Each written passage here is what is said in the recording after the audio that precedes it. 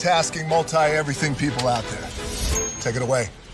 Find your glory, write your story, fearless, we will carry you. Time you own it, take your moment, be a fire burning through. Hustling from night until morning, grinding it out, it won't be long. Feel your power, it's your hour, you inspire, you are strong. Enjoy your Zoa. No applause? You're all fired. Now that you've reached the stage in your life where quality television is important, Nubian TV is a black network that speaks to your lifestyle. Nubian TV is the world's first digital network devoted to the upscale and political lifestyles of black people. Nubian TV's programming includes politics, travel, fashion, food, automotive, arts and culture, civil rights, music, and more. Watch now on Amazon Fire TV, Roku, or watch globally at nubiantv.net. Nubian TV, it's what you want to watch.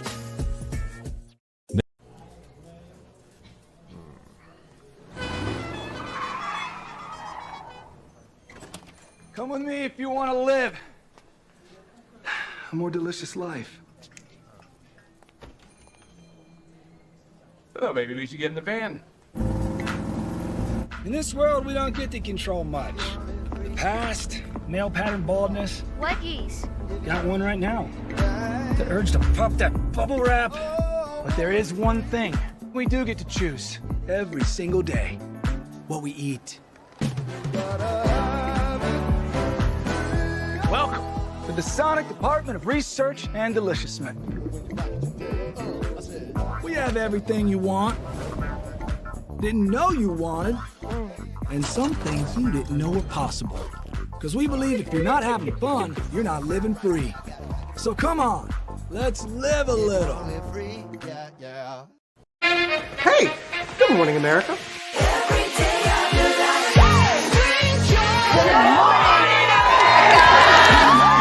Good morning, America. Good morning, America. Good morning, America. Money! Are you ready? They are ready. Covering the biggest events in the country right now. There's a lot going on here. It's always a good time. That's what the show's about. That's good. Really good. Very good. Coming in hot, Jimmy, coming in hot. It's far from elementary. Good morning, America. I'm not going to try to strut like Michael or anything. I have known George a long, long time. Have you ever gotten him to dance? Look at that face. You don't just see it, you feel it. I'm in. I'm in. I'm in too.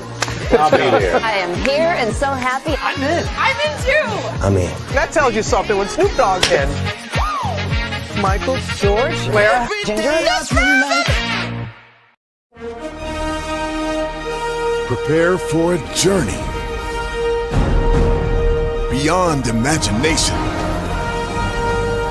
beyond belief, beyond anything you've experienced before. Universal Epic Universe, a new theme park where you'll step through extraordinary portals to 5 immersive worlds. Prepare for a cosmic voyage of discovery, an isle of fire-breathing excitement, a shadowy world of monsters and mystery, new wonders in the wizarding world, and a new way to play. Plus the splendor of a magnificent resort hotel overlooking the park. It's all new excitement at Universal Orlando Resort.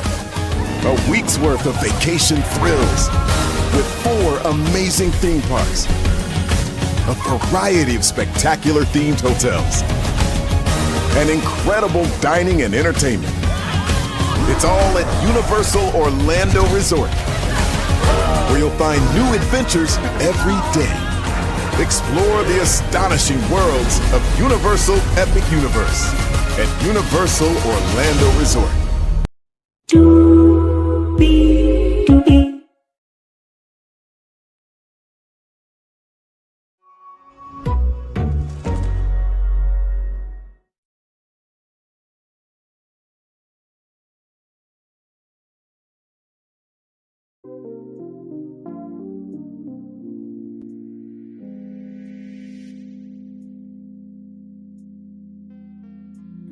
Well, hello, and good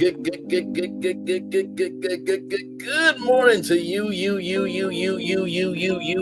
and you. Welcome in, everybody, to another edition of Braylon Lee's virtual tour live this morning, 5 minutes after 11 a.m. Glad to have all of you here. Good morning, Sharon Gabo. Good to see the some people that were here. Thank you so much for being here. Stephanie Sonnen, welcome in. Glad to have you here. Michelle H. Tuff, good morning to you as well. Y'all, we have a lot to discuss this morning. We have 1, 2, 3, 4, 5, 6, 7, 8, 9 destinations for you this morning. Destiny paying.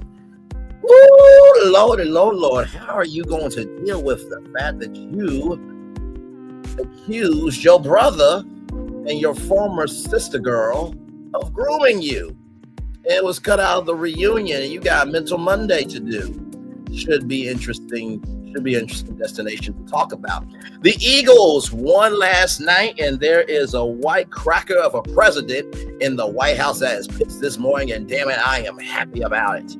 Lord Jesus, you try to troll Taylor Swift with, guess what? The fate of the world was on the line, and we had to give up Taylor Swift, or we will give up you immediately. Lord Jesus, ain't no fun when the rabbit got the pow. Anyway, Disney is starting to look like it's waking up as a company, but in the words of Anonymous T, is it just a little too late?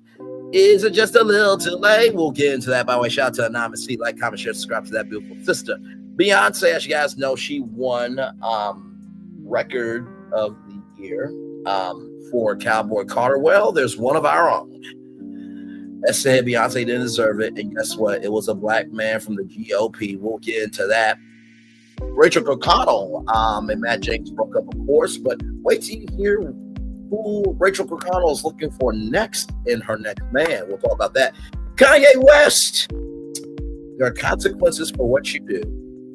And when I saw what happened, oh, buddy boy, it was bittersweet justice, because who did it was quite frankly disrespectful, and they should still be handled for the piece of if they are. But we'll get to that. Universal, as you guys saw that epic Universal commercial, Universal has some more news about their expansion across the way overseas. We'll get into that. The Bachelorette, will there be a new season or not? We'll get into that. And Rooster Teeth, as you guys know, the company is coming back. I subscribe to the Patreon to get the intel for you. I have the recap here. Higher is waiting. Low is available. But either way, we are live on tour. Yes, we are. Let me take down this iconic intro here. You see that virtual tour background? Yes, you do. You hear that legendary virtual tour music? Yes, you do. And one thing to know, and two things for sure, that over here on this channel, a lot happens early. Roll it. It's a new morning for America's family. Sun's coming up, so make it all that it can be. You know a lot happens early. I'm Harry Smith. I'm Julie Chen. I'm Maggie Rodriguez. Morning everywhere. Come on, get up. I'm Russ Mitchell. And I'm Dave Price. And it's a little early for this. Now this it's a new morning for America's family. Sun's coming up, so make it all that it can be. You know a lot happens early. Every day's good when you're starting it off right. But whenever you start the daylight, a lot happens early. Can you feel it? And I say, Good morning, everybody. Are you girls ready for the Jonas Brothers? We have an early show exclusive. Yes. A lot happens early.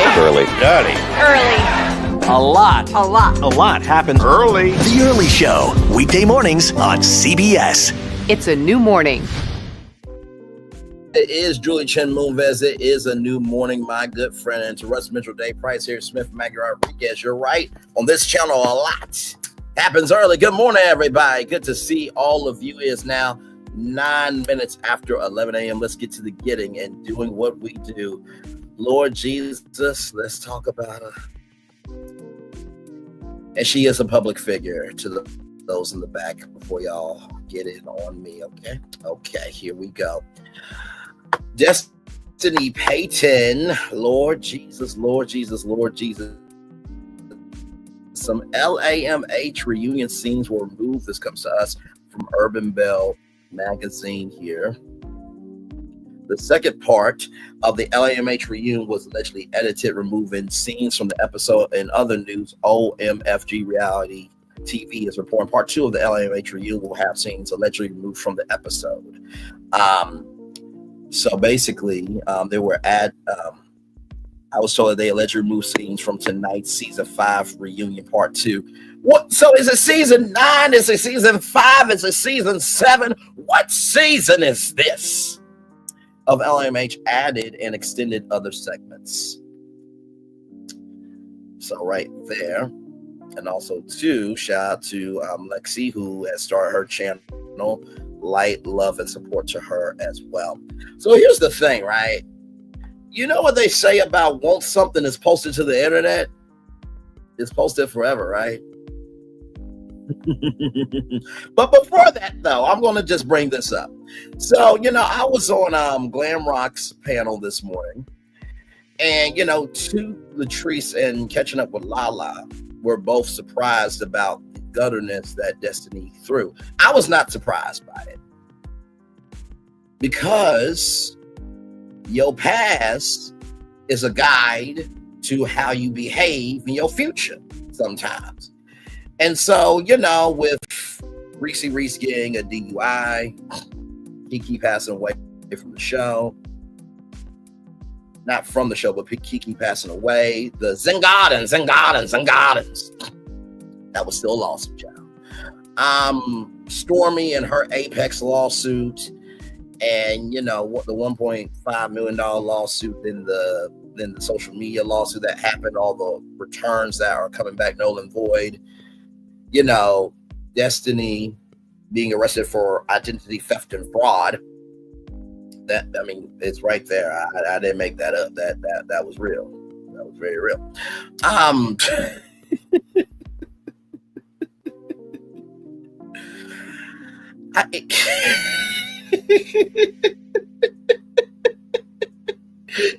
sorry.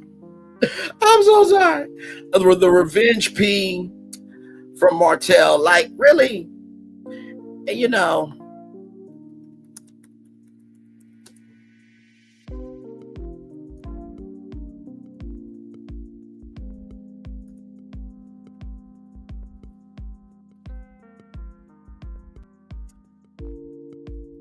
So, I just wanted to see something. So here's what Google said.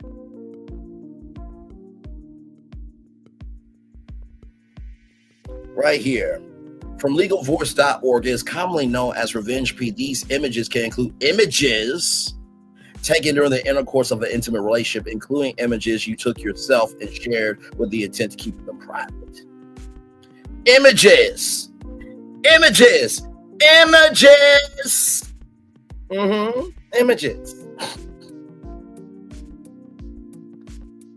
What is revenge P? Below we provide a few common revenge P examples. Hacking your nudes and intimate selfies. Selfies, you say.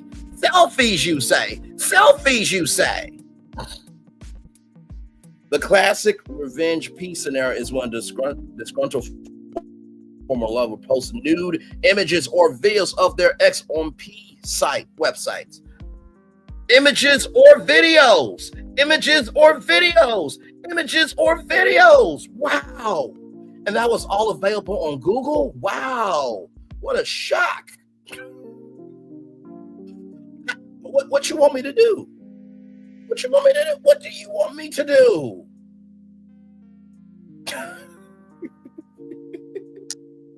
Y'all big man. Y'all like to argue. For stagnant. All about hanging out with progressive kings and queens that are about the purpose. The fact that this is easily researchable is sad, disgusting, and tiring. But with all that being said, right? Y'all still want this show to continue?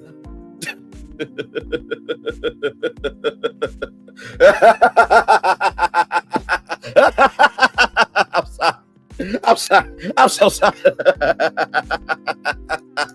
Oh my Lord. Oh, by the way, speaking of things that stay on the internet, right? Here it is. Roll it.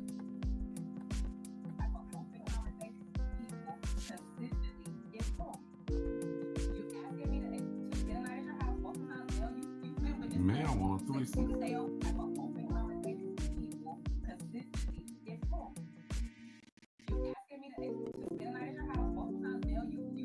Man, I want a threesome with Martin.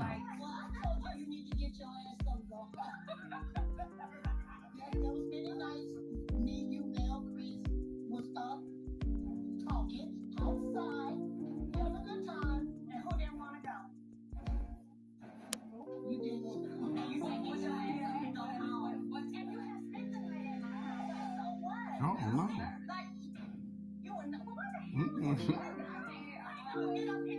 Wait a minute.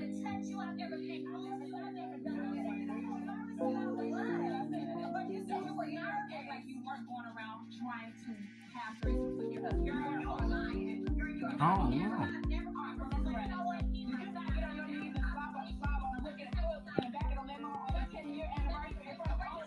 Man, suck a dick. Man, suck a dick in the back of the... You know what's really interesting about that clip? You remember somebody else getting sex, but you ain't getting nothing for your damn self. Ain't that something? I guess Carlos was right. You lose men like you lost your earring, huh? Speaking of other things that, you know, just never go away, how about this clip too?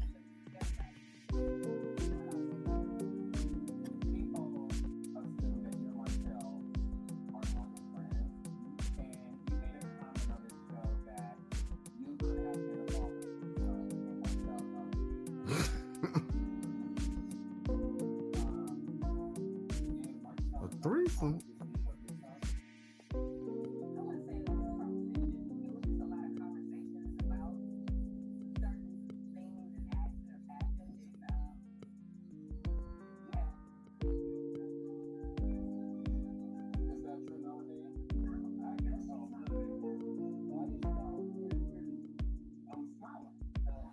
That's being messy.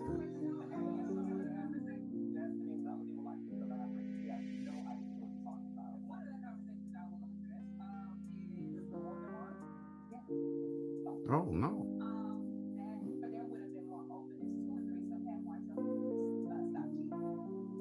Oh no. So, those two clips got edited out. Now, I know they were both kind of low. I tried to turn up the volume as much as I could on both. But this clip here talked about grooming. And this clip here insinuated a threesome. But though you got arrested for identity theft and fraud.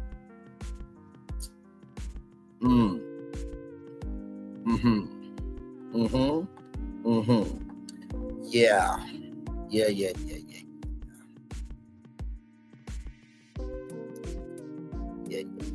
Oh, and also too, let's not forget this part.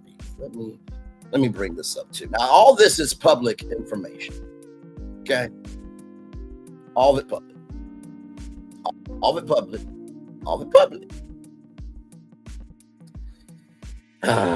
To do it this smoothly, to mollywop somebody, it's just so sad. It says here, right here, the defendant's refusal to return the child is a flagrant violation of this court's prior custody order, and the defendant is therefore in civil and criminal contempt of court. The defendant's refusal to return the child is a flagrant violation of this court's prior custody order. The defendant is therefore in criminal and civil contempt of court. The defendant's refusal to return the child is a flagrant violation of this court's prior custody order. The defendant is therefore in civil criminal contempt of court.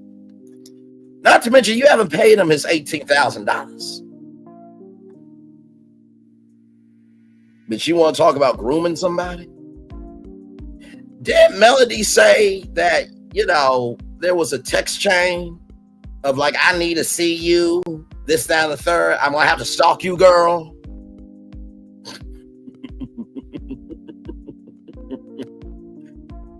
And your brother, Martell, if he was grooming you, why did you sit on a park bench with him and talk about shit? If he was your brother, why did you go over to his house in a pink baby fat jumpsuit?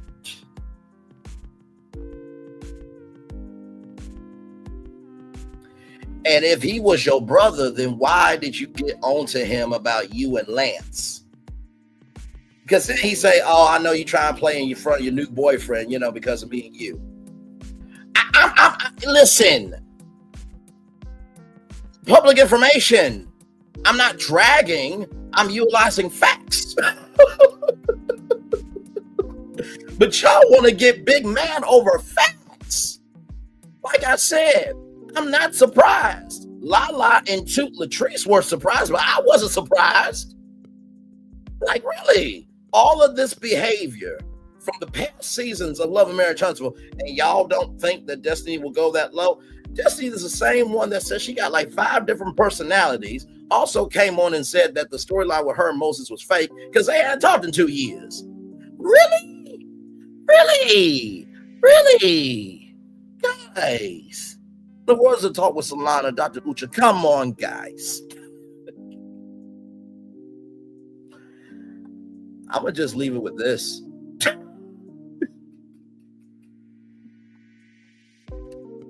I mean, really? Really? You know what? Hang on one second. I'll be right back.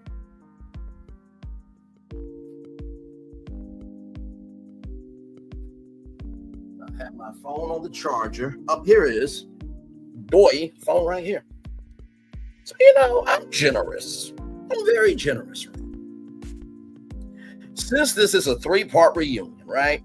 Okay, since it's a 3-part reunion, I'm going to give all the haters, spectators, and waste of life that will never form to be anything of importance. I'm going to give y'all 3 minutes to come out the bushes and tell me if anything I said was a lie. I want you to prove it. Here's 3 minutes. You ready? There's 3 minutes. And start. 3 minutes. I'll wait. This is our show. We ain't got nothing but time. Nothing but time. I'll wait. So how y'all doing this morning? You good? Coming up after this 3-minute break here, we're going to be talking about the Eagles. They flew high. 40 Eagles, 22 Kansas City. We got Disney. They are finally waking up to the fact that maybe they need to make some changes to make Disney parks more affordable for middle-class families. We'll talk about that. There's a black man in our community that is hanging on Beyonce because she won Record of the Year. But yet this person has never won anything in their life. Then we got Rachel Kirkconnell as well. Oh, wait a minute. 2 minutes. Okay, 2 minutes left. Then we're going to talk about Rachel Kirkconnell. She broke up with Matt James. She went to a antebellum party in her college days, and there was some racist social media posts. And so, you know, Rachel and Matt James got over that together, and they were together for a very long time, but they broke up. Wait till you hear what Rachel wants in her next man. Then Kanye West, the male version of Destiny Payne, did a crazy commercial for the Super Bowl. Now, he did this last time from his Tesla truck or whatever the hell he was in, but there's more on that. Universal is expanding their territory overseas. Wait till I tell you about that. Will there be a new season of The Bachelorette? Yes or no? We'll talk about that. And Rooster Teeth is coming back. I went into the Patreon for Morning Somewhere, listen to the Ask Me Anything podcast. I have all the intel there. 1 minute left. Y'all got it.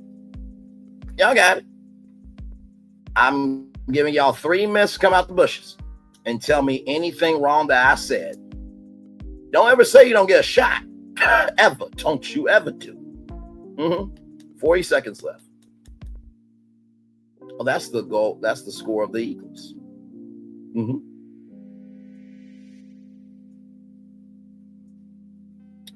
Yep.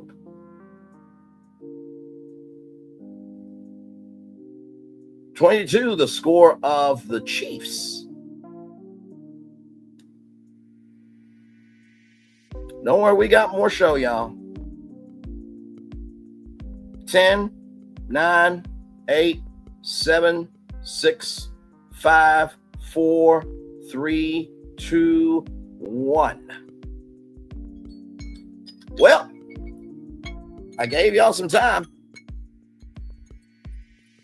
Didn't come out the bushes for shit like you normally don't. Moving on to the Eagles.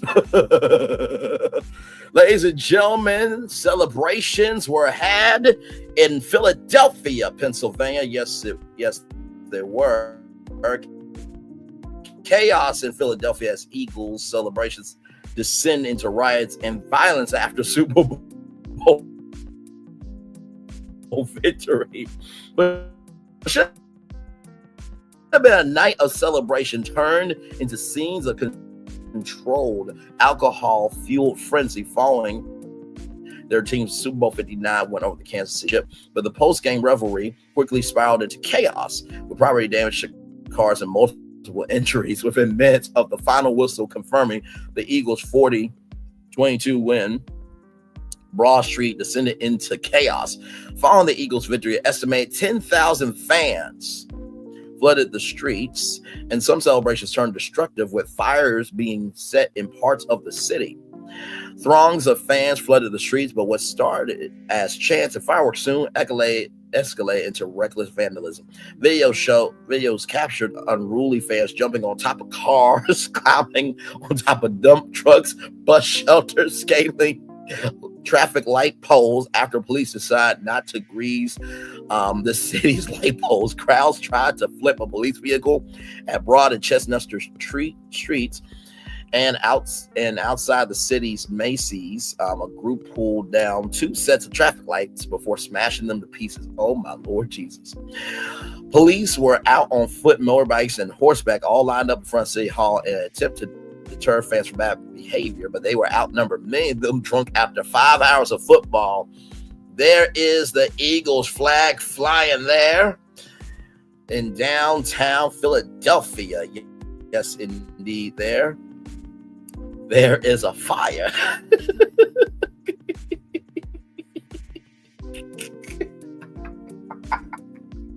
Listen, I do not advocate, okay? I do not advocate for violence, but I do advocate for justice. Oh, my Lord Jesus. And then there is a traffic light taken down.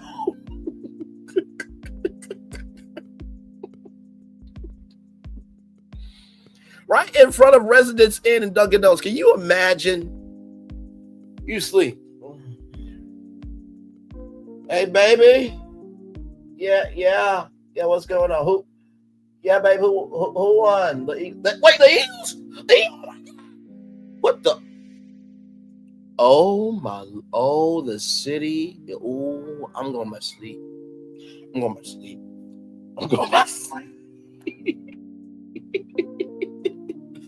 Champagne bottles popping. Some so-called fans climbed on top of city bus shelters, and celebrations got out of control as it did. Police apprehended a fan as the referees continued to get out. And here it is here.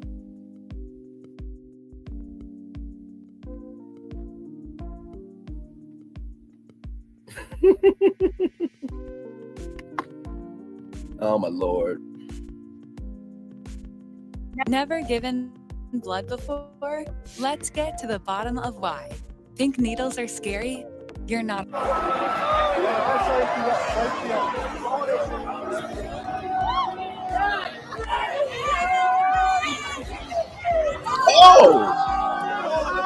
Oh my Lord.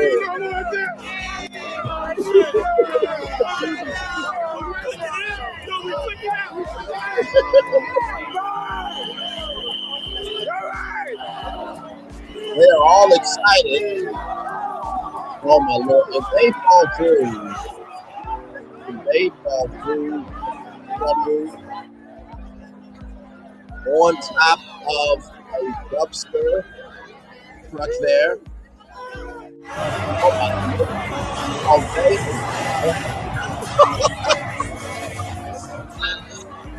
The stamina you have to stand on it. And not fall. Lord Jesus. Hold up, wait a minute. Hold up, wait a minute. Hold up. Listen, we know the Eagles are flying, but we can fly into, okay? That's what we're saying. Stand to the ground. Stand to the ground. They're like a ball with the thing.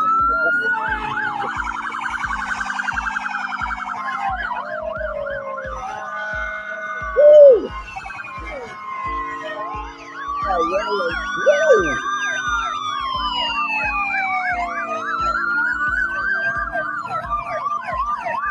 Oh my Lord. It's the cavalcade of police that's coming through, my Lord.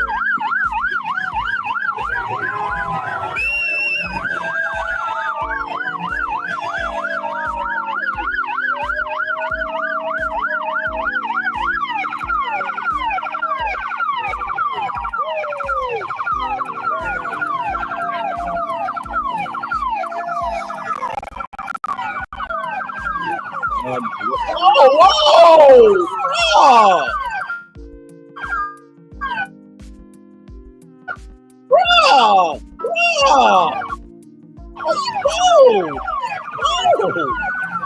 Oh my Lord. There's some bold ones in Philadelphia. Let me tell you what. Oh my God. Oh my gosh. Speaking of Philly, I saw this clip from Mike and Alex. They are the anchors, the hosts of Good Day Philadelphia. I sent it to myself and I was like, okay, I'm gonna just save this for when it's time to play it.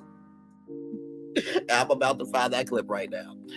So give me one moment, y'all, because when y'all see this, y'all are going to laugh your behinds off. Good morning, everybody. Hopefully all is well with y'all. We're talking about the Eagles. 40 Eagles, 22 Kansas City. If you happen to fall asleep on it, it was kind of hard to fall asleep because the game was active. Yeah, you heard? So listen.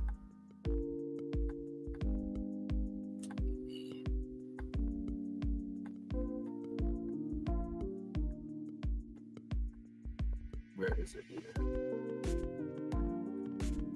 Nope, I know I got the clip.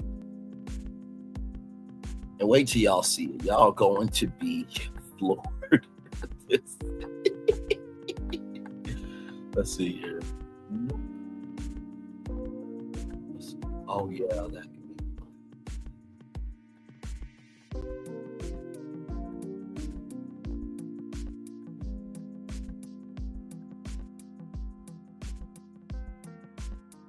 Almost there, y'all.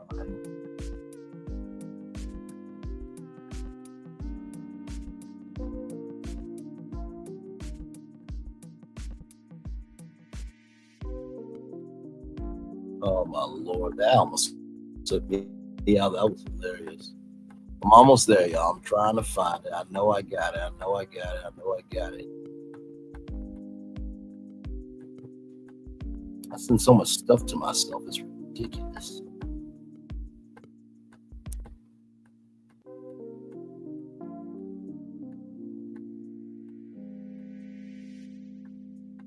Wait a minute, I think I'm getting close to it.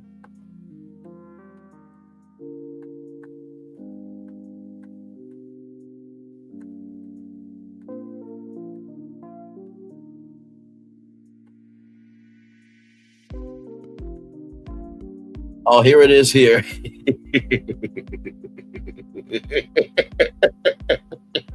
Y'all are going to laugh at this.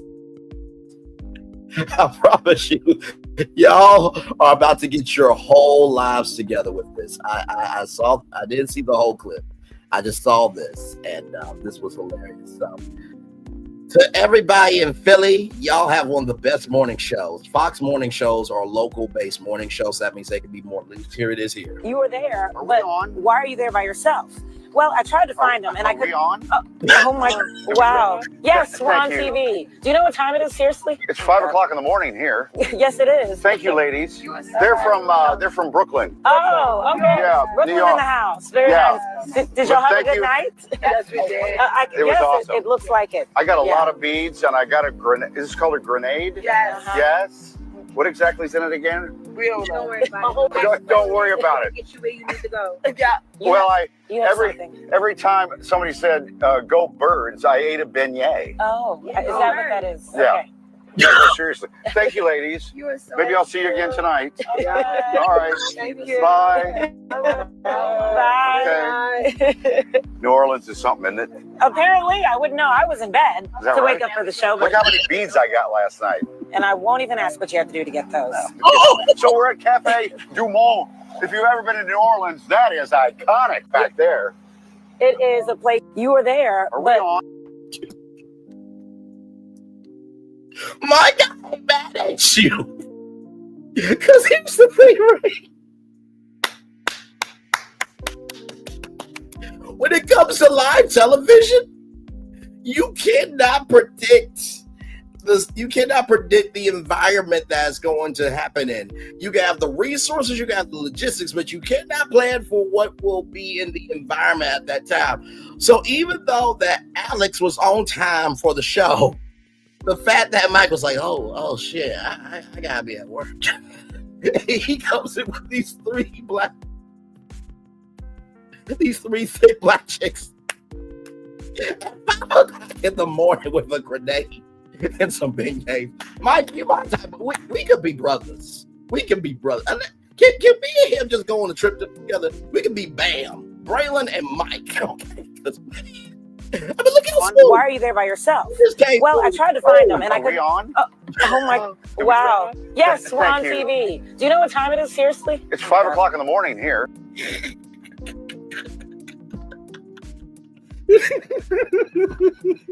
Oh my God. Oh my God. I can't breathe. I can't breathe. I can't breathe. Did you see the smoothness? Do you know what time it is? It's 5 o'clock in the morning here.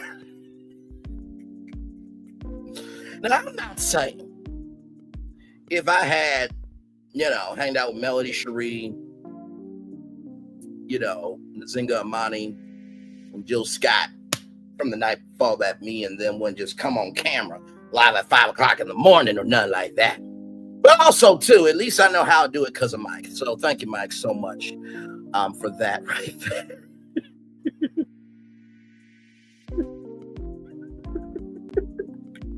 I love her damn show so much.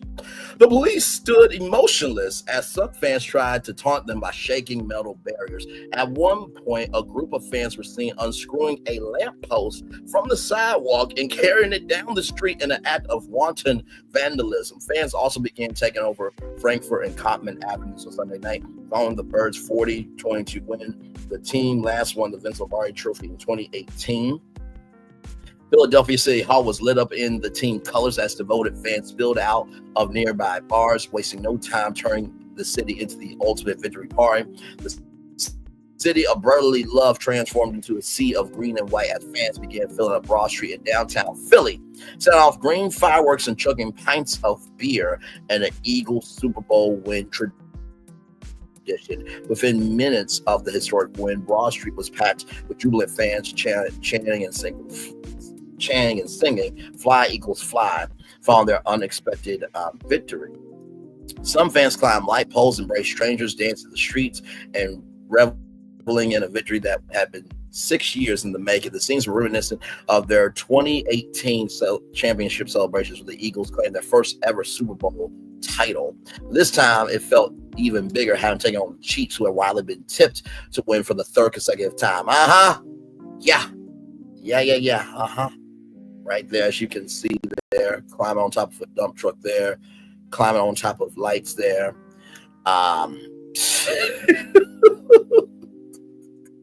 And that is the street as it is. Police officer looks at the remains of a fire of stolen linens that was started by vandals, and there they are there. First of all, these are not shoes for climbing a dump truck, okay? Like, dump trucks have grime on them, you know what I mean? And my Lord Jesus, just, Lord, my Lord, my Lord, my Lord. As you can see more photos here.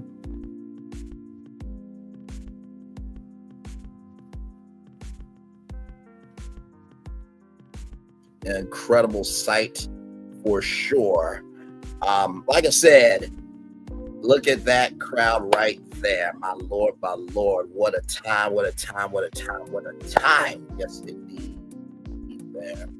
You know what? Oh, wait a minute. Whoa!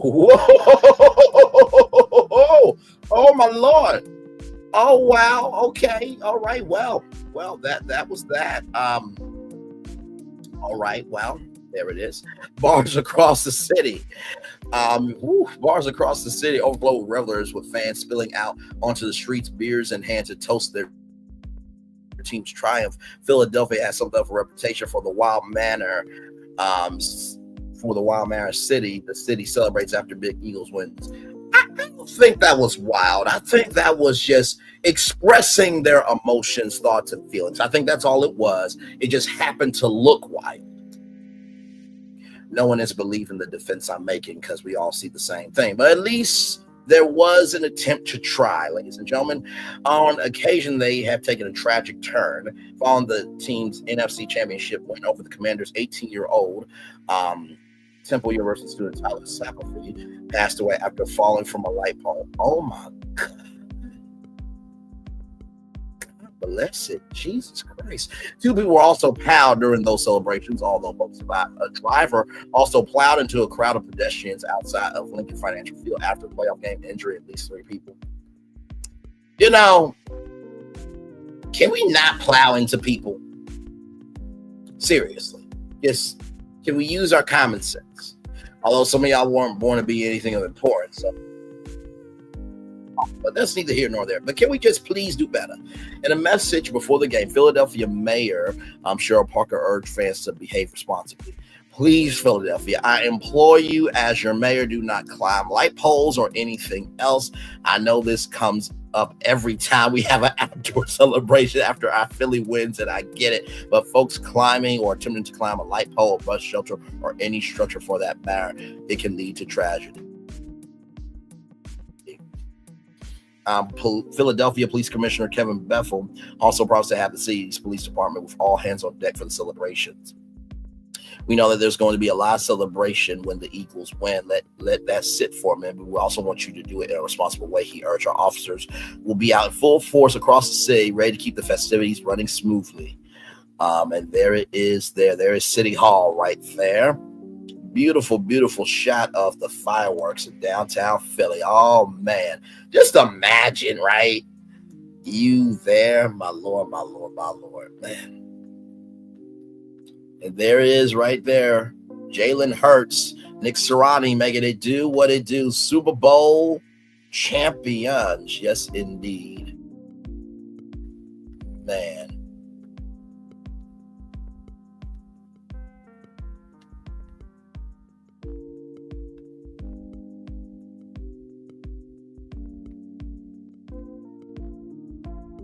Not batons. Oh, my Lord. Okay. Now, this horse here is like, listen, I am a horse, you see, and I am going to stand here, and you're not going to disrespect me because I am the 1 plus the 2 to beat the 3. I am standing. Y'all see the horse? Y'all see the horse?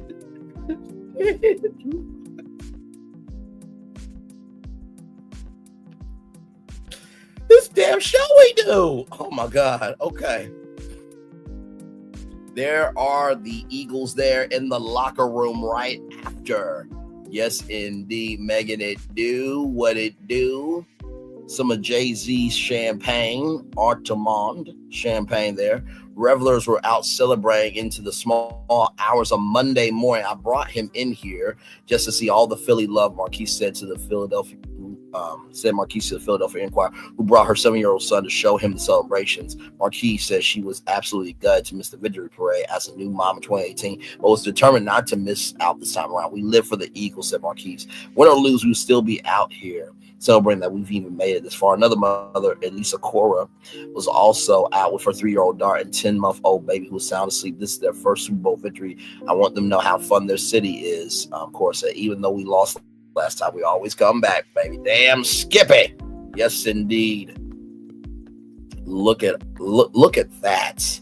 That is a cloud. Okay, that's a cloud. Don't block the box. Well, they're blocking the box and everything in between. It looks like New Year's Eve and it looks like NYE and Philly right there. Yes, indeed. By the way, shout out to this brother. This brother right here is so confident to have, and by the way, beautifully tattooed, if I may say so myself here. This woman's like, yes, I'm here. I don't care. Oh, my Lord. You know, it's nice to see that people can be happy about something in this world. Yes, indeed. More celebrations there. Oh, my Lord. Look at that. Players, celebrities, fans, everybody celebrating the Eagles win there. In South Philly, fans saw fireworks in the middle of intersections illuminating the sky with bursts of green and white. Cars honked their horns in unison. Strangers hugged and high-fived in the streets in the bitter February cold. The crowds began to clear just after 1 a.m. as police slowly pushed crowds out of the downtown area. With the Super Bowl win secured, fans are already gearing up for the massive victory parade expected to flood the streets later this week, likely to be held on Friday. City officials anticipate millions will gather to honor the team, with Broad Street once again serving as the epicenter of Eagles euphoria. So congratulations to the Philadelphia Eagles there, making it do what it do. 40 Eagles, 22 Kansas City Chiefs. So yes, indeed here. So here is Serena Williams with a 13-word response.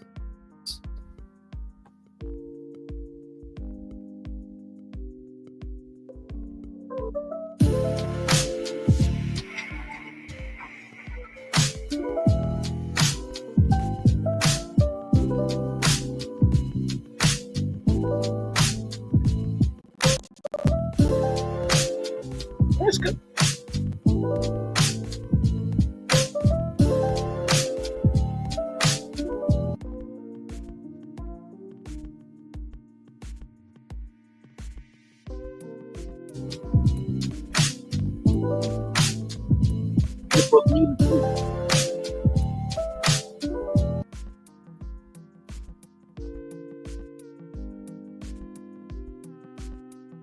Okay, let's see what happens here.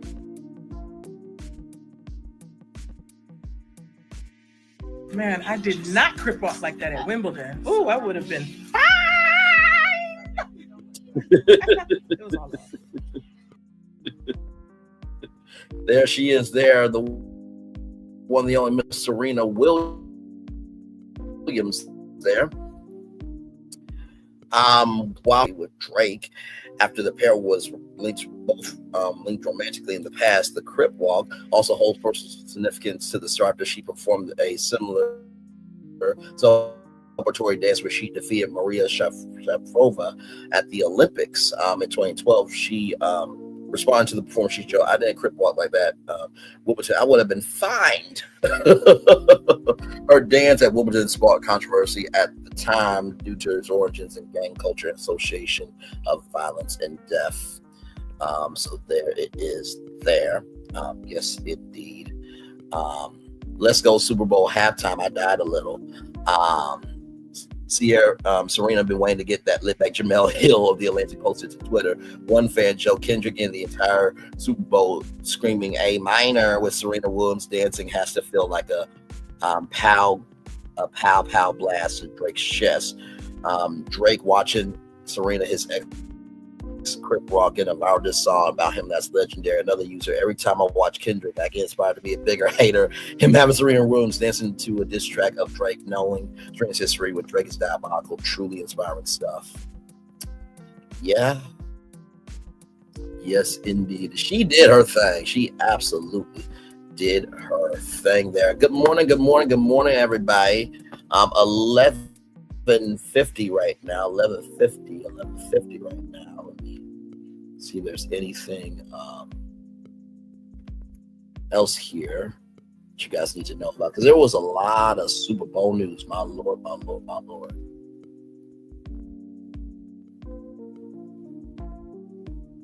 Let's see here.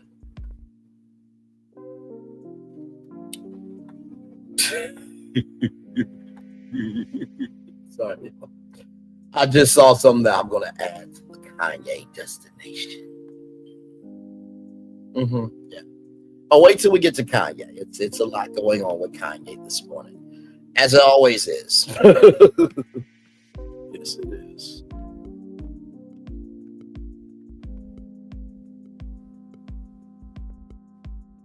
Just trying to see if there's anything else.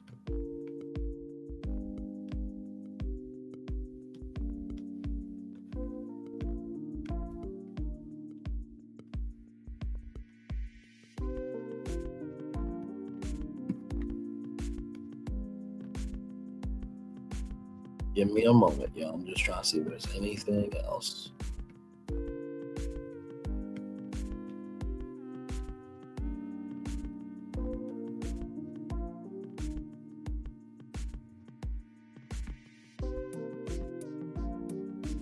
Let's see.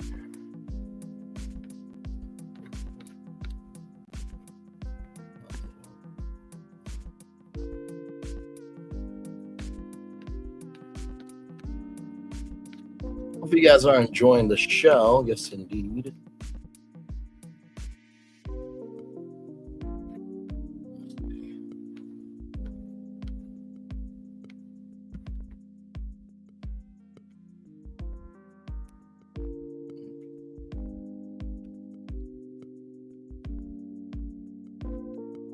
I think that is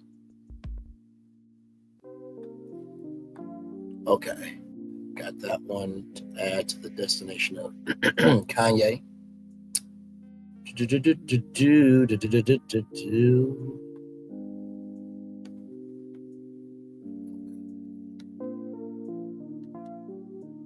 By the way, y'all, go get Serena Williams' makeup line, WYN, I think. Let me make sure I get that right. Hang on.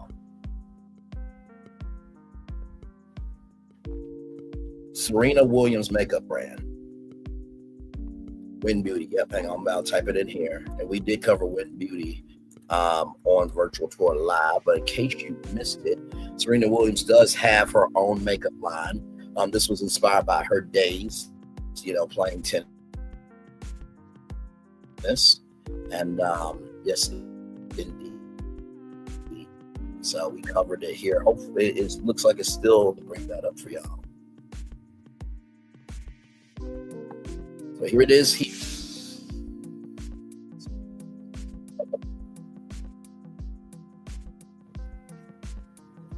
As you can see here, very affordable prices right here. Big Vision, lengthening and defining tubing mascara, $19. Nothing to See, soft matte creamy concealer, $25, featuring you. Hydrating skin enhancing tint, SPF 50, SPF 30 rather, for $29, and then Mocha Lip Trio kit for $39. This is her website here. As you can see, there are plenty of women wearing every shade there. Yes, indeed. So you can find your perfect shade there. So I will drop the link to this here in the chat. Hey, Aries Girl Podcast. Good to see you. Glad to have you here. Hey, you, Mina. Welcome in. Glad to have you here as well. Hang on.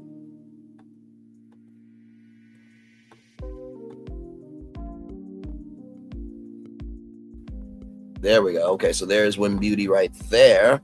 Thank you, Sharon Godbo, for saying I'm so on point. Thank you so much for that. on target. Thank you. Amani S. Hey, Braylon, chat coming out the bush to say hello. To thumbs up the video 11. I love odd numbers. Understood. Hey, Yumina, welcome in. Please be safe on your way to wherever you're going to. Hello, family in the bushes at work. Welcome in. Glad to have you here. So that is everything. Well, almost everything on the Super Bowl. But I did see this one post from LinkedIn, and I wanted to read it because I thought it was very poignant. Whoa, wait a minute. What? What you mean this post can't be displayed? What? I just had this morning.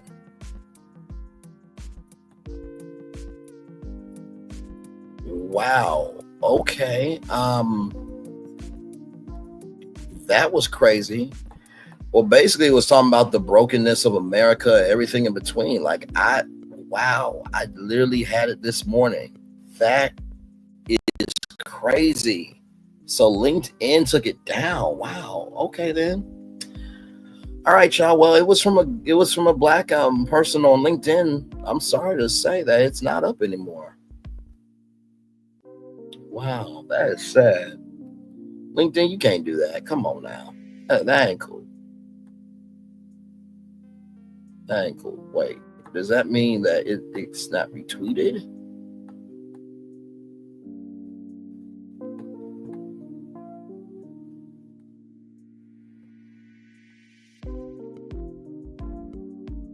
Yes, even taken down from my retweets. Wow, okay.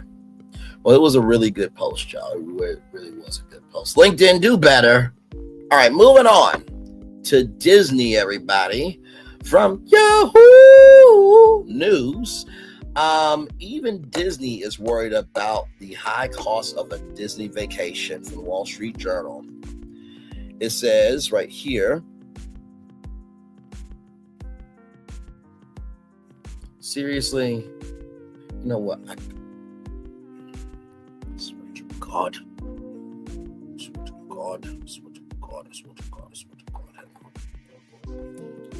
Hang on, y'all. Usually Yahoo News gives you the full article, but apparently they don't even do that. Go back.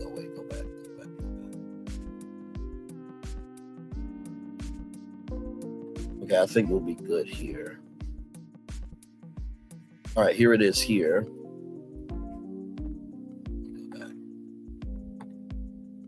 And this just came out about 2 hours ago here.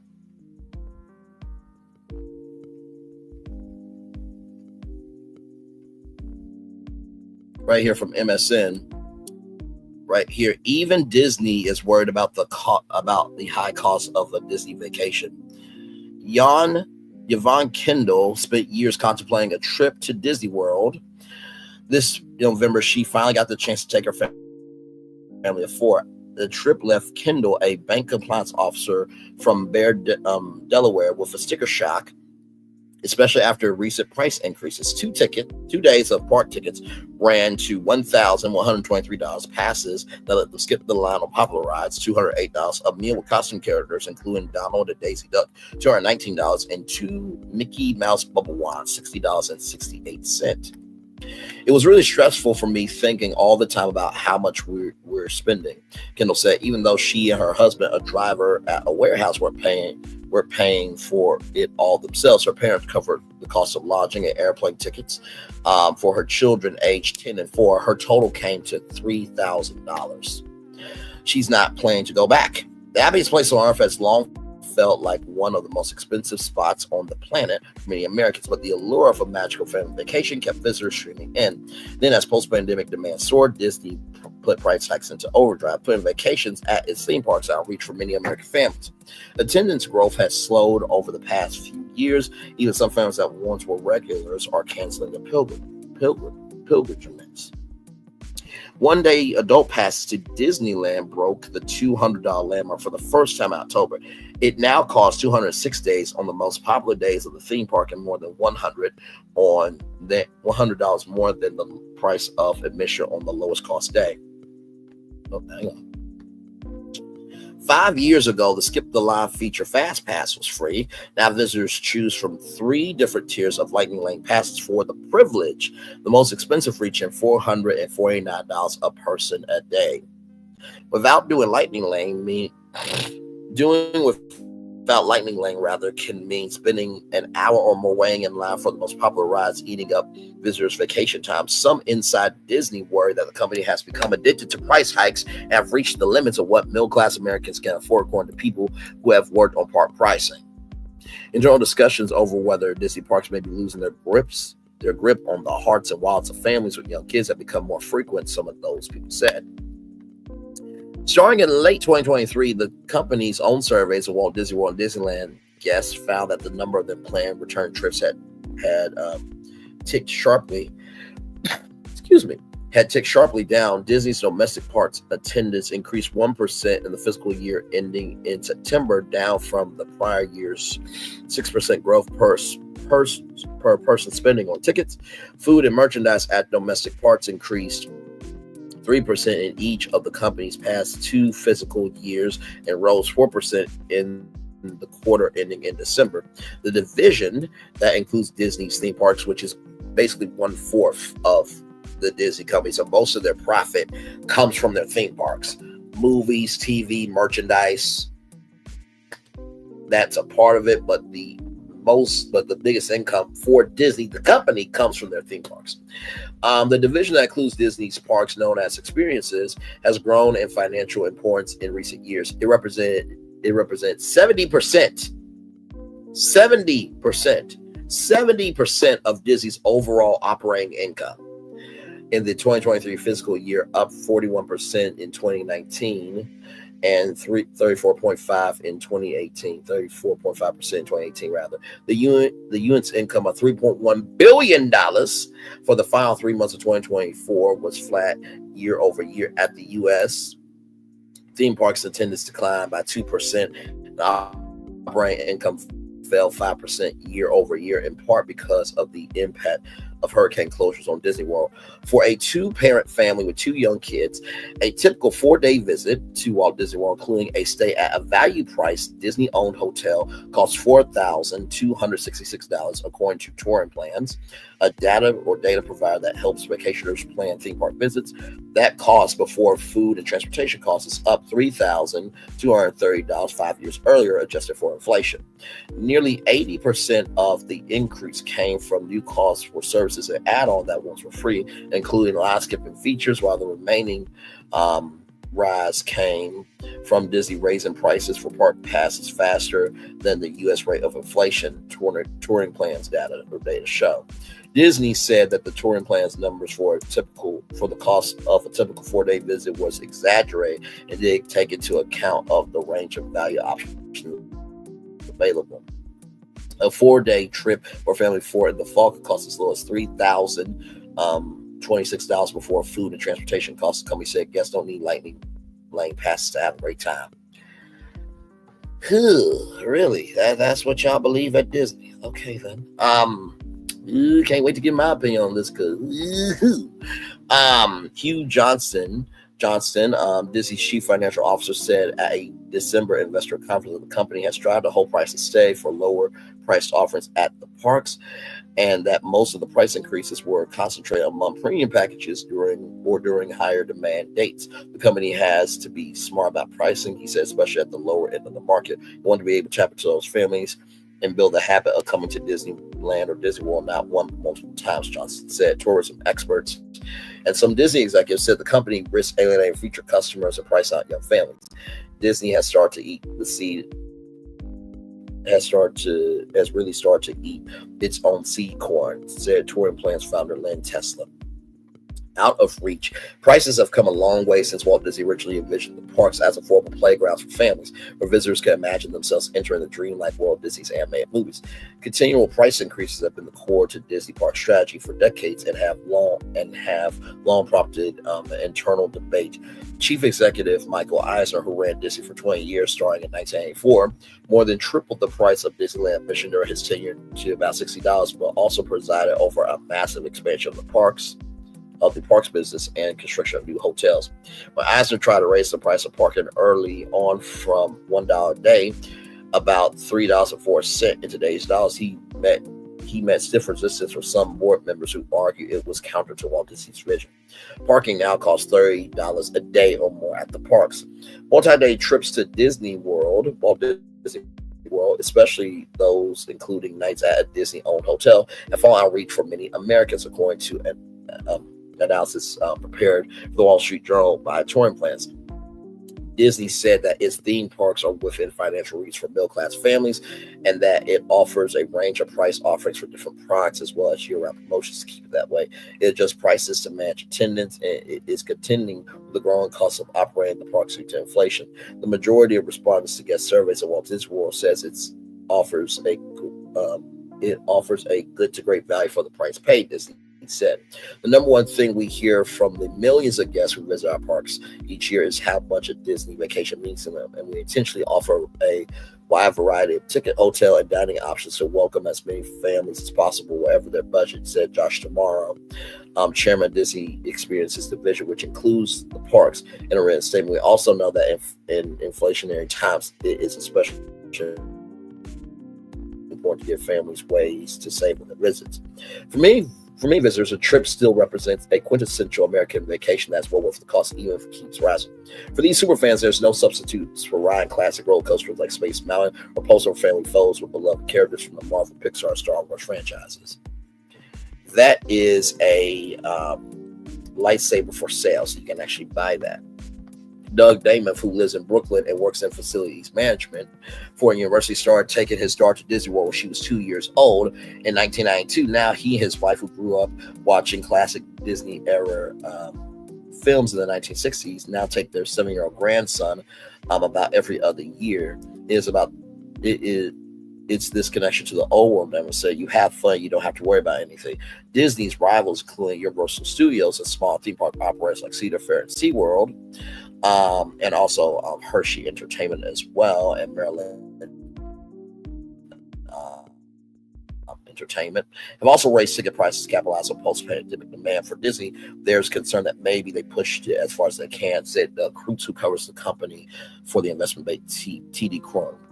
Dan McCarthy used to take his family of 4 to Walt Disney World at least once a year, but since the pandemic has opted for European trips instead. Last year, they sold their membership in Disney Vacation Club, a timeshare program at Disney Resorts, and spent 3 weeks sightseeing in the Netherlands. The cost value is just out of or not worth it, said McCarthy, a software engineer from Central North Carolina. So there is the Disney World 50th anniversary merch. New add-ons. When Bob Iger took over as CEO in 2005, he continued Eisner's investments into theme park expansion. U.S. ticket prices rose, usually in line with inflation, according to Disney Parks executives and analysis. During the pandemic, Iger's successor, CEO Bob Chapek, set in motion a strategy to capitalize on parks demand once restrictions eased. Chapek and Lamar, the Experiences chairman, introduced an online reservation system that limited the number of days annual pass holders could visit, favoring guests who spent more on daily tickets and merchandise. Disney eliminated some perks that used to be gratis, which means free, like the Magical Express Airport Shuttle and the Disney Fast Pass ride schedule system. It was said that about only a third of the hotel guests were using the airport service when it was canceled.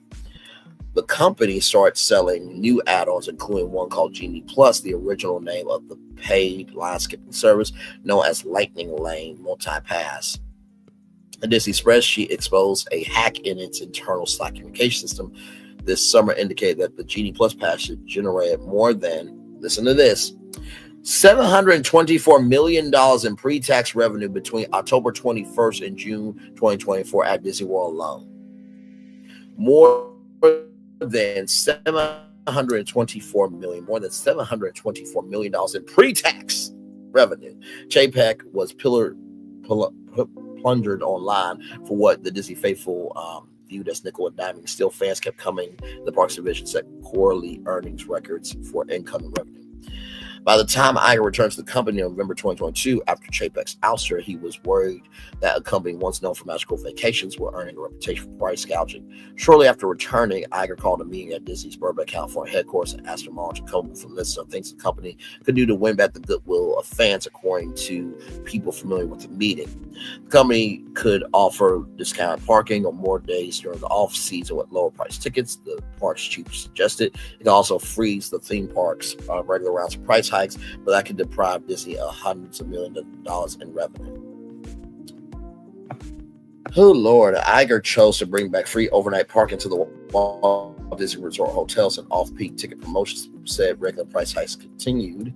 Iger declined to be interviewed for this article through a spokeswoman. There's the castle, that magical castle there. Growth engine. A year later, Disney began to have serious concerns about the rising costs of visiting the parks, according to former employees involved in the discussions. The results of surveys asking whether Walt Disney World and California theme park guests intended to return soon show that fewer Mickey Mouse devotees were planning return trips. The issue was raised with Iger, according to people familiar with the matter, but the parks were still booming. The experiences division had become the company's primary profit engine in 2022, replacing the declined cable TV business. Internally, teams that worked on pricing, promotions, and consumer feedback debated through the spring of last year of how to improve the intent to return. Survey results, people involved in the discussions said by the summer 2024, Disney began warning investors that attendance was softening, a trend consistent across the theme park industry. But the company's share price fell sharply in August when Disney said revenue was slowing at the parks because consumer uncertainty that it expected to continue for a few quarters. In recent months, Disney has announced limited time offers for $50 kid tickets, the return of discount dining plans for some Disney resort hotel guests, free in-park photo packages, and a fresh round of hotel room promotions. Johnston, Disney's chief financial officer, in December called the summer weakness in the a hiccup and said that consumers have recovered. A host of new attractions and major expansions announced at a fan event this year will allow Disney to raise prices further without tapering down demand.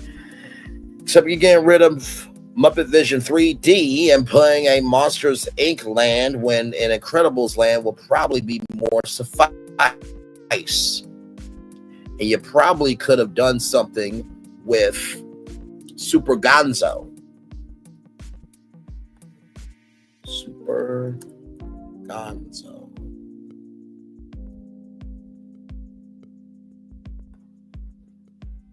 This is Super Gonzo right here.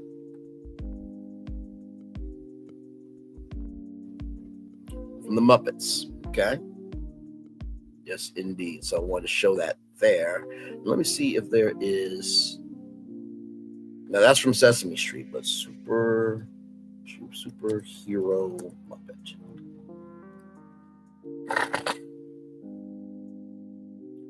Oh, and here's something. Oh, my Lord Jesus! Now this is called branding, ladies and gentlemen. My Lord Jesus, do I have to come through and just be amazing? Here's a superhero Scooter action figure. Oh my God, the Incredibles and the Muppets collaborating. Wow, shocking, Disney. Let's roll on. But you're gonna put a Monsters Inc. land there. You know, the Rockin' Mayhem monster. Lord Jesus. Monster. Right here. Animal right here. Animal. Animal is a monster, right, from the Muppets. So that could have been something as well. But of course, you guys are the smart ones at Disney, right? There's a broader sense among U.S. families that experimental vacations are becoming unaffordable, according to a recent survey of more than 2,000 U.S. households conducted by Harris Poll for the Journal. The survey found that 74% of respondents believe that experiences like cruises, amusement parks, and visits to Disney resorts have become financially out of reach. The poll indicated that lower priced nature-focused vacations are gaining ground on pricier resort and theme park trips. Among those who report that they've cut back on Disney vacations, the biggest reason was cost. 59% said Disney experience had become too expensive compared to 27% who said they weren't interested and 14% who said they didn't have the time. Disney said that the Harris Poll survey was flawed and misleading and unfairly cast Disney in a negative light. Let's go back up to the top of this article. What's the headline? Even Disney is worried about the high cost of a Disney vacation.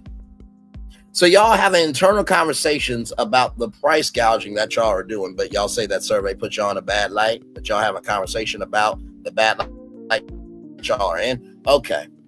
All right. Y'all got it. Y'all got it. I can't. A June survey of 2,000 families by online loan marketplace LendingTree found that 45% of those who visit Disney resorts with children in tow went into debt to afford the trip. This fall, Disney sent its own purpose surveys to members of the company's Disney Vacation Club timeshare program with 47 pages of questions, mostly about visitors' household finances and travel habits. One survey asked visitors how likely were they to be receiving, managing an inheritance, or to experience the loss of a family member or loved one over the next 5 years. Are you serious? Disney. Really?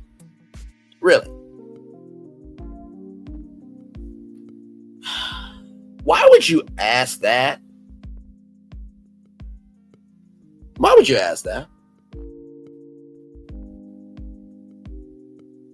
Why would you be asking if somebody's going to be receiving an inheritance or to experience the loss of a family member or loved one over the next 5 years? Who does that? Here's the thing. Do unto others as they do unto you. If somebody asks any one of you executives, would you be receiving or managing an inheritance, or would you experience the loss, or are you going to experience the loss of a family member or loved one over the next 5 years? How would y'all feel? Forget the inheritance part, because inheritances do not have to mean somebody passed away. It can be an inheritance of, generational wealth, this, that, and third. That aside, that in context, right here, the loss of a family member or loved one over the next 5 years, you ask them this on a survey. But y'all are the smart ones, though. Okay. A generous inheritance was the only way Melissa Buckley of Cedar Lake, Indiana, could afford a trip to Walt Disney World in December. Buckley, who works in procurement for the oil industry, had been saving up to take her family there for about a decade, but unexpected bills kept getting in their way. They left at dawn after Christmas to drive to Orlando with snacks packed in a cooler in the trunk. The total budget, including 4 days of park passes, line skipping add-ons, one restaurant meal a day, accommodations for 2 parents and 2 kids aged 9 and 7 was nearly $6,000. There was no way we could afford this from our savings alone. Caitlin Ossoff and Brian Winter contribute to this article. You know what? I can't, Disney. I can't. I can't. I just can't. Hey, SC. Feminine Eminem. That's a unique name. Damn, super glad we got this dude to stumble and strutter through this article. I could have read it myself. I don't know what we would be without him. Well, thank you. I was just trying to get through as quickly as possible. It was a long article, but thank you. I think you're saying that in good faith, so I'm gonna take it as good faith. I interned at Walt Disney World in college. It's definitely costly to go to Disney. Have a good time, but it's definitely worth it. And I'm not saying it's not hailing else to them. I'm not saying it's not. But listen, I think that this is a real conversation that's been happening. I mean, y'all know I hang out with La Renee Creole and Ronnie Bradley and hanging with Erica and Raph, and I'm in the theme park sector as well. And, I've been watching the conversations about how Disney, quality is not the same, and that there's sewage problems at Disney, and the lights at Epcot, they're not really working. It's mold in the lights, and, there's, a root structure or root plant in the Millennium Falcon. And, like I said, extra magic hours used to be available for every theme park guest. The Magical Express was really cool because you could get on the bus and your bags would magically be there. They had magical gatherings where you could have group experiences, right? They used to have the Walt Disney World Speedway where you could do the Richard Page driving experience. They don't have that anymore. They used to have, Downtown Disney West Side. They have that. They don't have that anymore. Pleasure Island, which was really a unique themed entertainment district based off of Merriweather Pleasure. He was an adventurer, and so there was the Adventurers Club and Mannequins Club, Comedy Warehouse, BET Soundstage Club. Yes, BET was at Disney World. And not to mention, too, it was New Year's Eve every night. So to me, it just seemed, and this happened with Kent State, too.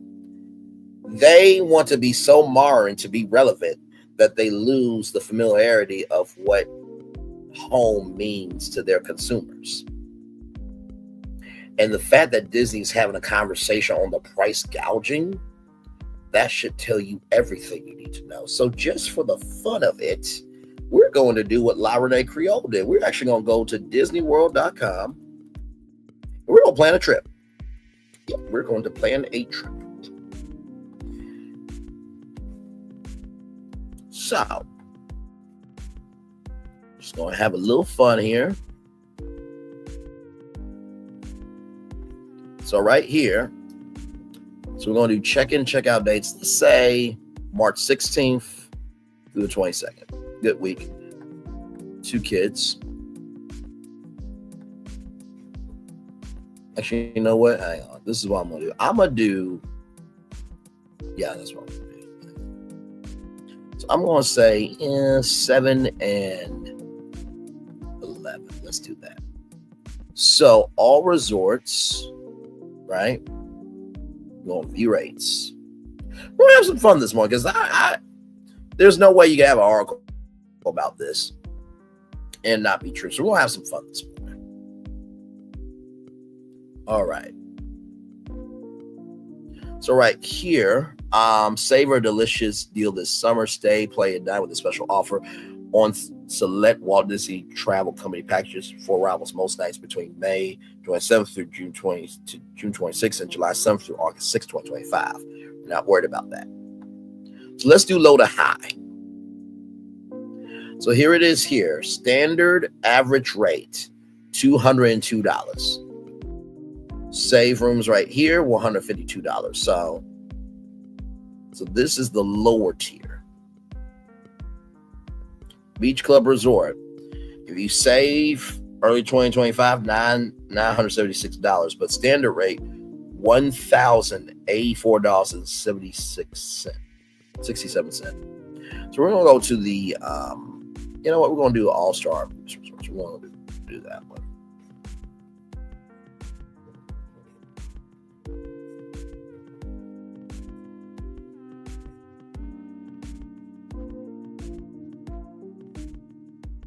All right. So we're going to do a package.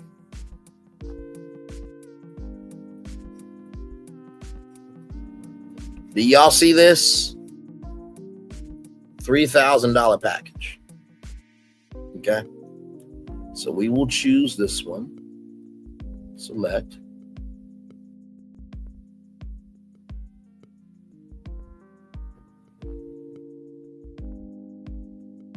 I said this is just for fun, y'all. So we got the package.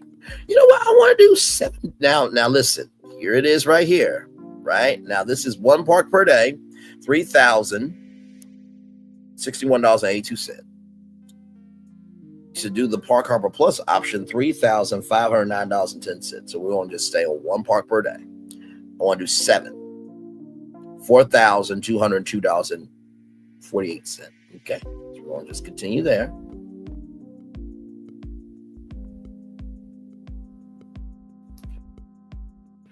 All right. Now, of course, with this family that I have, metaphorically, we are going to do a dining plan. Now, like I said, we're just kind of doing the basics here, right? So that's no dining plan. I'm going to do this one because I like to eat, right? Actually, we won't do this one. Quick service dining plan, because most of the time you really can't. You can't, for most people, if we're just doing a basic trip, we're going to do that one. Okay. So here it is here.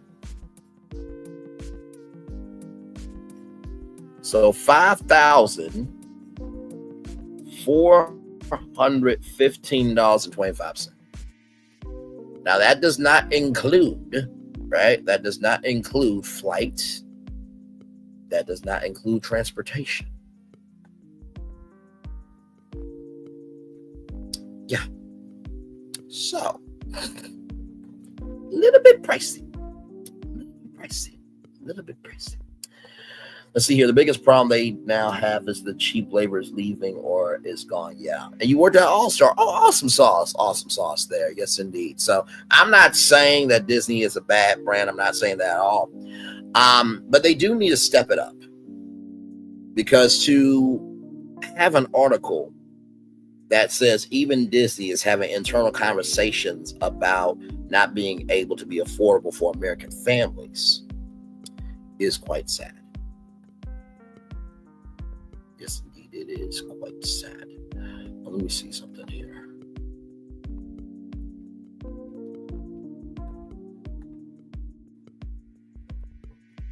Give me a moment, y'all.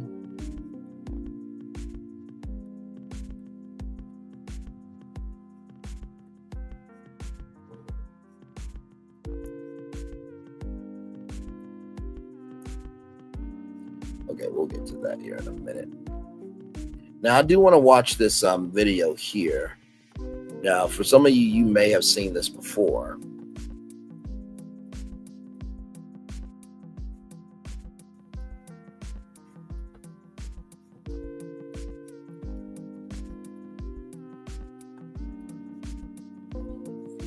Okay. Now, this video right here really did a wonderful job of telling us how, you know, Disney is expensive.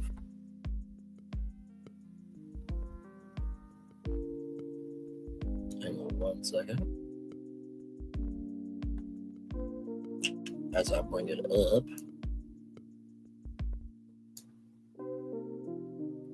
Where is it here?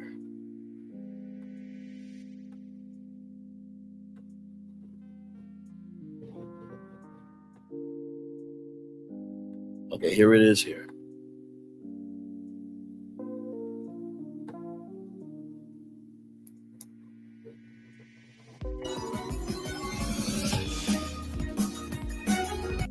Disney is at war, but not with who you might think.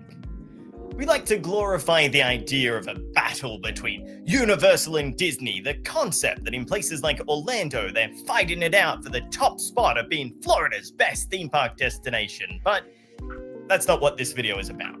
It's a more complex battle, something that has gradually been rising as their theme parks become more and more popular over the last decade. And that battle is that Disney is at war with you. It's a bizarre concept to wrap your head around. Why would Disney want to fight off the very people that keep it afloat? Well, despite the price of US-based Disney theme parks rising rather dramatically every year, they were also continually more popular than ever. After a night at the Hoop-de-Doo Review in 2019 as part of my honeymoon to Walt Disney World, I had the opportunity to speak to a bus driver, somebody who had worked as a cast member at Walt Disney World Resort for a few decades.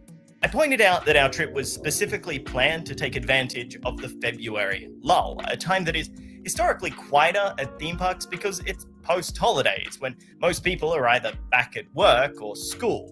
But it was the busiest I had ever seen the parks. When I told them this, they remarked that the parks don't really have a quiet time anymore, and this was for two reasons. The first was that Disney had created a system that when it was quieter... And by the way, this does not include Lightning Lane. Transportation, flights, Lightning Lane, your dining, souvenirs. It's a little pricey. Let's roll on. The tickets and group specials were more affordable, driving up the demand for those time periods. The other thing that they noted was that as the economy became more stable, Disney became more popular. And since the 2008 global financial crisis ended, they had only seen crowds increase. Even as somebody who is seasoned with theme parks, these crowds were difficult to deal with. And our experience became more and more draining as our 10-day trip went on. We spent a lot of our time on our phones, constantly refreshing the Walt Disney World app, hounding for fast passes to try and beat the 2 to 3 hour queues for even the most basic attraction. Reservations were gone months in advance, and despite being somebody who can enjoy theme parks by just admiring the scenery and not going on any rides, the atmosphere was stressed and tense.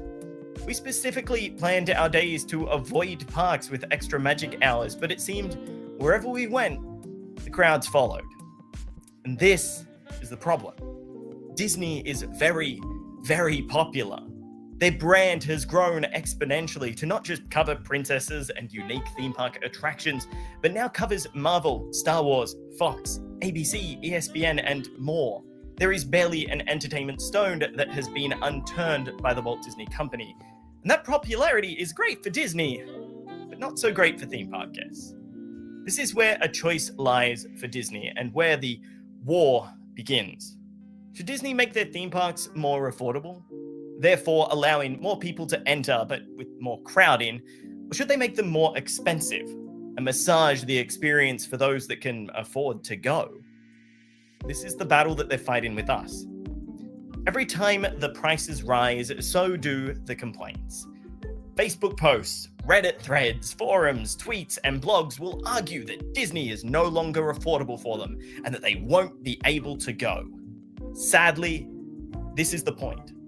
They raise their prices to softly gate their theme parks, ensuring that the capacity is used instead by people that they will know have the money to afford it.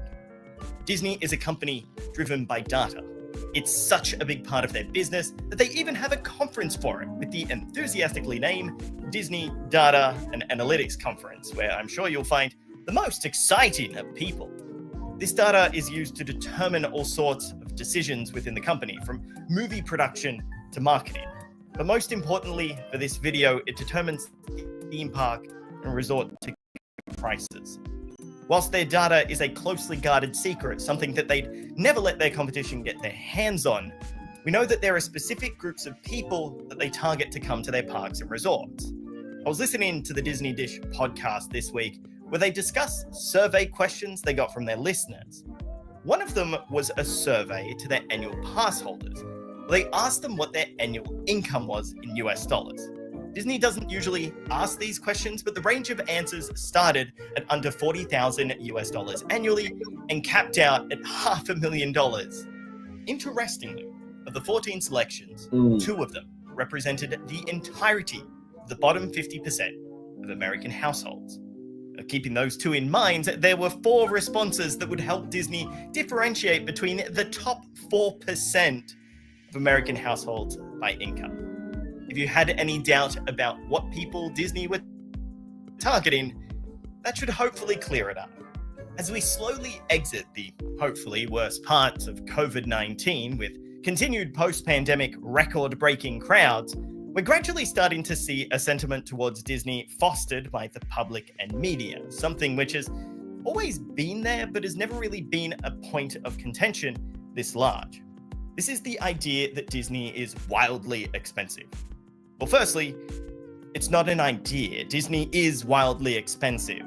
Mousehacking.com has an article outlining the cost of a Walt Disney World vacation leading into 2022 and 2023. And for a family of 4 to stay at the resort for 5 nights at Pop Century, one of the value resorts with the base ticket, 2 days of Genie Plus, and the other goodies that come with a vacation of this type, then you're looking at a near minimum of $5,731 US dollars for 5 nights for 4 people. This doesn't include anything outside of Walt Disney World, such as flights, transportation, or travel insurance. To put that into perspective, you can travel from Hawaii to Australia on a 20-day cruise with Royal Caribbean for $6,435 for the same family of 4, which includes entertainment, food, and activities for all of those 20 days. Also, what I mentioned above is almost the absolute cheapest vacation that a family can have at Walt Disney World, and it's roughly 1/9 of a family's disposable income per capita in the United States at $45,284. Disposable income isn't what it sounds like, though. It's just what you receive after tax. Instead, discretionary income is what many consider to be play money. Following the most common trend that households will have expenses equal to 60% of their disposable income, that makes an average Walt Disney World vacation over 1/4 of a family's yearly discretionary income, and leaves just roughly $12,000 for anything beyond the most basic needs, such as long and short-term savings and other forms of entertainment. For most people, a yearly Walt Disney World vacation just isn't realistic. And this is great news for Disney, as they've found that the people who come more generally spend less. Recently, we've seen both Disneyland and Walt Disney World cut off the supply of their new annual passes to their guests, and it's for a fairly blatant reason. Season passes are mostly fan service. They provide very little benefit to a theme park beyond a more predictable income method when it comes time for renewals. But generally, they run these at a loss. Their hope is, similar to a gym, that you will buy the annual pass but be in a situation where you can't attend the theme park because pass holders add to the crowd and they generally don't spend as much as those with day tickets or those staying at the resort. The reasoning behind this is that the theme park experience becomes less special and more mundane for those that go more often. Why eat in the park when you can just grab McDonald's on the way home or prepare your lunch before coming in? Pass holders are more likely to gawk at a price. But for those having a once-in-a-lifetime trip, they don't care. They're going to buy as much food as possible, stay in the nicest rooms on property, and buy all of the extras that make the trip easier to manage. You're only there once. Why bother thinking about money and instead just have fun? This is why Disney, coming out of the pandemic, doesn't really want pass holders around. They have an opportunity to start fresh, and the idea of that involves as little pass holders as possible. Unfortunately for Disney, the passes do provide consistent income, which the accountants like, but with their high prices, a unique reservation system with strict blockout dates, Walt Disney World annual pass has been virtually only available to Florida residents, apart from the most expensive option. Disney was able to design a system that turned most people off the idea of getting an annual pass. We held hands like our first date. And yes, against all odds. Generally, a price rise should keep enough people at bay, but it can only get you so far. Even though multitudes of people complain about price hikes, between 2009 to 2019, US-based Disney theme park attendance rose from 69.5 to 87.3 million guests, a jump of almost 25.6%, despite the fact that the ticket price had risen almost 60% from $79 to $125. So if you can't stop them at the gate, what are your options? My parents and I used to frequent a marina where we went to an awesome Greek restaurant, and often they had a board showing the different boats for sale around the area. I promise that this is relevant. When looking at the board, you had your standard dollar prices, but all of the bigger boats said POR, which apparently stood for price on request. I was bothered by this. Why don't these boats have prices? And I wanted to know them, so I asked my dad what they'd likely be worth, and he responded with, "If you have to ask, you can't afford it." We're moving into this era for US-based Disney theme parks. You may have heard of the concept of vacation by spreadsheet. The idea that there are so many paid extras at Disney nowadays that if you want to carefully budget your trip, then you're going to need to brush up on your Excel skills. Genie Plus, transport to and from the airport, Lightning Lane, after hours events, paid experiences like building a lightsaber, park hopping, Memory Maker, and even Magic Bands are all additional costs on top of your trip, and that's not... Magic Bands used to be for free. Now you have to pay. There was this thing called My Magic Plus where you were able to get on the rides and everything else, and it was a costly mistake. That's wrong. Not including food and drink. Mapping out all of this would be a nightmare and not the Disney experience that you want. But it's done intentionally to push those penny pinchers out of the way to focus on those who are happy to just slap down a credit card and go. Some of these features even used to be free and were included in the ticket price if you stayed with them at a resort. But since they've been replaced by paid additions, things haven't gotten cheaper. They've just blatantly pushing those costs onto the guest. Similarly, things like extra magic hours, which were available to all guests staying at a Disney World resort and included an hour before open and 2 hours after closing for select parks exclusive to them, have been replaced for more acquisitive changes. Instead, it's been replaced with a flat 30 minutes before a park opens to help kickstart your day. But extended evening theme park hours have been changed so that you get 2 hours extra on select days, but only if you stay at a deluxe resort or villa, which start at around $476 per average night, excluding tax. Per night, y'all. It's a lot of money. This is perhaps one of the most egregious changes, considering that even Disney's value resorts used to get this for free just a few years ago. But it gets worse. Many of Disney's systems are intentionally designed to disadvantage those who are not utilizing in their resorts, or additions such as Genie Plus. Whilst 30 minutes early doesn't seem like that much for a resort guest, it's a lot for somebody who is staying off property. Even if you're in front of the line as somebody who isn't staying at a resort, there is still a whole Walt Disney World worth of people who have gotten into the park before you. This means that there is a little chance of getting a few rides in before the park gets inundated with guests, as lines would have already formed for almost everything from attractions to Starbucks. Disney is sending the message that if you're not willing to pay, then they don't really want you there.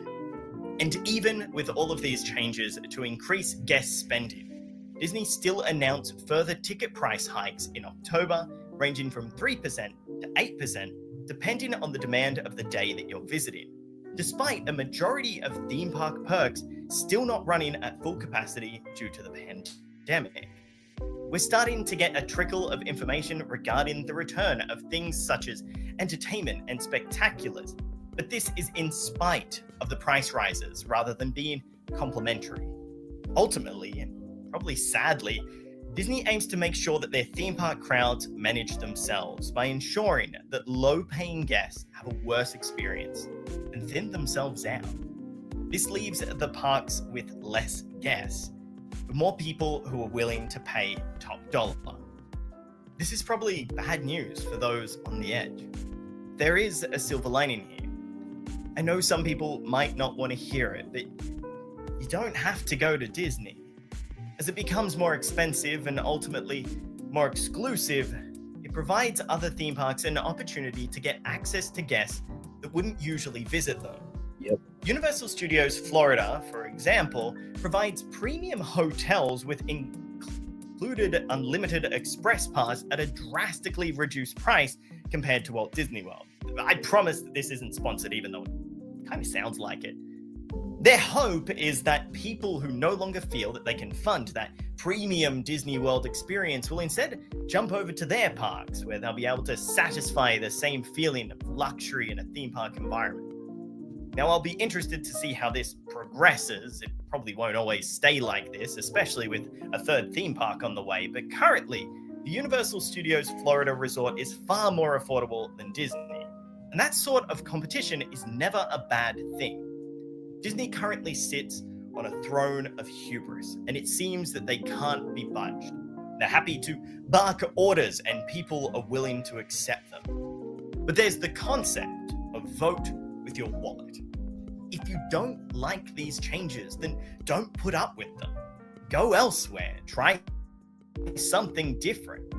I won't diss anybody's want to go to Disney. It's special for a lot of people, and there are those that can easily afford it. But if you're upset about the price hikes or changes to the tickets or resorts, then the only way that you can truly show that you don't agree with these changes is to go elsewhere.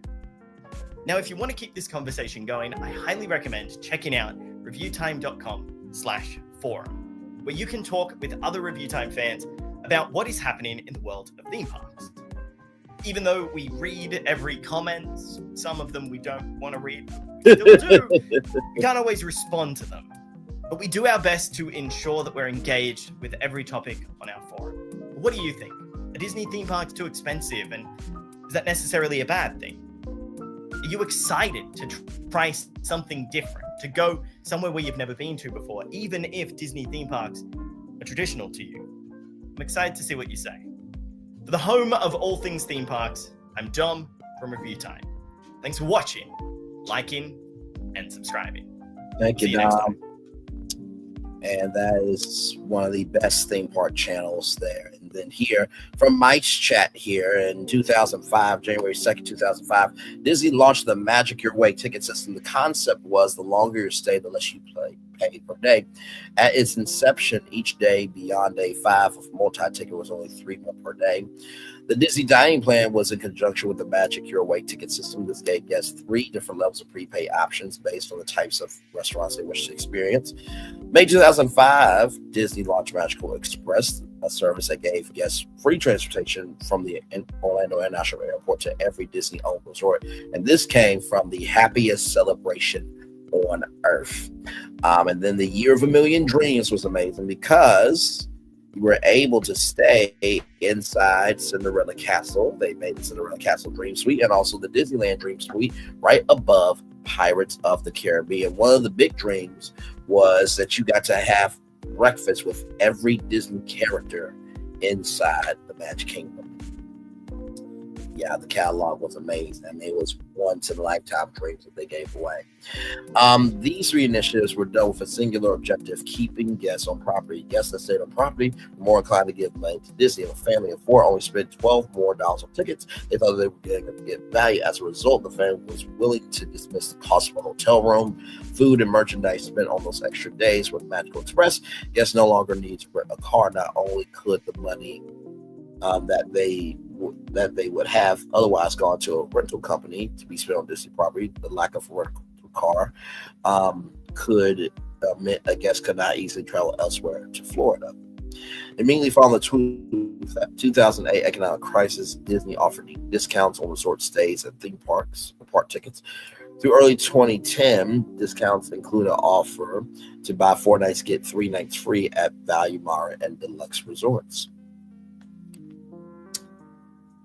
And then right here is where they started My Magic Plus. Right here, guests have previously seen these incentives manifest themselves through high demand reservations at restaurants. The incentive of My Magic Plus and FastPass Plus is the application of a value system to attraction reservations by granting earlier access and better reservations to resort guests. Disney's rewarding guests that are paying more per day. There's absolutely nothing wrong with coming making money, but the approach to doing so can certainly be questioned. Currently, guests struggle to make a dinner reservation at Be Our Guest restaurant 180 days in advance because resort guests can book up to 189 days in advance. The initial fear with FastPass Plus was that it will be the dining system revisited while capacity at attractions is higher than a restaurant. Non-resort guests were already being shut out of FastPass Plus offerings at the Princess Fairytale Hall. So, FastPass Plus is technologically superior to original FastPass Plus, but from a FastPass distribution standpoint, FastPass Plus reverses any evolutionary gains over the last 15 years of FastPass by adding back to attractions since it had removed, as well as adding to attractions that never necessitated FastPass usage. Motivation behind this is to get guests to be able to make more reservations per day. In doing so, they will have locked in that guests and preventing them from traveling elsewhere in Central Florida. Disney has assigned value to FastPass reservations like Spaceship Earth that are wholly unnecessary with the intent of deceiving guests to stay on property. So the cool thing about Disney back in the day was there was a flexibility where if you got a fast pass, you have a certain window of time. So let's just say you wanted to like go get a funnel cake and a turkey leg, you can do that. But now if you pay for that fast pass, right, or you pay for that lightning lane, you cannot be as flexible with your time. You know what I mean?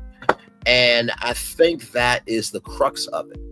As Dom said, what's the point of going to Disney World if my time is limited? My time is already limited in real life. What's the point of me going on vacation for my time to be more limited? Yeah. So, let's see what to do.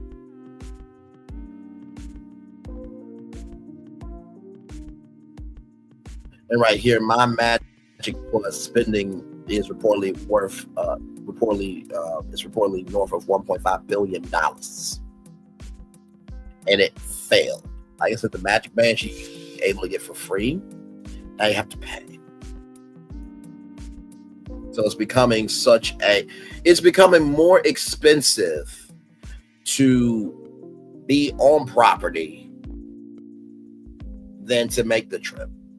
And that's the crux of it. So just wanted you guys to know about that story. I thought that was very interesting.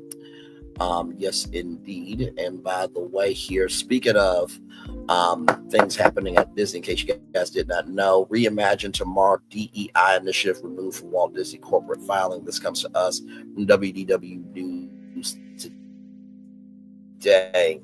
The Reimagine Tomorrow verbiage has been removed from most recent Walt Disney Company corporate investor report filing. According to NPR, the Walt Disney phrase from their most recent corporate filings. So I guess that Power of Joy Black Content Creators Summit is no longer happening. Disney. While some companies completely removed DEI verbiage, Disney shortened this section in a report filed this past November, removing any reference to the previous Reimagine Tomorrow initiative, which was first launched in 2021.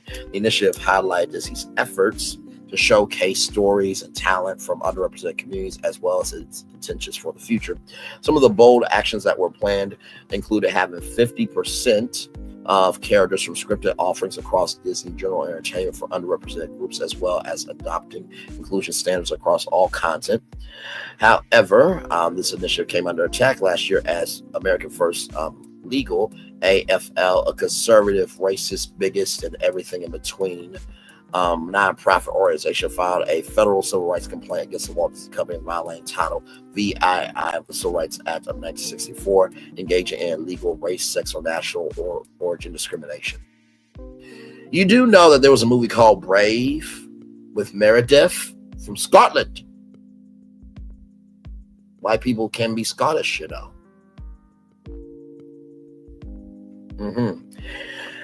But y'all are smart at the American First Dumbass Legal Fund, or whatever the fuck your name is. The complaint focused on Disney's Reimagine Tomorrow Diversity Initiative, which AFL claims strongly suggests that race, color, religion, sex, or natural origin are often the only motivating factor in Disney's hiring, training, and promotion decisions.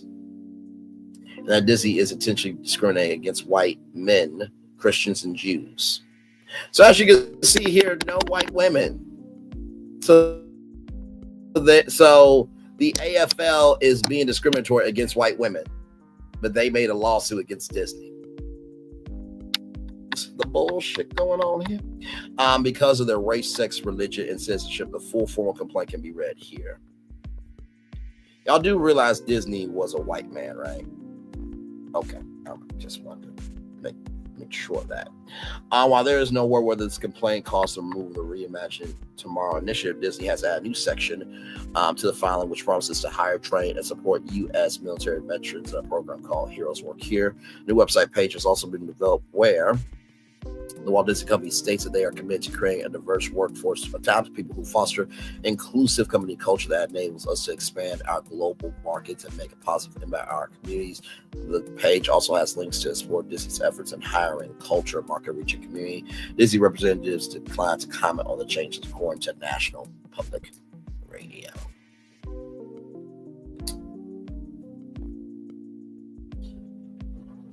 the fact that Disney's supposed to be about imagination and wonder, everything in between, the fact that they are allowing the government to dictate how they can be Disney and imaginative and open and free is sad. Now, from Fox News here, I told you guys about Universal Studios Hollywood offering free tickets to firefighters. Disneyland is also offering that. On February 7th, Disneyland announced a similar offer for local first responders called the Hero Ticket. The Heroes Ticket is a two free one-day park hopper tickets, which include entry into both Disneyland Park,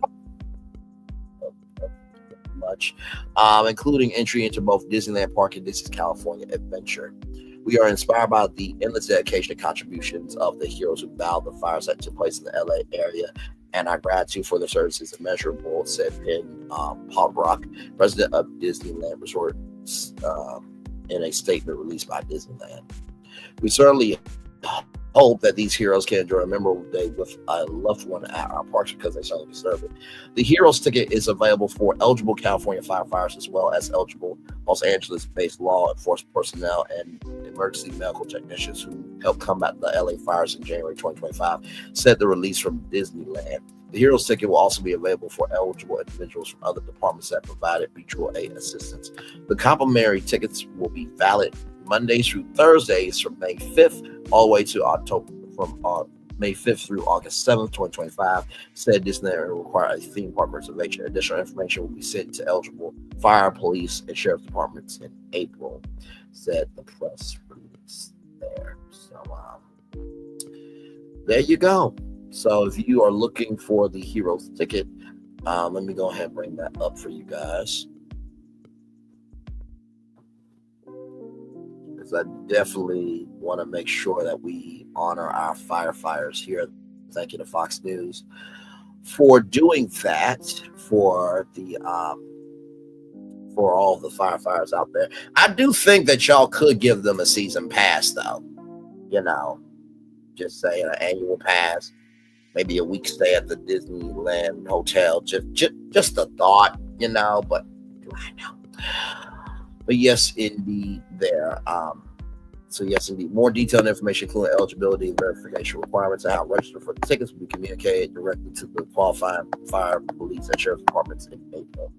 So yes, indeed, there. So that just came out 2 days ago. All right, y'all, more Virtual Tour Live coming at you right from the space right here, right now. List is being done for the 47th administration. Walt Disney will approve if he didn't want everyone there. He didn't want everyone there. If you get it, I understand that. I understand for sure. You know, we're going to take a little commercial break because that was a lot of Disney news there. But when we come back, we got Beyonce on deck. Or somebody in Washington is upset about another grown black woman's business. My Lord Jesus. What else is new? Rachel Kirkconnell broke up with Matt James. Wait till you hear what she wants in her next man. Kanye West. We'll talk about him. Universal has some news about what they're doing overseas there. The Bachelorette, will there be a new season or not? We'll talk about that in Rooster Teeth. Not to mention, too, got a positive news story that if you're an HBCU student, you might want to tune in. We'll get to that, all that and more. We are live on tour. Like, comment, share, subscribe. We'll be back right after this. Roll it.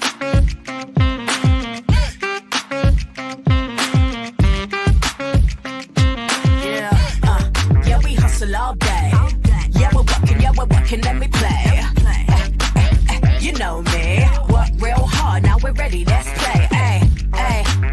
Hustle up, yeah. Ready, set, let's go, yeah. Hustle up, yeah. Ready, set, let's go. Turn it up, turn it up, turn it up, turn it up a little louder.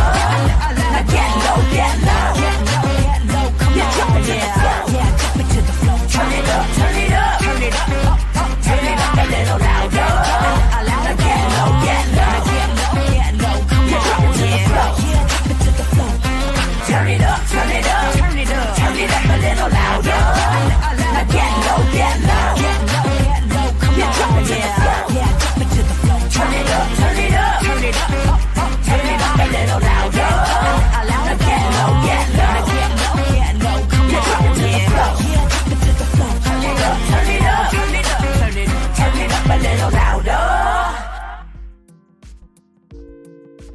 For Ramirez?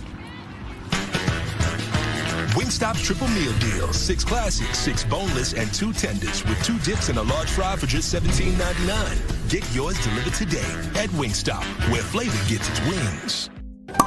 Welcome to Copeland's. Copeland's is not just some fancy place for your big night out. In fact, there's no occasion too big. Or if you like, too small.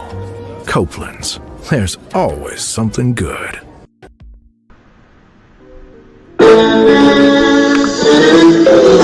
Sweet morning dew, one look at you, and it was plain to see you were my destiny. God, you were found. Our fun is your fun. Welcome to the celebration.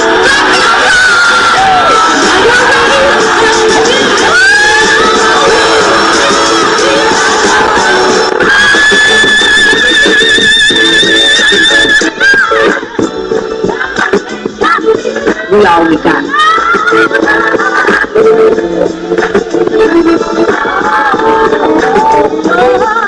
I'll see that. Don't you leave here to go for happiness. I want you to leave here to show.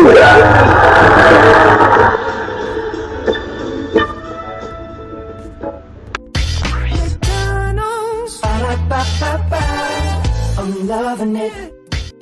I'm loving y'all right back. Welcome back in to Brand Lee's virtual tour live. Glad to have all here. By the way, I almost forgot to tell you, we're going to talk about Rooster Teeth as well. The company is back. Bernie Burns bought back the company from Warner Bros. Discovery, and I listened to the Morning Somewhere podcast about questions about Rooster Teeth. So I have that intel for you as well. Forgot to mention that before we took that commercial break there. All right, everybody, more virtual tour live coming at you right from this space right here and right now, my Lord Jesus. It's always somebody that just cannot stand somebody else winning here. The Daily Beast obsessed. GOP congressman chalks up Beyonce's historic Grammy win up to DEI. Representative Burgess Owens does not listen to country music, but is convinced that fans of the genre do not appreciate Beyonce's triumph. I would beg to differ. Congressman Burgess Owens, and I will show you him here in a minute. Oh, Lord Jesus. My Lord, my Lord, my Lord. But yet your wife and kids are probably listening to Beyonce in your household. What a shame if you're married. Has joined the disproportionately vocal minority of critics who are unimpressed by Beyonce's historic win at the Grammy Awards last Sunday, in addition to becoming the first Black woman in Grammy history to win Best Country Album. The Texas Hold'em songstress won Album of the Year for the first time in her long career. In an interview with video journalist Nicola Balsley at the Capitol on Friday, Owens called Beyonce's triumph a close thing to DEI we're going to see right now. Oh, Mitch McConnell said 47 was a stupid, ill-tempered, and despicable human being. Hang on, people. Look at that here in just a minute. My Lord, not the turtle going against the president. Oh my.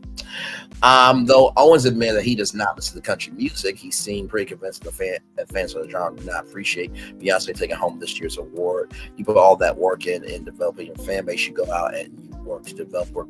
All of a sudden, somebody comes out the blue because she's popular or something else, and she's the best. So you're big mad at Beyonce win, but you say she's the best, though. Okay.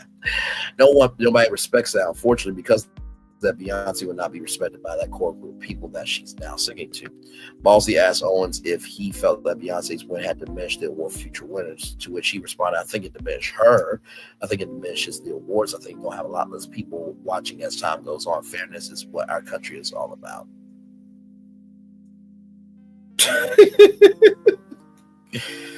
Woo, sometimes you gotta laugh to keep from crying. Lord Jesus. Owens then somehow managed to shoehorn in praise for 47, concluded for bizarre non sequitur about transgender women in sports. That's what we're so excited about what President 47 did with protecting women from men we do not like. Unfairness, we see that we turn away.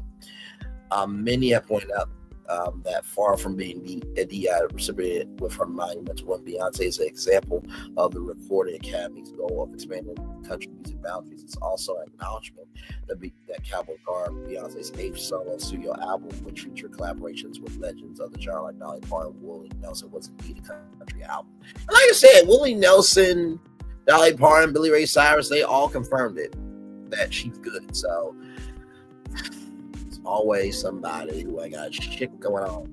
And here is the motherfucking piece of shit bastard right here, black man. It's always one of our own tearing us down, and he is closer to the grave to go to heaven or hell than to the cradle to start life over again. He was born in the 1950s, where he could have been an Emmett Till, and he wants to say that shit out of his mouth. My Lord. In addition to that, everybody, Mitch McConnell calls 47 a stupid and despicable human being. Oh my, Senate majority. 47 a stupid, ill-tempered, and despicable human being, according to his own records. McConnell made the weathering assessments in a series of private, personal oral histories that he gave to Michael Tackett, the deputy Washington bureau chief of the Associated Press, who has a forthcoming biography about the Kentucky senator called Price of Power. The Associated Press conveniently reported the book's juicy details. McConnell's remarks were made after the 2020 election that 47 lost, and the senator was apparently laid to see the backside of the former president, musing it's not just Democrats who are counting the days until he leaves office. Senate Republican leader since 2007 has also expressed confidence in the good judgment of the American people for rejecting 47 that year. They just had enough of the misrepresentations that almost on a daily basis, and they fired him, he said in one of his report diaries. McConnell A2 announced earlier this year that he was stepping down as leader at the end of November, despite his private protestations and his public blaming of 47 as practically responsible for the disgraceful January 6th attack on the U.S. Capitol. McConnell is one of the several former disaffected Republicans to turn around and endorse the former president this year. It should come as no surprise as the nominee that he'll have my support. And this is why people don't like the turtle. So you're saying he's bad for the country, but yet you support him. That puts him in league with Senator Lindsey Graham, Republican of South Carolina, who said pardoning the January 6 people was a mistake, and Senator John Corcoran, Republican of Texas, and two other GOP stalwarts who have variously criticized 47 Larry had come to mock a moment. After 47 lost the election in the weeks leading up to the January 6th attack, McConnell privately mused about his escalating instability tactics will reveal for narcissists like him. That's been really hard to take. So his behavior since the election has worse by far than it was before, because he has no filter now at all. So there it is there. All right, y'all. More Virtual Tour Live coming at you right from this space right here and right now. Now, Rachel Kirkconnell, for those of you who don't know, she was a contestant on The Bachelor, the first season that had a black bachelor, Matt James. Yes, indeed. So with that being said, let's talk about Rachel Kirkconnell right here from, wait for it, Yahoo Entertainment, courtesy of U.S. Weekly. Courtesy of U.S. Weekly. Rachel Kirkconnell says there's no way she'd take Matt James back. She wants to date a simp. Lord, okay. Rachel Kirkconnell is closing her Matt James chapter for good. By the way, for those of you who don't know, Rachel Kirkconnell went to an antebellum party in her college days and had some racist posts on social media. And because of that, she got a lot of flack, a lot of smoke, and a lot of heat, rightfully so. And so, Chris Harrison interviewed with Rachel Lindsay, who was on Extra, no longer on Extra, and he said, is it not good look in 2016 or 2018? And Chris Harrison had to step aside from The Bachelor, got fired. Now I think he's working with Marriage Street Media. He's on the most dramatic podcast ever with Lauren Zima, his wife, who Lauren Zima used to be on Entertainment Tonight, doing Roses and Rosé, probably one of the best digital series that Entertainment Tonight has ever done. So that's just give you a little context there. It's only been a few weeks, but I'm definitely in that phase of just like trying to still grasp everything and figure out a new normal. It's easier said than done. Kirkconnell 28 said in an interview with Cosmopolitan published on Friday, February 7th. Some days are easier than others, but I'm feeling okay. Breakups are normal. They happen to everyone. However, Kirkconnell confessed that her situation with James 33 wasn't a typical split. I think it was just the way it went down was really crazy for me to comprehend. Still is. In a way, it's almost makes it easier, you know, she reflected. I think when something crazy like that happens, it's something that you can almost replay in your head to get over it quicker, if that makes any sense. When asked if Kirkconnell saw herself and James rekindling their romance, she replied, "There's just no way I'm letting myself." Instead, Kirkconnell is looking for her next partner to be a simp, which is internet slang for someone who shows excessive submission and attention toward another person, typically an object of romantic or sexual affection. Kirkconnell and James met on season 25 of The Bachelor, which aired in 2021. While James gave the social media personality his final rose, they parted ways after filming. However, the twosome reconnected 1 month after the final rose special aired, hosted by Emmanuel Acho, because like I said, Chris Harrison had to step down because of supporting racism. Last month, James announced via social media that he and Kirkconnell had called it quits after 4 years of dating. So after 4 years of being together, a presidency, they split up. So there they are at the AFC Awards there. Yes, indeed. Father God, give Rachel and I the strength to mend our broken hearts, James wrote via Instagram alongside a snap of himself and Kirkconnell when they met on The Bachelor. Give us peace about this decision to end our relationship that transcends worldly understanding. Shower our friends and family with the kindness and love to comfort us and remind us that our joy comes from you, Lord. With a broken heart emoji. After their breakup made headlines, Kirkconnell sat down with Alex Cooper on the Call Her Day podcast and opened up about what went wrong. He said, at the end of the day, there were just qualities about me that he worries about having in a wife. At the end of the day, there are things that we aren't compatible with, and the whole accountability, saying sorry and all that was really the main thing. She said to Cooper, it was just one of those things where I think, just had this realization of, I should want to propose to you by this time, but like at this point in our relationship, I should be wanting those things, and I should be ready for that. But I still don't feel like we're ready, or I don't feel like I'm ready. I don't know if I ever see myself proposing to you. I can't actually see myself married to you.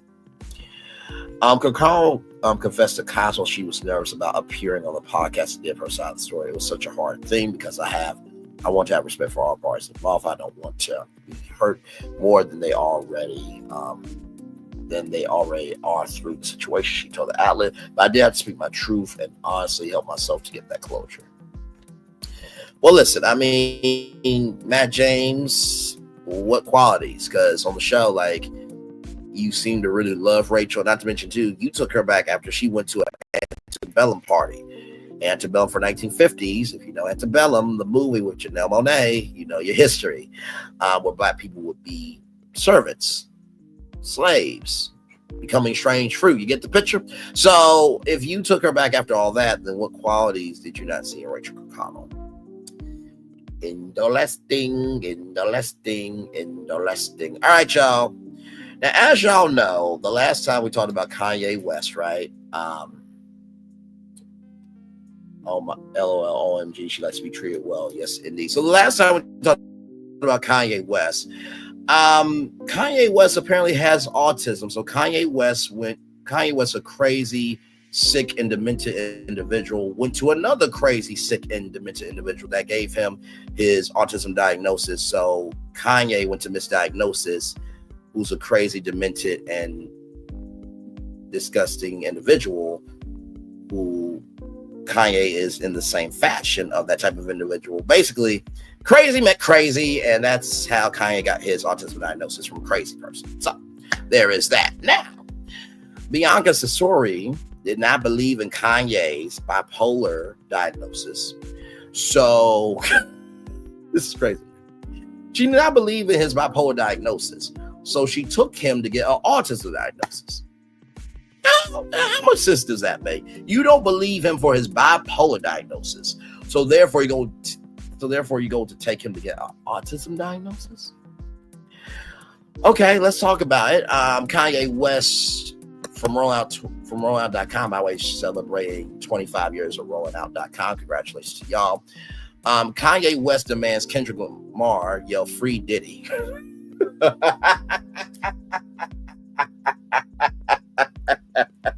Oh, I'm sorry. That's hilarious. Okay.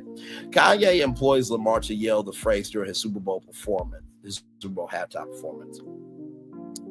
Oh, my Lord. Kanye West has petitioned everyone from Kendrick Lamar to President 47 to work to free Diddy from federal confinement during his reprehensible Twitter tirades this past week. Kanye, who also penned a multiplicity of objectionable posts that were deemed anti-Semitic, misogynistic, and pro-German mustache, pled with 47 to pardon Diddy. Sean Diddy also faced trial in May of 2025 for a multitude of crimes related to sex trafficking, racketeering, and prostitution. Kanye was pleased with President 47 to free Diddy. Free Puff, Kanye wrote in all caps on Twitter, the first massive missive of the barrage of tweets, later adding, "Real 47, please free my brother Puff." Combs, the U.S. Department of Justice, asserts that he engineered an intricate scheme in which he abused, threatened, and coerced women and others around him to fulfill sexual desires. By the way, Kanye, don't you have a sexual assault lawsuit on your ass? I think you do. Okay. Kanye West wants Kendrick Lamar to scream free Diddy, college dropout mastermind who many believe has gone crazy. That's what this article said. I didn't say he was crazy. Now, I did say he went to a crazy psychotic and decrepit individual, misdiagnosis, to get his autism diagnosis. Now, I did say that. But this article said that he has gone crazy. Has also demanded Kendrick Lamar scream free Diddy when he performs during the Apple Music Super Bowl halftime show on Sunday, February 9th, according to the Neighborhood Talk. Shout out to the Neighborhood Talk. Kendrick Lamar needs to scream free Puff from the Super Bowl stage, and we all know why. I'm going to respectfully leave it there. Leave it light just like that. That's a hypocrisy. One of these ends in jail and the other ends at the Super Bowl. What is it your business, you dumb fuck?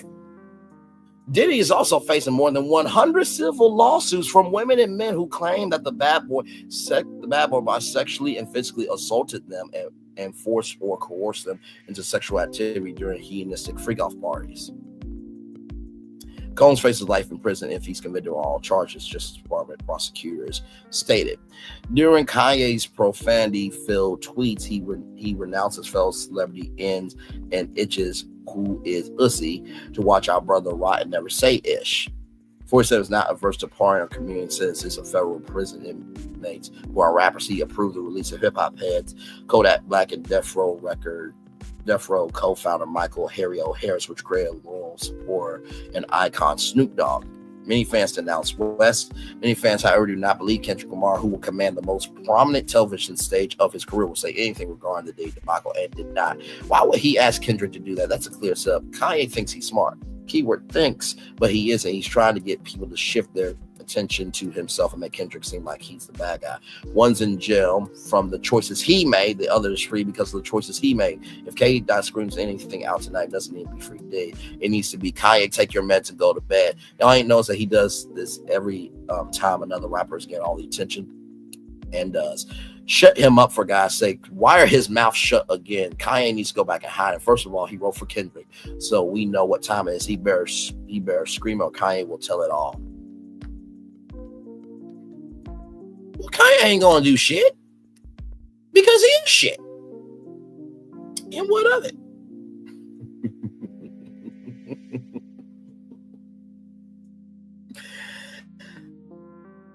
Oh my Lord Jesus. Now here's an exclusive from this Ransack Bianca Satori. Oh my Lord Jesus. The rap mogul horrified. Wait a minute, hang on. Kanye West shocking days long online diatribe was motivated by a desperate need to garner attention for his fashion line, with insiders claiming his wife, Bianca Cesatore, was initially unaware of the outburst. The rap mogul 47 horrified followers after embarking on a 3-day rant, which saw him post a slew of vile anti-Semitic, sexist, and homophobic comments on Twitter as he announced a new collaboration between his Yeezy line and incarcerated Sean D. Combs brand Sean John. Really? Okay.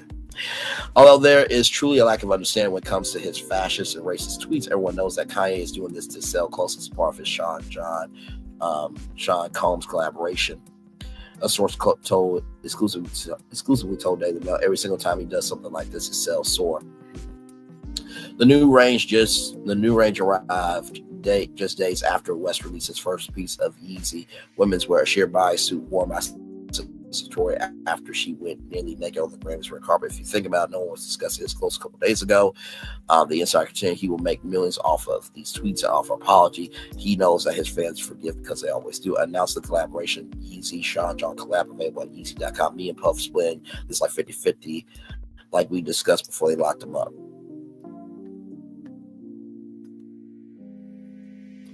This is the titanium grill that made your mouth stink and your wife did not want to kiss you.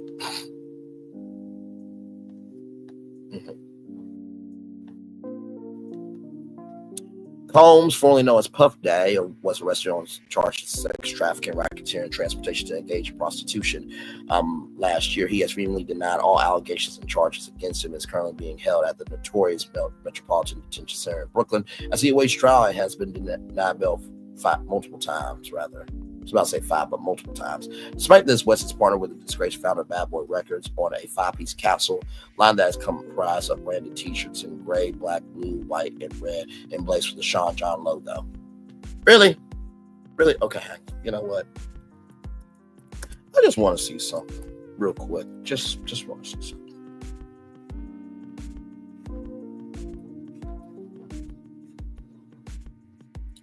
Just want to see something.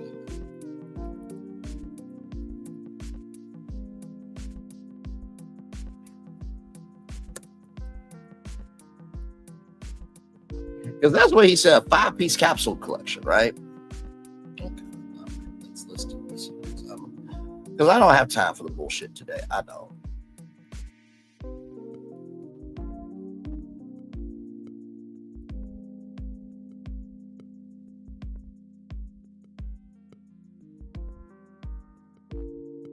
Give me one more.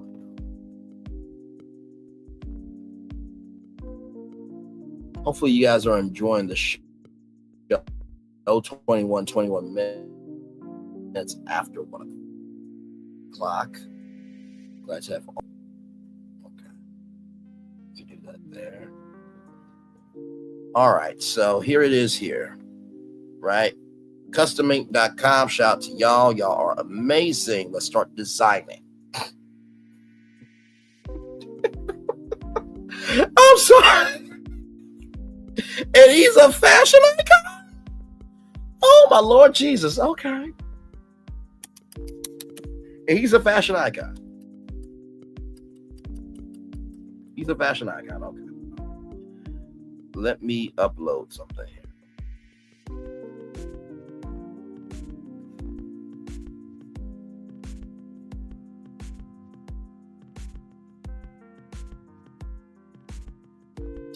So let's do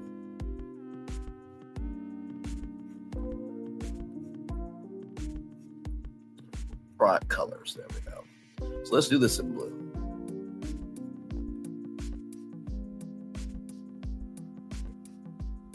So you mean to tell me that Kanye is doing a custom ink line? He's doing a custom ink. So any one of these colors like this right here, okay, like that, like this red, like this yellow haze, like this brown Savannah. You mean to tell me he's doing a Sean John clothing line? He could have just went to Custom Ink and he's a fashion icon. He's a fashion icon.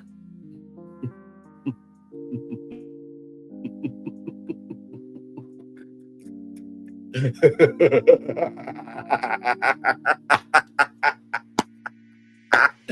sorry. I can't do it. Insiders also expressed fears that his extreme remarks, which saw him refer to himself as a Yahtzee, not to associate Yahtzee with this, but y'all know how YouTube is, and seemingly trying to profit off of Combs' horrifying attack on his then girlfriend Cassie Ventura will be indicative of a mental health episode. No, this goes beyond a mental health episode. This is a stupid piece of shit that should have been swallowed by Donna, his mother. Okay, that's where we are. Friends fear Kanye is going through an episode. It's very upsetting. Another insider added, everyone knows that when this happens, the best thing to do is back away because nothing anyone says or does will stop him. Oh, that's not true. Y'all can get court ordered, use a battering ram, put a bag over his head, lock him in a cell with padded walls, and let him rot there. That can be done now. Shit. And before y'all say, well, Braylon, he's a father, and you know his mama not here. Oh, do you not know how many people's moms are not here? Do you know how many fathers that are out here that never had their dad? And they are doing more above and beyond anything of the existence of Kanye West. Miss me with that shit. Because if anybody else were to do any of this shit that Kanye West has done, our lives will be over. Okay? So I don't want to hear that shit. Shoot. Don't make no damn sense. And y'all know I'm telling the damn truth. If a black woman were to do all this shit, she will be drugged from Hades, hell, to the asshole of hell. Stop it. I haven't seen his clothes, nor do I give a fuck. Like, right is right and wrong is wrong here. Oh, Lord, okay.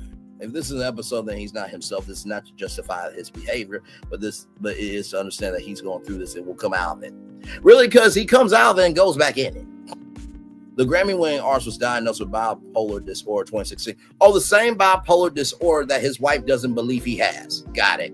4 years later, he made headlines after reports that he was in the middle of a serious bipolar episode, which left his family very concerned. He has since referred to his diagnosis on his albums, but recently claimed he was misdiagnosed and autistic. Did you pay $10,000 for that diagnosis? Like Amanda Seales did not do? Oh, you know what? I forgot. Amanda Seales. I'm going to say anything to get attention. I guess Amanda Seales also went to misdiagnosis for her autism diagnosis as well. Rolling on. Speaking of the download with Justin LeBoy, he said autism makes you a Rain Man thing. When fans tell me do an album a certain way, I do the opposite way. Bruh!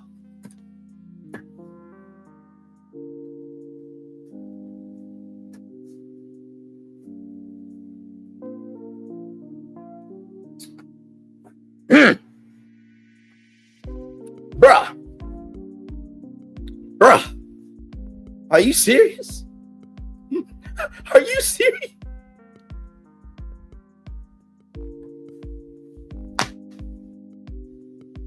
But he's a fashion icon.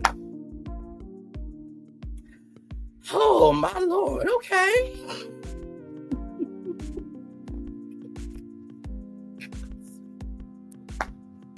I can't do it. I can't do it. I can't do it. I can't do it. Are you serious? That's the collab. That's the collab. That's the collab. Y'all know y'all can just go to customink.com right here and get that, right?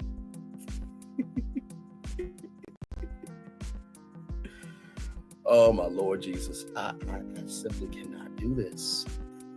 I can't. You gotta be joking me.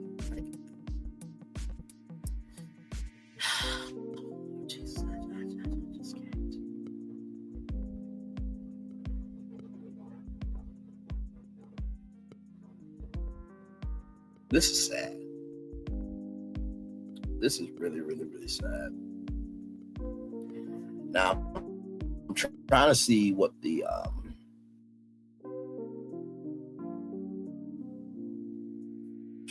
price is here. Let's see. Oh, let's get one adult.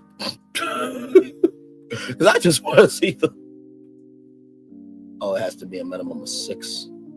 Okay, well, let's do 6 then. I was just trying to see if I go. Okay.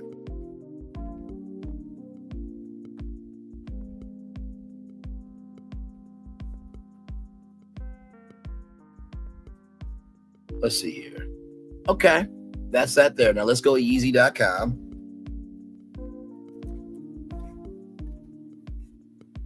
Cause that's the shirt he's selling, right? Oh wow, look at this. Look at that. Look at that. Y'all know what that is, right? Okay. All right. There it is right there. He is selling that on his website. Okay. Okay. All right. There it is. Is that the only shirt he got?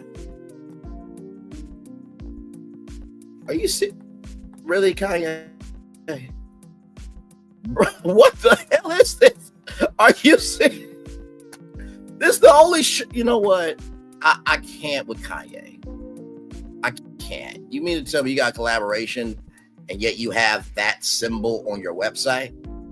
I literally went to Yeezy.com.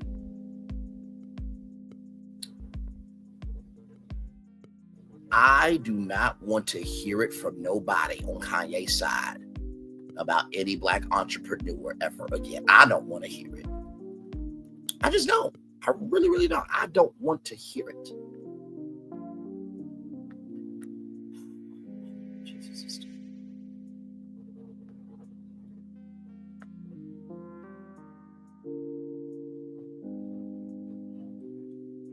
Yeah. And here it is here. From NBC News.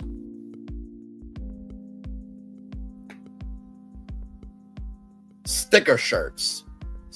Sticker shirts.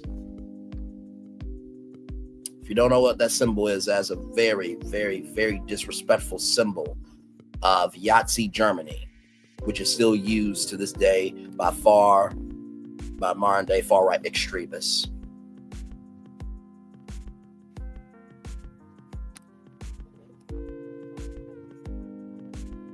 But y'all say that his mama passed away.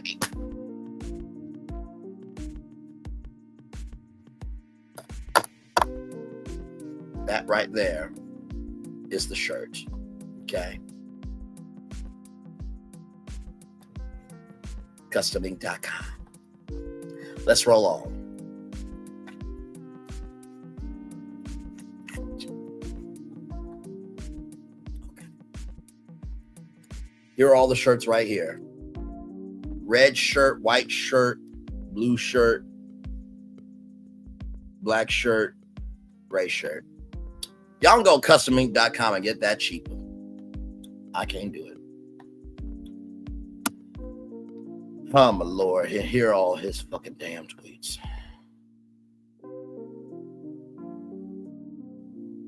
We'll look at that in a minute. It's so difficult for them because this is like a grown man. You can't tell him. You can't take control of his bank account. You can't control what I'm saying on Twitter. So Satori is said to have no idea he was planning to launch his latest tirade, which came a year after Daily Mail reported that she had reprimanded him for his anti-Semitic slurs on his Vulture album. Bianca was aware that he was doing this. Source says they are in LA. He started this in the middle of the night on Thursday.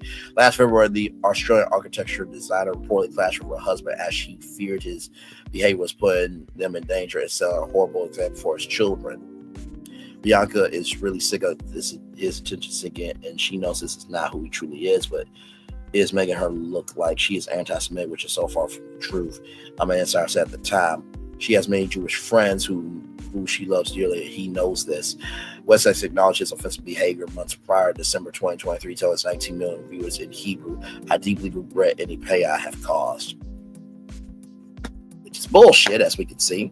His latest posts were condemned by leading religious charities before his account was deactivated on Sunday night, with Twitter user Elon Musk telling users, given what he has posted, his account is now classified as not safe for work anymore. It's not safe for anyone, you dumb fuck of a South African. Like, really? Okay. But yet people driving Teslas. Oh, the same Tesla that the roof comes up and you can't see and you can end up there. The same Tesla where the gas pedal just stays on it. And you can crash.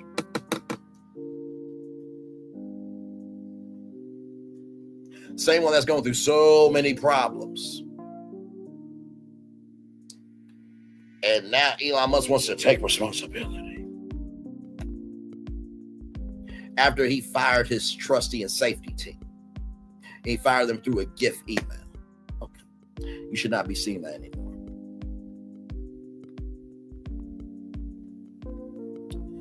During his 72-hour spree, Kanye West announced that he was a Yahtzee and he loved a mustache man, and claimed that he will never trust or work with Jewish people again.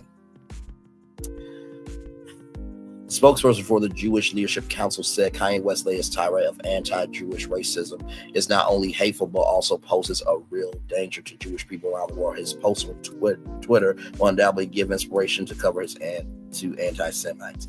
In his final tweet, he said he was in a good space mentally.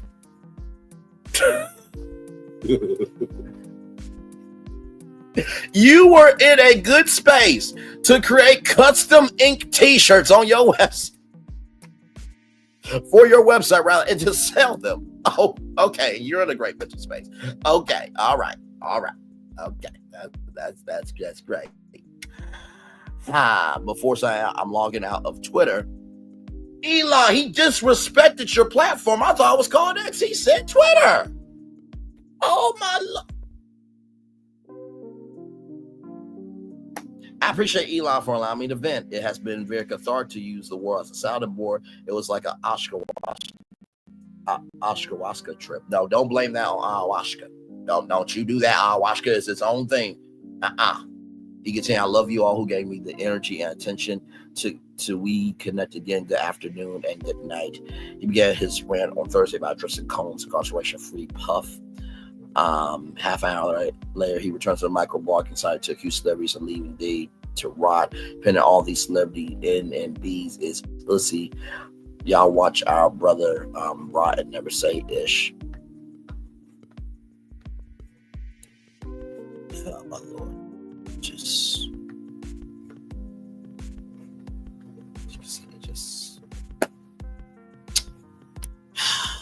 we're almost done now. We're almost done. Just oh Lord, okay. Controversial musician also addressed concerns that his wife is a victim of coercive control following her near-naked appearance at the Grammys, claiming he has dominion over her. West, who took aim at several minority groups in his foul mouth tirade, went on to say, "If I lost everything again tonight, it was worth it. I can die after this." While also insisting he was sober while tweeting. Kanye,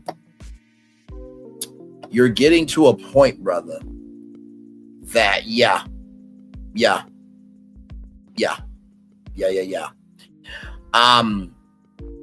Kanye, you're getting to the point, bruh, where when O.J. Simpson passed away, there were people that were sad that he passed away, but there were people joyful that he passed away. You're getting to that point where if you die, there will be a celebration in the streets over your death, bro. You're getting to that point. And no one in his camp is going to say it. And since he is not the jury, judge, or executioner, I'm going to keep it a buck. Okay? He claimed that he would never speak again to anyone who disagreed with him. Then just log off permanently, because it's the world that disagrees with your ass. While also using homophobic slurs to lash out at those who support Kamala Harris. Okay. Okay. West, who previously made vile sexual taunts about the former president, says he will block anyone who challenged him. Okay. And what? If you block all your supporters, guess what? You go down to 0. Stupid. He continued, you ends is control all you broke all you Kamala D riding maggots. All y'all got everything to say about my opinions, but when you're doing what ends do make you do for money. When you just doing what ends do make you do for money. Really? Really, bro? That's what we're doing. That's what we're doing. Bruh. Who was the one that wore a White Lives Matter t-shirt? Okay. Who was the one that relieved himself at a horticultural meeting for Donda Academy? Who was the one that didn't believe in cleaning products? Who was the one that allowed mildew and mold and mildew? That's what I'm trying to say. Mold and mildew. Also, too, who said to 2 kids, "I like to shave your heads and lock you in cages"? Who got Adidas screwed because of anti-Semitic comments? Who said we're not black on the map? We're Indian. Who bought a house across the street from Kim Kardashian? Who put Pete Davidson in the ground and claymation in a music video? Who bought a home, wrecked it, and just left it?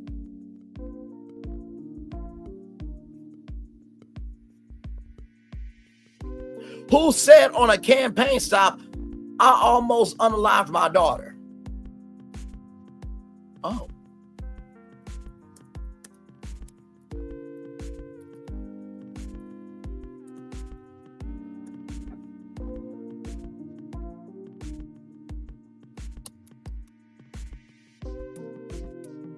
I'm gonna show it.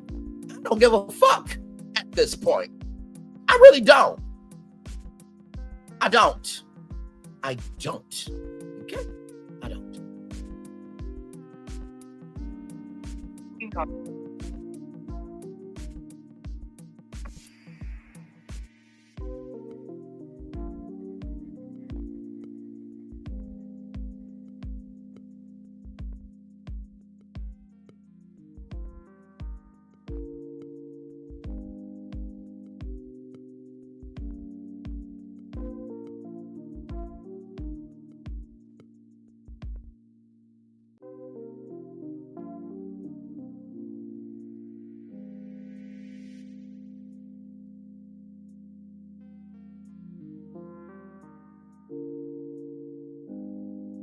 Watch this.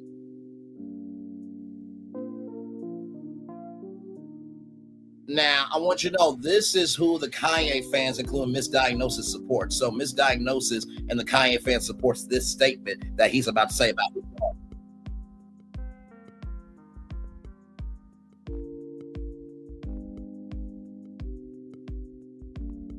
Wait for it.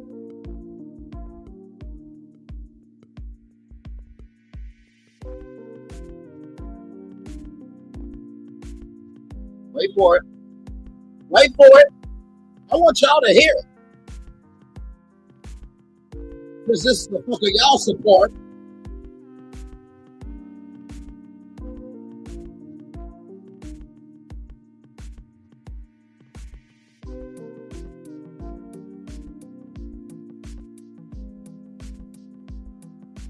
Go ahead.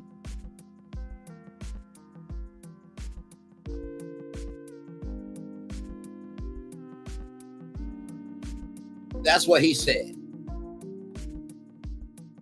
He said he almost unalived his daughter on a campaign stop to be president. And y'all support that shit. Okay. Receipts are out here. You're just not wanting to see the shit. Okay. All right. We're almost done, y'all. Attempting to claim that he wasn't using a highly offensive F slur in a homophobic way. He went, maggots don't mean gay either. It means maggot like you mean to say rag or RD, I guess. Don't know what that one is. Taking a turn, West went on to lash out at the woke decision used to use feminine plus size models and other fashion shows. Offer a random shout out to singer Adele. He shared, all this woke ish. They put fat itches on the runway. Nobody want to see that ish. Really, Kanye? Interesting. You say that, right? Interesting you say that. Because last time I checked, bro, your ex-wife, the one you were married to, right? See, this is the problem with Kanye. He forgets he causes his own demise. And then he gets big mad that people actually want to bring up the truth. That's what that is.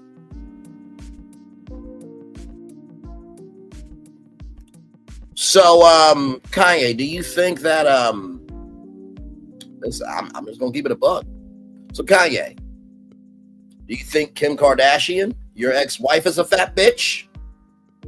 I mean, he said it, right? He said it. He said it, right? That's what he said.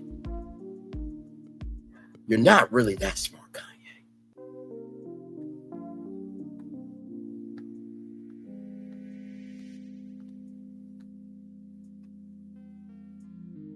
Y'all can see it right there. Then he unleashed an anti-Semitic diatribe, claiming hours that the Jewish community controlled the narrative. Reacted to his previous apology. I'm never apologizing for my Jewish comments. I can say whatever the I want to say. Where's my apology for freezing my account? Suck my cream stick. How's that for an apology? He went on to make unfounded claims that the Jewish community are responsible for removing black children. Be clear, you Jewish ends don't run me no more. This is a free country. This is my opinion. You let go of black children for stem cells. Letting go is murder, is being pushed onto the black and Latino communities. Really? Okay, didn't you say this, bro? About your own daughter?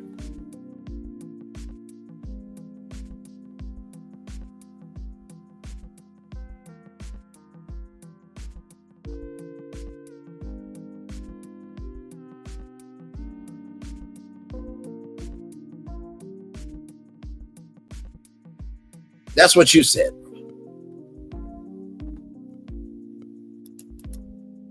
But you want to claim an entire culture for getting rid of us when you almost got rid of your own and you black.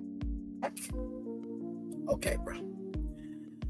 On to the black and Latino communities. Anyone calling on anyone who works for him but disagrees with his views to quit. Oh, that would have been easy shit. Deuces. Well, it would have been easier for some more than others, but still. He wanted to claim that he won't work with any Jewish people again. His longtime rival Taylor Swift was also targeted with what seemingly making reference to her dancing to Kendrick Lamar's Drake diss track. Now, like I said, the Grammys heard this month. He posted, if it's about the culture, then why are we letting Taylor Swift be seen on TV singing about a song about taking a black man down, accusing of things that could take a black man down for life? Sir, you were the one who went on the stage of the VMAs and overtook Taylor Swift's moment, sir. By the way, Beyonce and Taylor are friends. You wouldn't know about friendship, though, because you have none.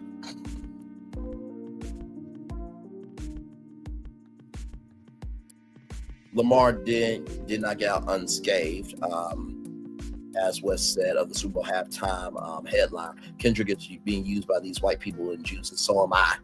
But you said that you could stand the Jewish community. Where is your mind? Where is it? Where is your mind? Where is it? Where is your mind? Where is it? Prior to targeting Swift and Lamar, he appeared to mock Combs' violent assault of Ventura when which was exposed as shocking hotel security footage from 2016. When I see a man truly loves a woman, he may express it in rage. I empathize with both sides, he said. The incident. So if somebody mollywopped your daughter Northwest, you will be cool with that shit, Kanye? Oh, I'm going there. I give no fucks. Because all this needs to be seen. Because one more time, Kanye, what did you say? What did you say? Yeah, I'm using his words against him. What did he say?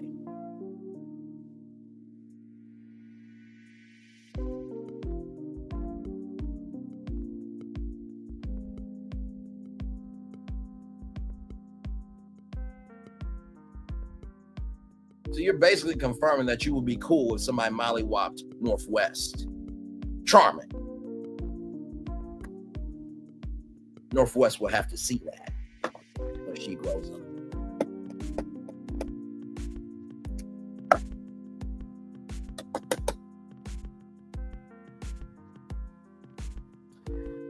My Lord. Then he shared a photo of a hoodie he saw on his Easy website that's identical to the one she was wearing at the time, dubbing it the Love Hoodie.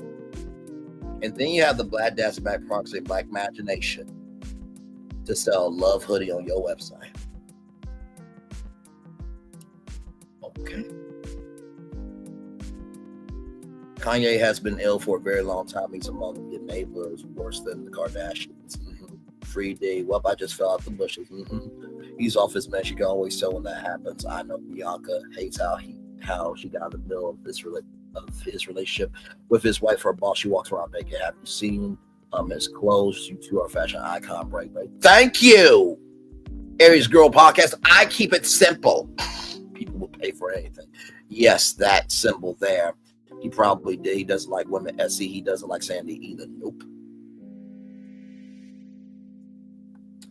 And then, of course, Elon Musk confirming that his account is deactivated following a 3-day tirade of anti-Semitic, misogynist, and racist comments after the rapper thanked him for allowing his event.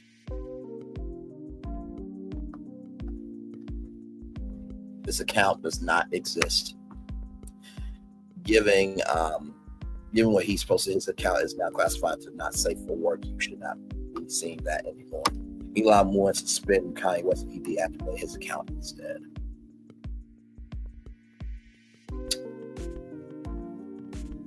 Yeah. By the way, y'all, shout out to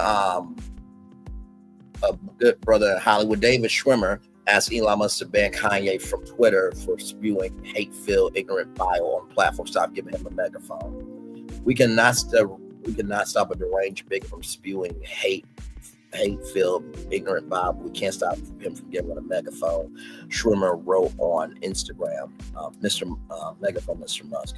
Schwimmer wrote on Instagram, Kanye West has 32.7 million followers on your platform, Twitter. That's twice as many people than the number of Jews in existence. His sick hate speech results in real life violence against Jews.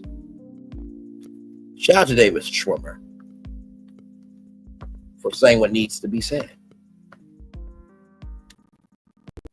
And finally, y'all, we're almost done with Kanye. Then we're going to take a commercial break because I need it. He did this bizarre shit last time from a vehicle. Right here.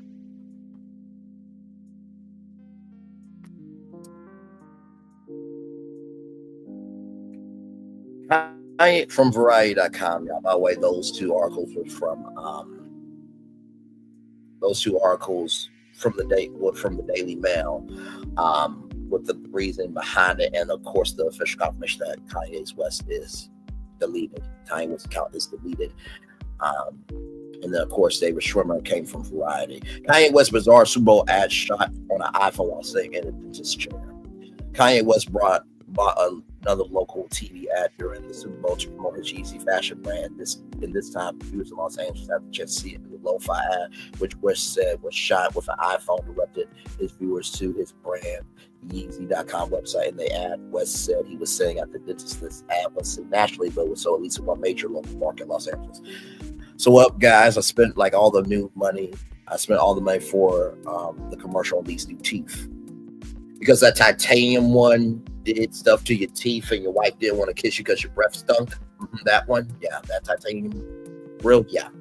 Hang on. How much was Kanye's titanium grill?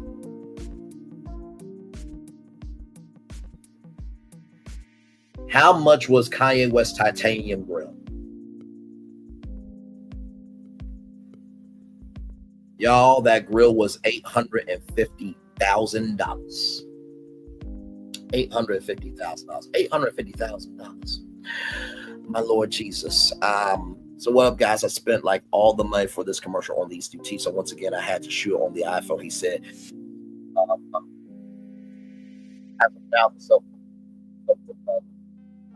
website. I say Yahtzee, not to the game. Yahtzee is a great, great game with dice. Please go buy Yahtzee. It's a great game. I'm only saying that to cover us here because we can't say that. Website, and now it's promoting just one article of clothing, a t-shirt with a sticker on it. Here is the advertisement, child.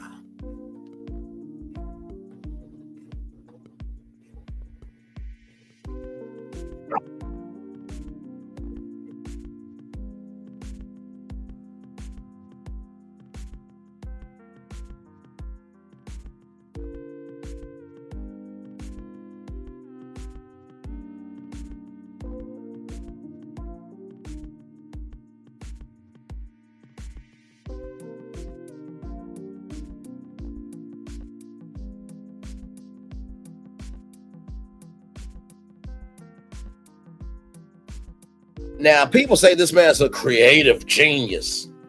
He's a Walt Disney. He wrote hip-hop music. And that's the best you can do for the biggest night of the year? Oh, Lord. If that's his creativity, I would hate to see him lazy. The setting for the ad, West in a dentist's chair, could be referenced to claims made last year by his ex-chief of staff, Minneapolis, who stayed at celebrity dentist, got West hooked on nitros and attempt to extract millions of dollars from him. Apparently, y'all didn't do enough on the nitros on him. Giannis also followed with screenshots of group texts with him, the dentist, and West with the lab requesting nitrous and the dentist obliging. The ad comes as West is being condemned by the Anti-Defamation League and the American Jewish Committee after posting an anti-Semitic rant on Twitter, which the rapper declared that he's a Yahtzee and calling Mustache Man so fresh, and that he wrote he loves Jewish people. He loves when Jewish people come to me and say they can't work with me, among other racist posts. West also said he's never apologized for my Jewish statements.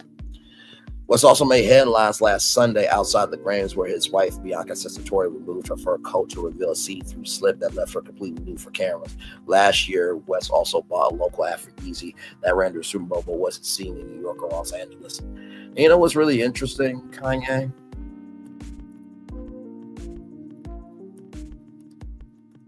That's what I'm looking for.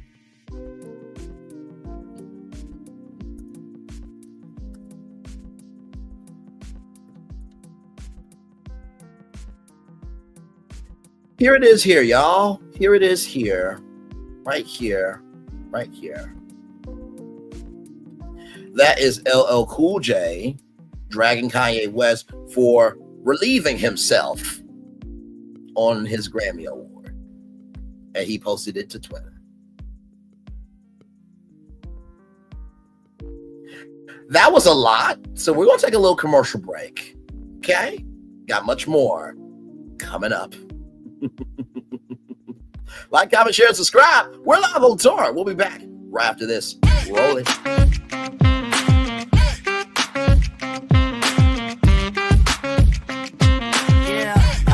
Yeah, we hustle all day. Yeah, we're working, let me play. You know me. Work real hard, now we're ready, let's play.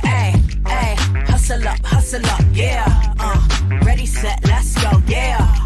Hustle up, yeah. Ready, set, let's go. Turn it up, turn it up, turn it up, turn it up a little louder.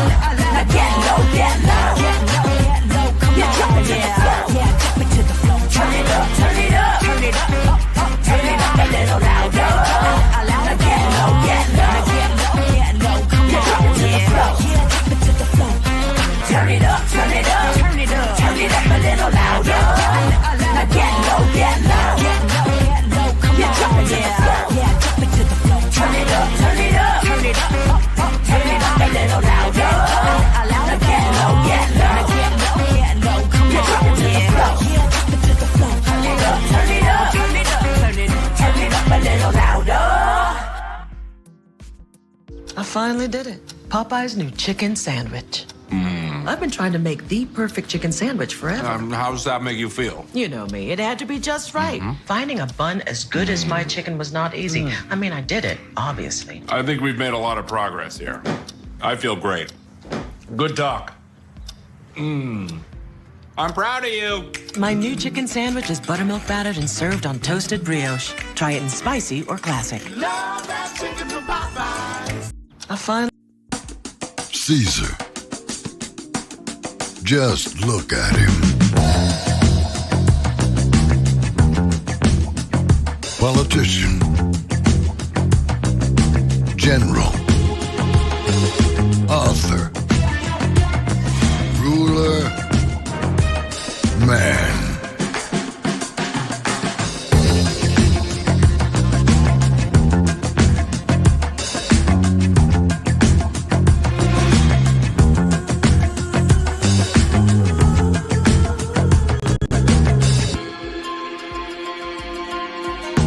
Legend has it, he's not only stared into the belly of the beast, he's had it for dinner. Here he's free to relax, or party, or relax, or party, or relax, and party. His is a world of opulence, excess, and the occasional impulse buy. Not one to rest on his laurels, he's famous for ushering in a new age of entertainment. So, for anyone seeking a place where the sun never sets on a good time, all this awaits. I am Caesar, and I approve this palace.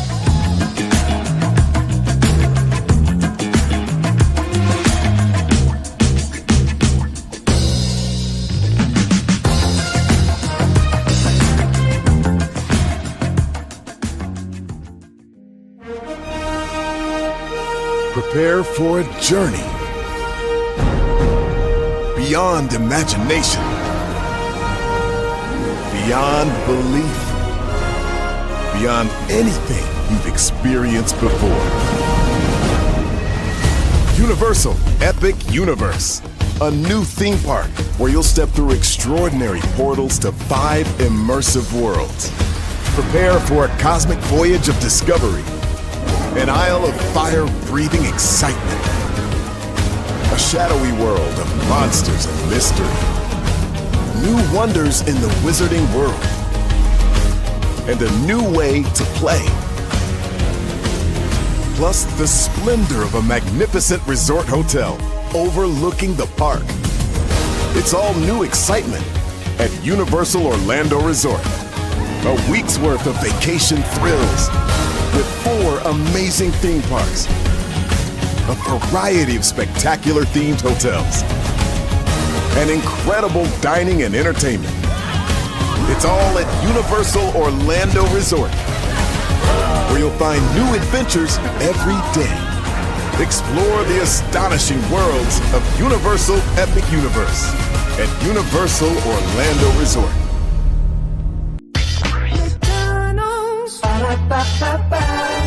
I'm loving it. Love y'all right back. Welcome back in the Brayley's. Let's get that ish off the screen. Welcome back in the Brayley's virtual tour live. Glad to have all you here. Kicked off the show this morning with Destiny Payne talking about her being a lying trollop, to use Candace's words from Real Housewives of Potomac. Trollop part, that is. But also the liar part is true as well because of, let me see here. Let me see. Just want to bring it back for everybody. Remember, it's in case you forgot, because we've been on tour for 3 hours, 3 minutes, and 42 seconds. So we've covered a lot here of original content. But just in case, you might have forgotten that.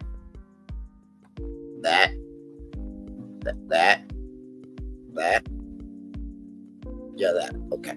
All right. So we kicked off the show with that. Then we talked about the Philadelphia Eagles, 40 Eagles, 22 Kansas City, stopping a three-peat. And there is a party going on in Philly, and I am sure they are partying right now as we are live on tour. Then we talk about Disney and how they said that, it's getting a little pricey for us everyday people to afford Disney, and so there's internal debates and conversations about how to lower the price of that. Rachel Kirkconnell broke up with Matt James and said that she wants a simp for her next man. And then Kanye West, well, I just mentally mollywopped him on YouTube with using everything against him. And I probably will never meet Kanye West, so I give two damns up for ish.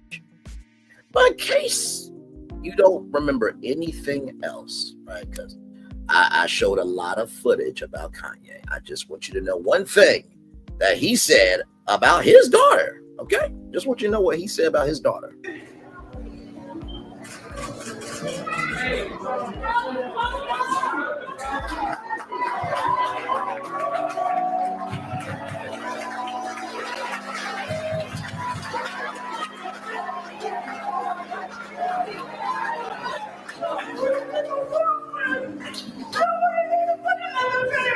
We love you, Kanye.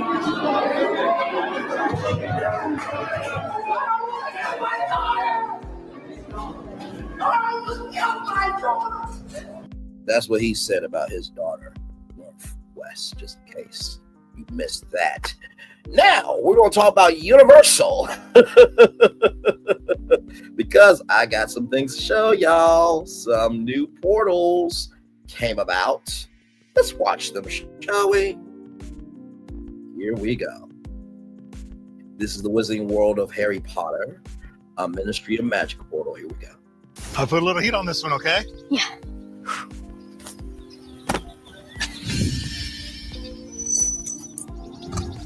Grandpa?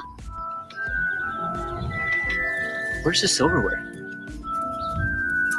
Nina? Mom? Mom?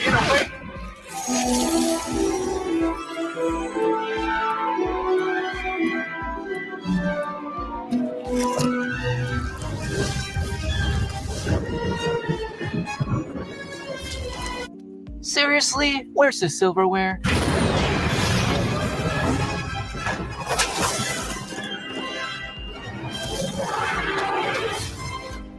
Nina? Bonjour, muggles. Oh, I gotta see this. Come on, what are we waiting for? One of 5 immersive worlds in one amazing new theme park. Epic Universe, only at Universal Orlando Resort.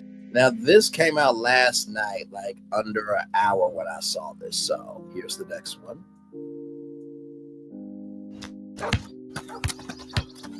Nice try, Squirt.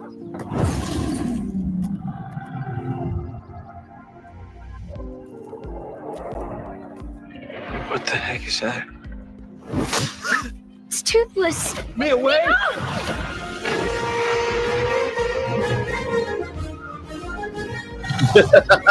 Toothless. A wooden coat. Where that wooden. If she doesn't come back and have her room.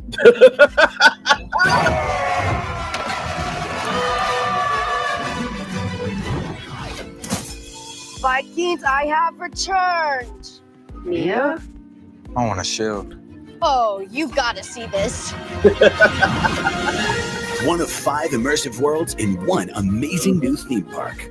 Epic Universe, only at Universal Orlando Resort. Yes, indeed. Hang on one quick second, y'all. One quick second. I got a little surprise for y'all, too. I always love throwing stuff at y'all. This show we do together, my Lord, my Lord, my Lord. This show that we do together. Yes, indeed.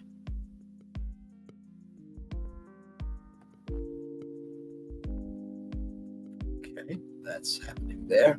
Now, here is the next portal. So that was How to Train Your Dragon, Eleanor Burke. Before that was Wizarding World of Harry Potter. Here is the portal teaser for Dark Universe. But, I mean, She's always saying stuff like that. That's the problem. You That's can't why really... I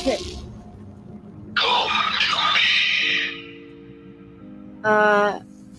No. Josh, What are you doing? Josh!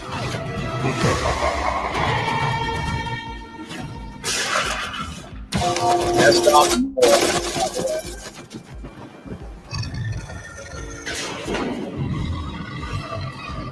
So my friend is in a portal?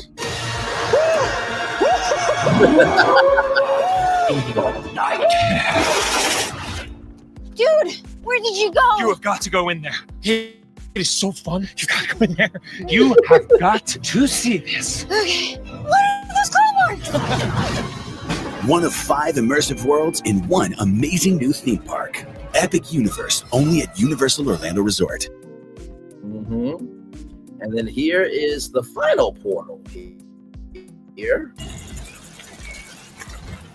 Into nowhere. That's right. Whoa. What is that? Wait. I know that music. Art! We're not supposed to go up the path.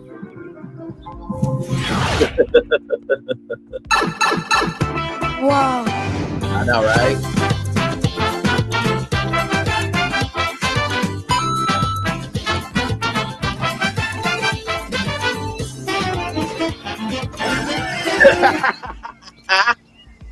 Should we call his mom? That's all his mom.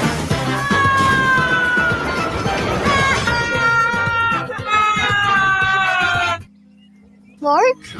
Guys, you gotta see this. One of 5 immersive worlds in one amazing new theme park.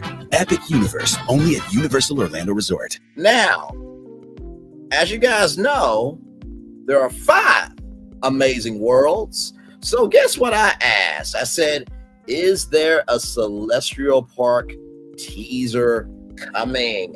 I got 3 likes because that was the only portal that we did not see. So I am sure it will be on the way. Now, with that being said, everybody, let's get to our destination. Just wanted to. Well, can you wait?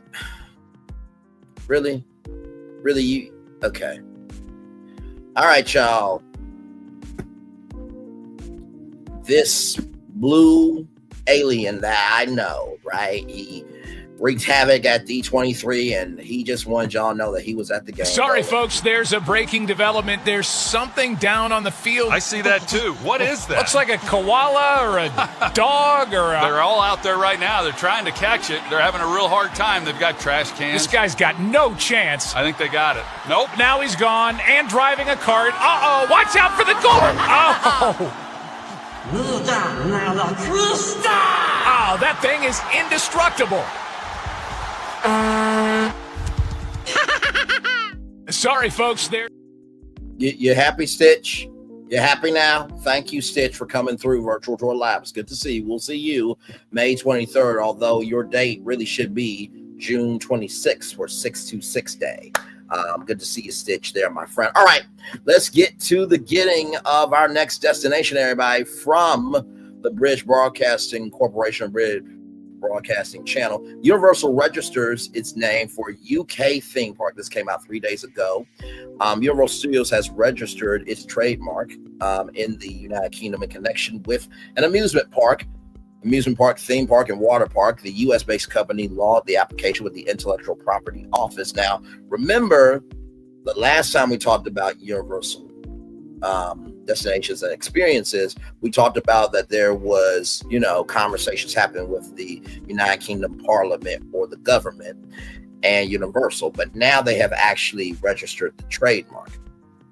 In 2023, Universal Destinations and Experiences announced that it has purchased a 476-acre, 193-hectare site in Kempton, Hardwick, near Bedford for a possible amusement park and experience. It has yet to confirm if it is going ahead with the plans, but confirmed it routinely filed trademarks all over the world.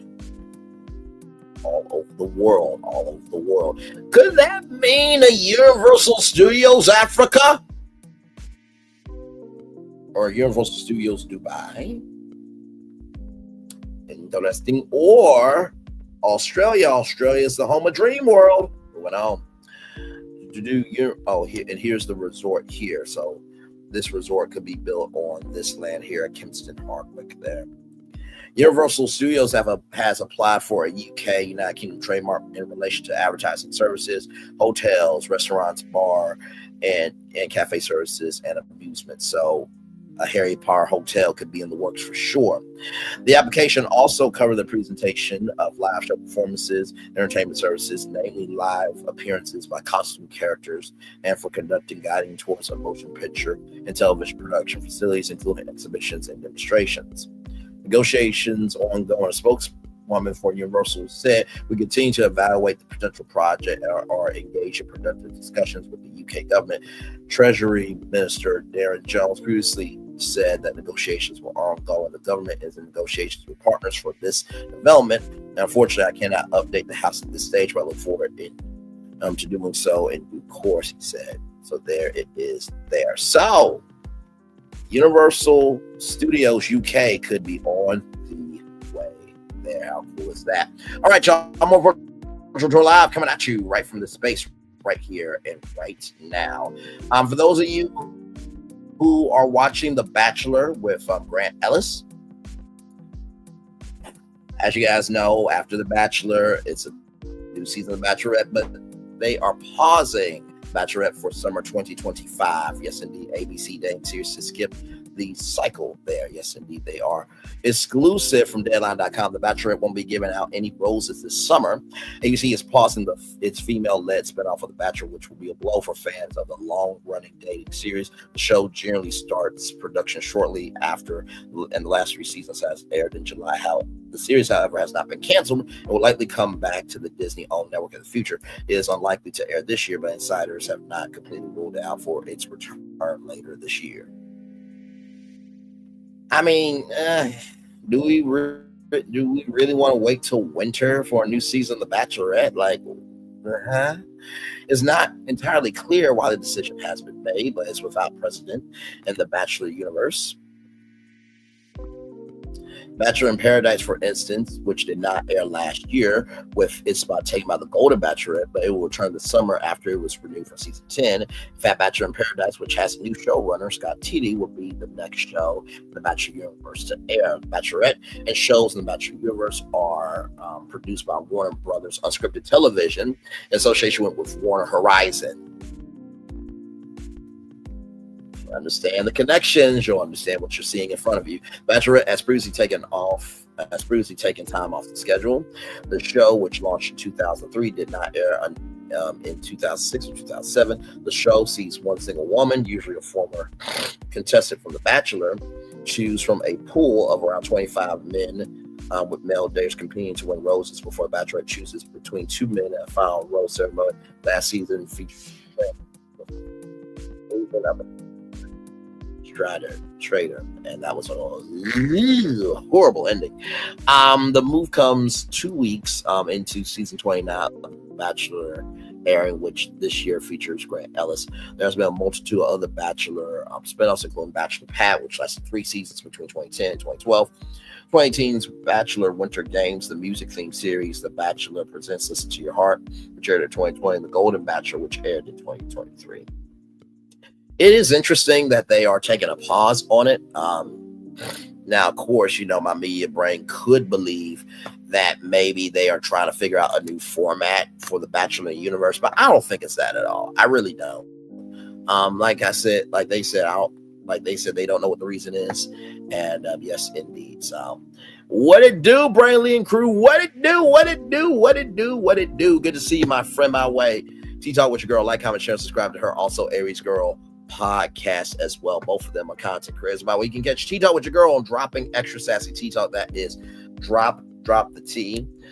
T-Talk with your girl, Sassy Team from the AO3, and Sandra P, Gen Z Extra as well. Catch them whenever they go live. It's a great time for sure. Yes, indeed. Yes, indeed. They're doing way too much. The Bachelor. It's the series that people love to hate. And like I said, The Bachelor, Survivor, Big Brother, The Amazing Race, Fear Factor, those were the foundational shows of reality TV. Let me tell you something. the fandom of Bachelor Nation is worse than the fandom of Love and Marriage Huntsville. Believe me, you. I was on a channel called the Black Girl Who Watches the Bachelor, and I was on there with Shauna and Caleb and Ronnie and many other people. I may have to show y'all episodes sometime, but yeah, I've been on YouTube for a long time. It's just now you're seeing me up front.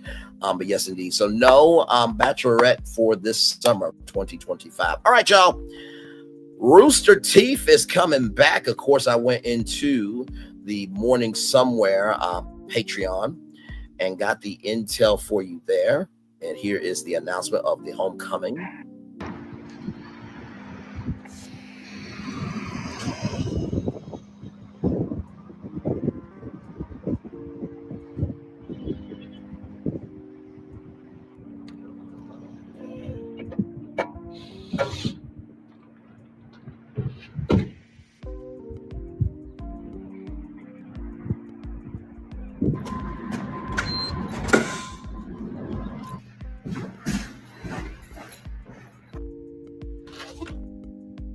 Guys? Why the lights off? I'm back from getting milk.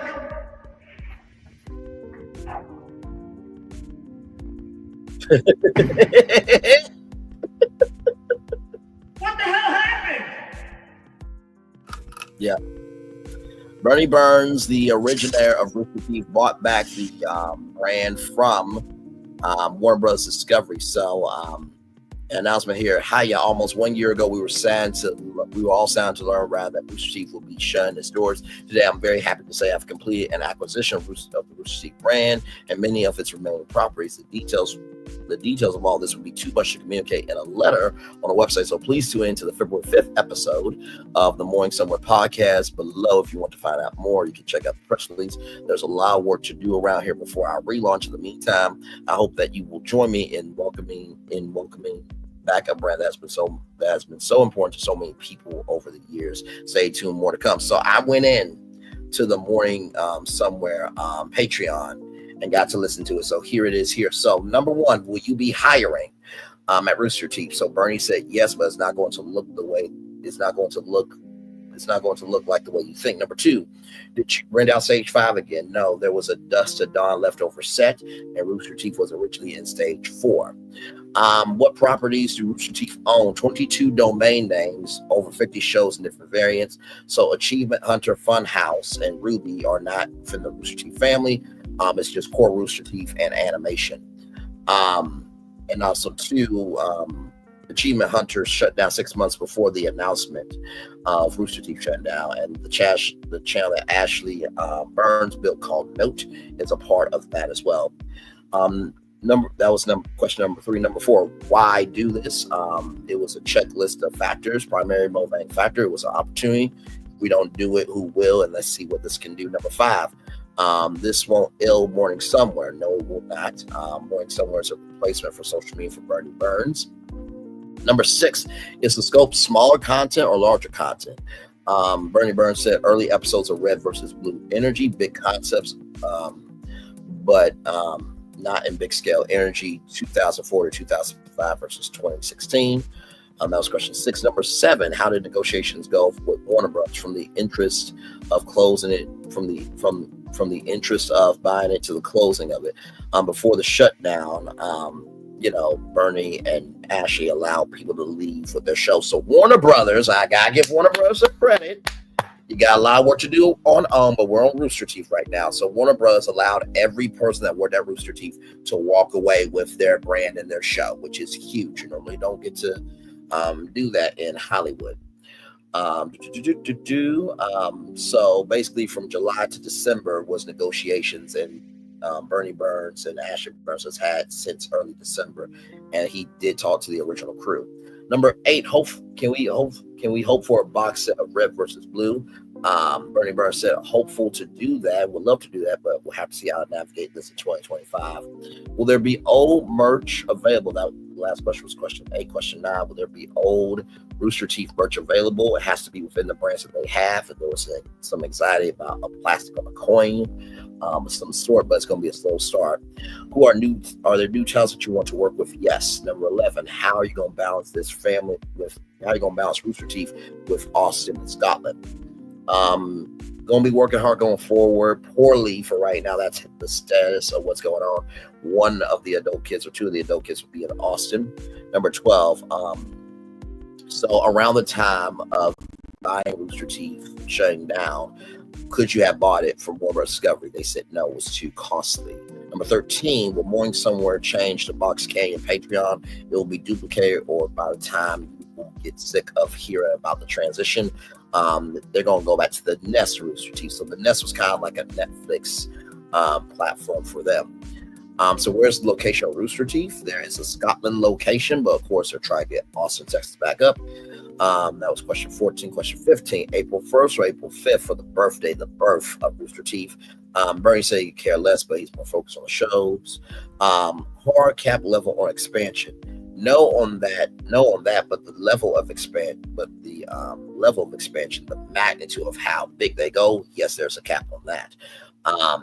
Then number 17, lots of baggage. Rooster Teeth, good baggage versus bad baggage of the new business card title. Chief Animal Officer from Ashton Burns. Y'all, those are all 9 of our destinations. We did that in 3 hours, 25 minutes, and 30 seconds. Not too bad for a tour. Now, if you stuck around for our positive news story of the day, I saw this, and I thought y'all should know about it. Yes, indeed. So here we go. From Soap Hub, right here, soaphub.com. Beyonce is announced you are in Georgia. This is your chance to be on TV. Here we go here. Calling all drama lovers, TV enthusiasts, and dreamers of the spotlight, CBS's highly anticipated new daytime drama Beyond the Gates is offering Georgia HBCU students a golden opportunity to win a non-speaking walk-on role in the show. Imagine strutting onto a real Hollywood set, rubbing elbows with stars, and getting a behind-the-scenes look at how the magic happens. It's not just a cameo, but it's an unforgettable. Shout out to Natalie King Cole, Nat King Cole, by the way. Experience it. It could be yours. Drama glitz at your chance to shine. Executive producer Sheila Duckworth, CBS Studios and NAACP Ventures. So the NAACP and CBS Studios entered a joint venture there. And Derek Johnson, NAACP President and CEO, announced the contest as a way to honor the legacy of HBCUs while inspiring students to explore the world of television.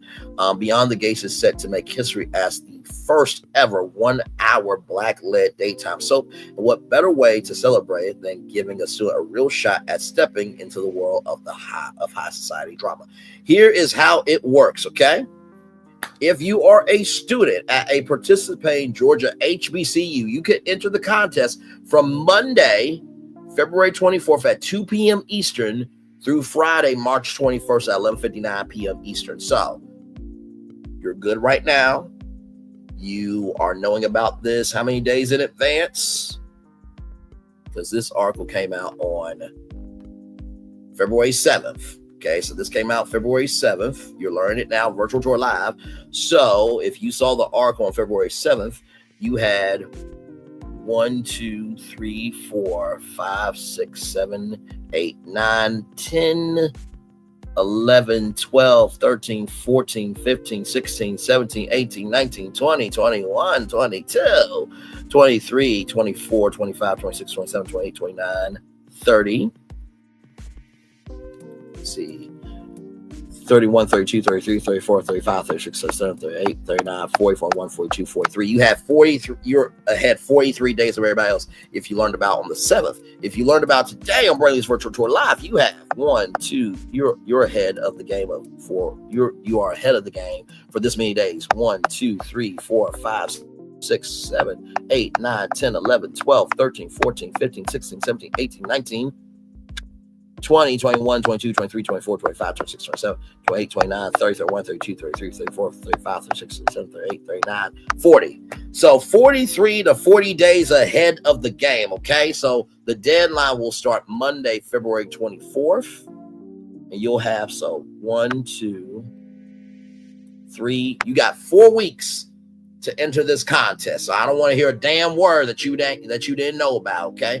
The entry process involves taking a fun quiz about Beyond the Gates and submitting a short video explaining why you love the show and what winning this role could mean to you. No acting experience is required, okay? One winner will be selected by the show's executive producers to appear in a 2025 episode. But wait! There's more. The winner will also receive an exclusive day in the life experience on set and a one-on-one chat with one of the executive producers.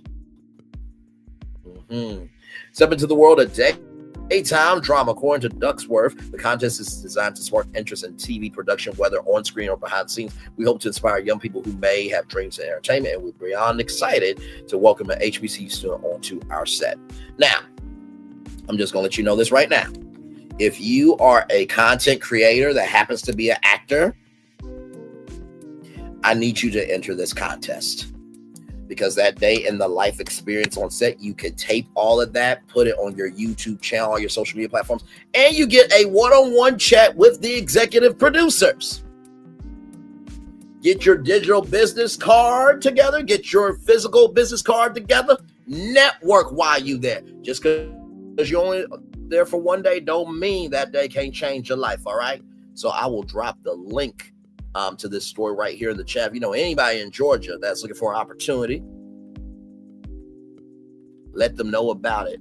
There's Girl podcast. Hope hey, love, hope you are well, Brown. I'll be reviewing Beyond the Gates every day at 3:00. Listen, I am looking forward to it. I may not be able to review it every day because, as y'all know, I work, Tuesday, Sunday, Tuesday, Thursday, so I won't be able to, watch the show every day, but I am in full support of it, for sure. I'm doing okay. T-Talk with your girl. You get me going in the morning because this job is job, and your skin and hair are looking so good. Yeah, she was in the bedroom. She had like these little puffs on her. I'm like, okay, T-Talk, all right now. Don't be hurting no young men or grown men out there in these streets. Y'all saw that dress and Mimosas with Melody. Y'all saw what she was blessed with anyway. I'm gonna turn off my camera now because we've done the whole show for over 3 hours. Yes, we have. Woo. What a show. It never ceases to amaze me. Right, she was serving all the beauty. It never ceases to amaze me. Wait. Hang on. I'm a whole mess, but yet you ain't denying anything that I just said, though. You see the black dastardly, black poxy, and black imagination people. I just gave her every compliment in the book, and I've also said to her, just because I am Neff don't mean I ain't grown. I can't help that I have eyes I can see in glasses that magnify the blessing in front of me. I see it, you see, we all see it. You see, she ain't denied a damn thing that I just said. I'm a whole mess, but yeah, she loves me. Back off camera.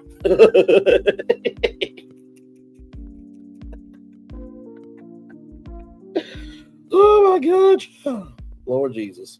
But no, seriously, this is an amazing opportunity. Please, for the love of God, if you are in Georgia, please go after that opportunity and utilize it for your benefit. And hey, who knows? Listen, if you utilize that correctly, you might be able to come back. Seriously, I'm not playing with y'all. Yes, indeed. So, with that being said, let's go over all of our destinations. Rooster Teeth, I'm glad that's coming back. I'll be looking forward to job postings coming soon. Yes, indeed. And you know what, too? Shout out to Rooster Teeth. I mean, to have a brand for that long, for 21 years or 15 years, and for the owner to be able to buy it back and have a second chance at living out a dream, what a blessing. The Bachelorette not coming this summer. We may never know the reason, but I do hope it's a good one because people in Bachelor Nation, they look forward to content. So hopefully there will be something this fall to complement The Bachelor. Hopefully, Universal opening. Hopefully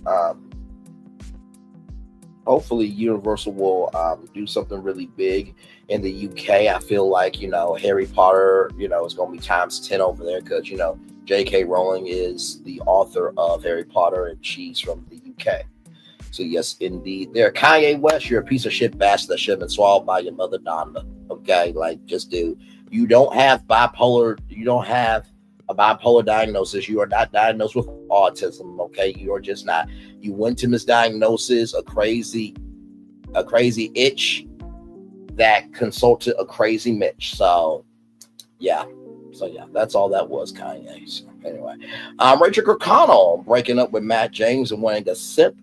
I am so tired of good men being called simps. There's nothing wrong with opening the door for a woman. There's nothing wrong with paying the bill. There's nothing wrong with coming home on time. There's nothing wrong with taking care of your home. That's what a man is supposed to do. Good damn. Beyonce, a whole black GOP congressman being upset about Beyonce winning the Grammys goes to show, bruh, your purpose is off. You're supposed to be in government helping us, but yet you worried about another grown black woman, and yet you are 73 years old, closer to the grave to die than to the cradle to start life. But okay. Disney saying that the theme parks are getting a little too expensive for everyday people. I fully agree. I think the only way that will ever happen is if you guys make changes. You know what I mean? So, yes, indeed. Also, too, the Eagles fly. 40, the Eagles, 22, Kansas City. Yes, indeed. Their congratulations. And to Philly, don't destroy your city, okay? But please do have a good time because, listen, nothing wrong with celebrating that you made it. Amen, amen, amen, amen. Also, shout out to Kendrick Lamar as well for that great halftime show. And here's the thing. Everybody who's saying it's the worst halftime show, have you ever been called by the NFL to do anything for them before? No, then shut the fuck up. And then finally, Destiny Payton. Oh, my Lord. This person right here. Child. Tap the screen and make some green. Tap the screen and make some green. Tap the screen and make some green. Woo, man.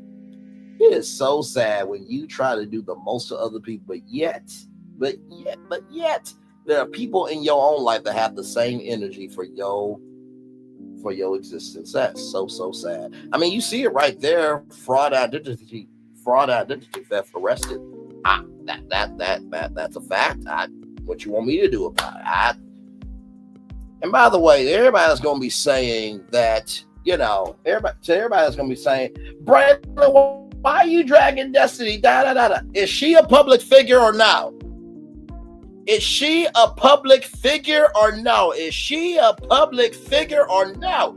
In the words of Roland Martin, if you do good, I'll talk about you. If you do bad, I'll talk about you. Either way, I'm talking about you. Do you hear me?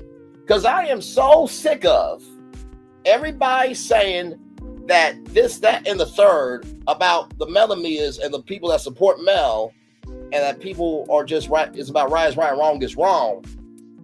Dragging them when you guys do it. And just to keep it a buck, you do know for all y'all saying that people are up Melody's ass, y'all do realize y'all up Destiny's ass too, right? Y'all do realize y'all up the Scott's 1.2.0 ass, right? Y'all realize y'all up Ken and Trisha's ass, right? So both sides are up people's asses, okay?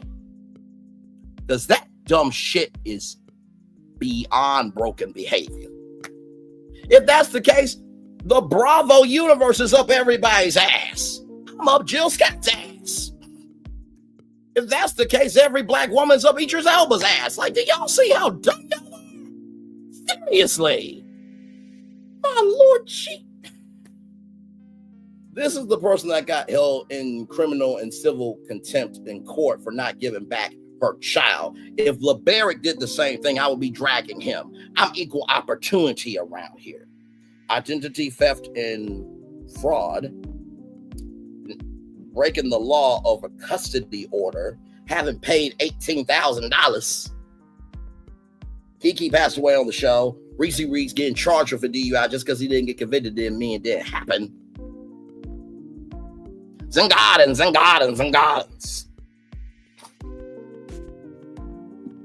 Stormy with her $1.5 million lawsuit against Apex and $500,000 lawsuit.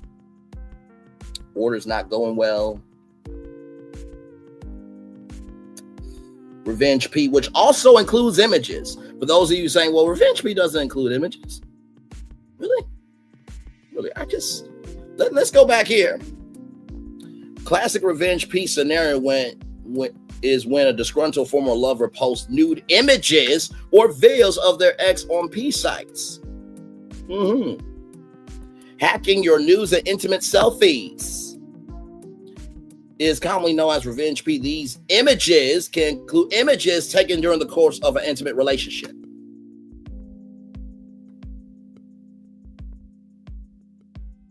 But y'all are the smart ones, though. And y'all want this show to be renewed. And then on top of that, grooming. But y'all really want this show to be renewed. You have to be out your ever loving. Child, I can't. And then on top of all that, Carlos Kayne being a hypocrite for hosting the Real Screen Awards, celebrating unscripted television and non-fiction television, and that show's been around for 15 years, but yet people drag the American Reality Television Awards that's been around for 11 years. Oh, Lord, back off camera. I can't do it, child. I can't do it. And like I said, before you drag into me, there was the Eagles, Disney, Beyonce, Rachel Kirkconnell, Beyonce, Universal Parks and Experiences, the Bachelorette, Rooster Teeth, and an opportunity for a Georgia HBCU student to be on TV. Miss me with your shit. Because we don't need to pull up my live tab, do we, of original content and compare it to the other side or the millimeter side. We don't need to do that, do we? Know your role. Stay in your place and for your mental health. Shut the flying fuck up. Now, how y'all doing? I just had to let them know because they're gonna be like, oh Lord, here go Braylon again, thinking he's the best content creator. I've never said that. But you know, I didn't have to announce a rebrand and then backtrack on it. I didn't have to make any content talking about leaving people alone, but yeah, I don't leave people alone. I didn't have to drag a person to say you can go join your auntie and them, basically saying I wish you death just because I didn't get attention in life. Oh, I'm sorry, that's not me. Who is that, motherfuckers? Who is that? Child, listen.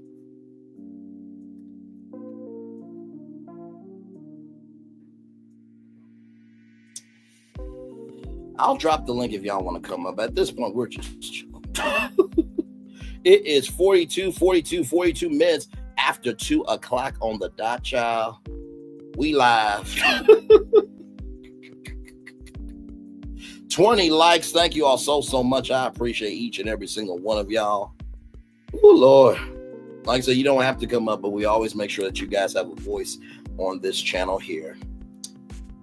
My Lord, my Lord, my Lord.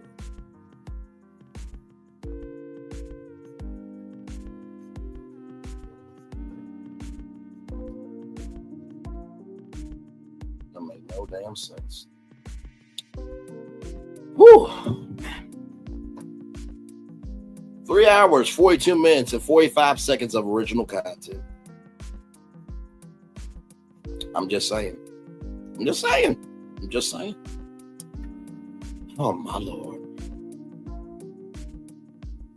So, yeah, we're just chilling. Actually, I need to see. Did the Potomac reunion come on? Because y'all know we did, Potomac reunion. We did the Potomac episodes on Wednesday for a review. So I need to see Real Housewives of Potomac. No, okay, so it's going to be next Sunday. Okay, so y'all may get another show at 6 o'clock tonight. Because believe me, there's more destinations to go to, rather. Believe me, you. Oh, Lord.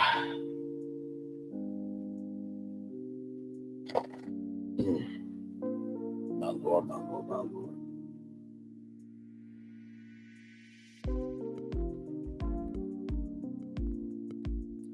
Yeah. So we'll be doing another show tonight at 6 o'clock. Am I tired? You know what? I am respectfully tired.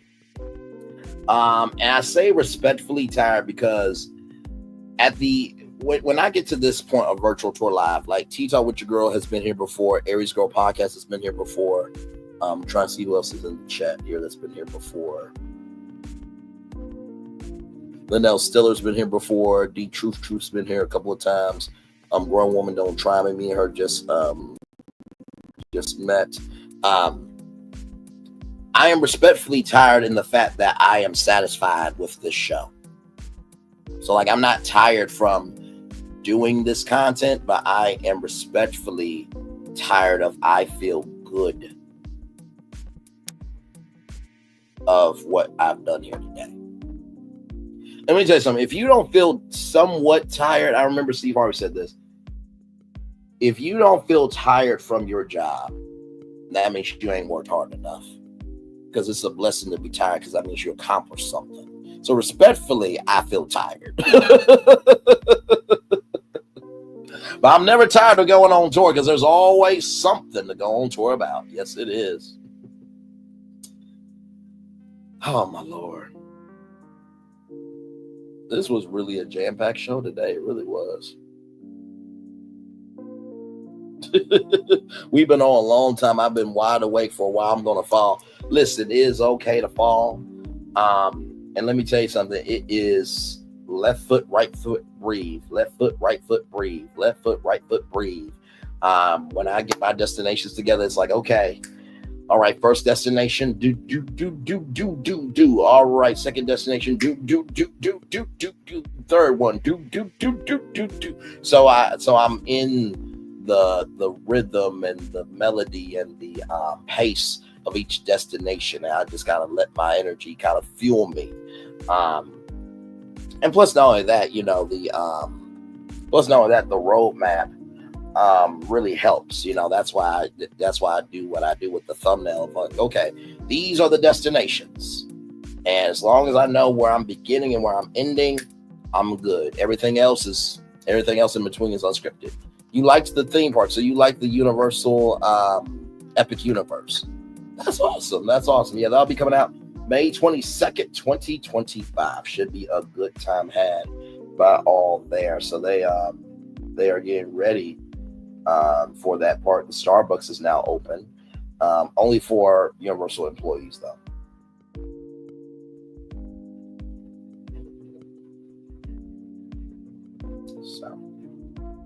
So yes, indeed. Yeah, it was a good time.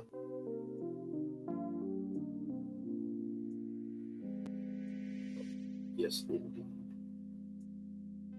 Oh Lord. Oh yeah, that's right. You told me you worked at you worked at the All-Star and you interned at Disney. It would have been cool to intern for the Disney college program, but with Disney the way it is now, I don't know, because it just seems like it's more about business than creativity, which is funny because I did a video talking about imagination versus modernization.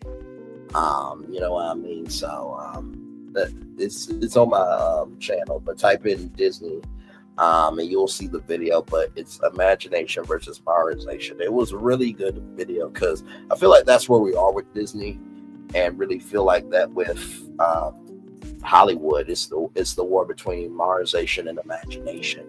Are we about the imagination and creativity and trying and failing, or are we about the modernization of let's keep everything streamlined and not take a swing on anything? You know what I mean? So yeah, it's a very interesting time in the world of entertainment.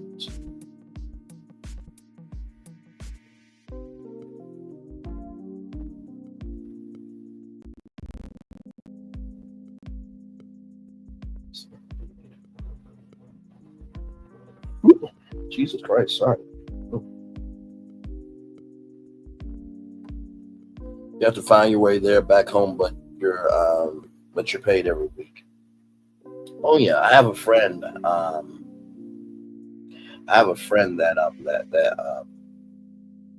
That works at Disney actually. So.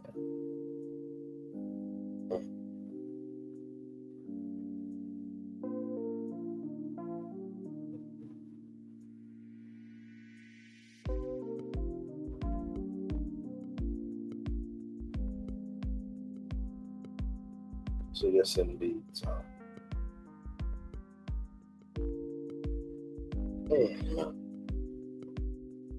So yep, we are just chilling. Oh, you was a maid at the parks. Okay. You know what? I bet you have some interesting stories. I bet you have some very interesting stories for sure. Because Disney is supposed to be for family-friendly entertainment, but there are adults that go to Disney too. There's some great adult spots. And I'm just saying, you probably have some great stories to tell. Somebody probably, riding on a magic carpet.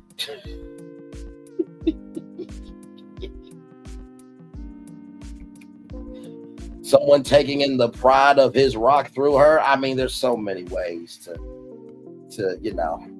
go about this. Just, oh my Lord Jesus.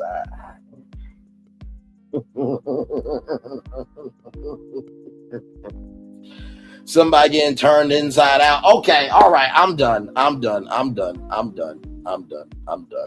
There was a couple that got married there. Oh yes, there's plenty of couples that get married. Yeah. Speaking of that, yes indeed. Let me show y'all that.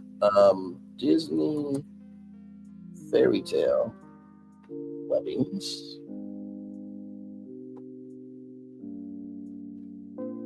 Now you can get married at Disney, okay? But you gotta have the money.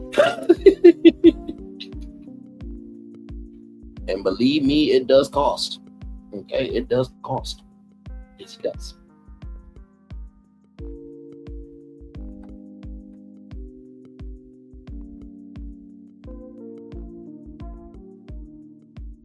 Here it is here, Magic Kingdom. Yeah. Here it is here. So you can get married at the Magic Kingdom. Now, personally, I would like to get married at the Magic Kingdom, but I don't want to get married here. I want to get married right in front of the castle. Okay, that's just me. But I listen, the fact that you can even get married at Disney World, I take it for what it is. I'm right here. A real life fairy tale. Step into your own fairy tale with an exclusive evening ceremony that takes place and like no other. Imagine saying I do in front of the iconic Cinderella castle, surrounded by all the magic and wonder of this beautiful destination with this highly customizable wedding experience. The beauties and the details simply tell us your heart's desire. Let us dream up something that is uniquely you.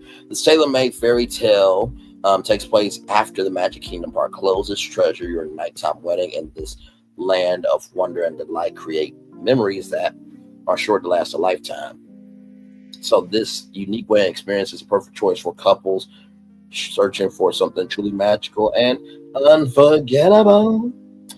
Taking all the beauty and wonder of Magic Kingdom Park without all the crowds, experience an incredible ceremony in the heart of it all. Live out your fairy tale in true Disney style, magic riding in Cinderella's coach down a beautifully lit Main Street, USA, as the majestic Cinderella castle awaits you in the distance. So ceremonies and receptions, that's the event type. Guests can accommodate 10 people up to 300 people, including the couple. Location Magic Kingdom Park. Events can begin 2 or 3 hours after the closing of Magic Kingdom Park. There is a you see the price there. $40,000 ceremony fee for this location. Disney charge transportation is required for this venue. Events in outdoor locations may be moved to indoors due to inclement weather. A decision will be made a maximum of 5 hours prior to the start time of your event. Please be aware of ambient noise that may be a factor during your outdoor event. So yeah, you can get married at the Magic Kingdom if you got $40,000 to throw down. Just saying. There it is there. You can see that. Hang on, listen. Can I bring this up in the better picture? Just can.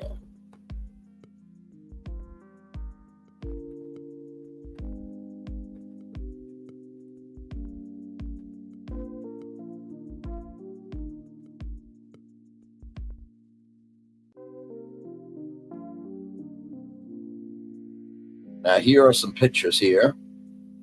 Cinderella Castle. So there you go. They set that up for you there. It's very nice. I'll listen. Disney makes it do what it do. I will always give them that. I just don't have 40K to blow. I'd rather have 40K respectfully. Then, reception there. You can be on the stage there. Right here. Now here are where all the aunties and uncles gonna be. There's my baby. There's my grandbaby right there. You see my grandbaby looking fine and shit. Oh, yeah, give me some of that magical whiskey shit. It's got Tinkerbell's pixie dust in here. It makes you feel things. I'm sorry to Disney. I'm so sorry to Disney. I am so sorry to Disney. There has never been any family members to sell on those couches and to be drunkards at their family members' wedding. Although I cannot confirm that.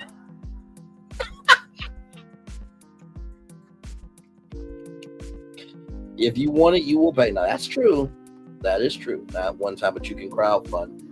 Yeah, but to crowdfund $40,000 for one day though, that's a lot though. My Lord.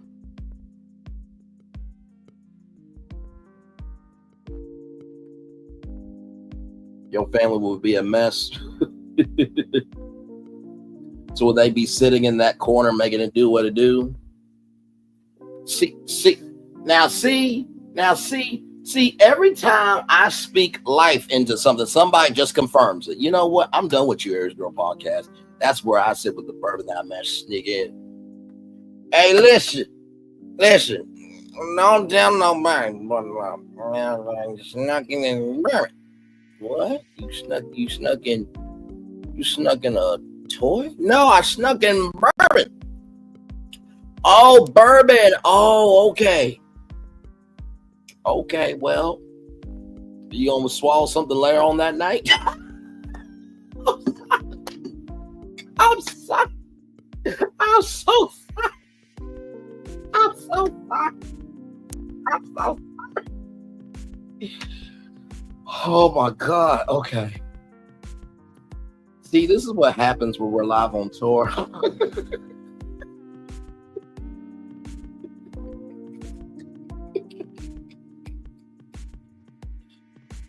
Oh my God. Okay. That was utterly hilarious. Oh my God.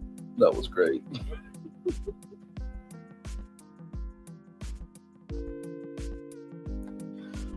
Well, you the one who said you would sneak in the bourbon, okay? I just finished the joke, okay? That's all I did. Okay? That's it. 20K per partner breaks down easily to 10K for 2 years. You have this very planned out. You have this very, very planned out. Now listen. I'm going to ask this question, okay? Now we listen, but we don't judge.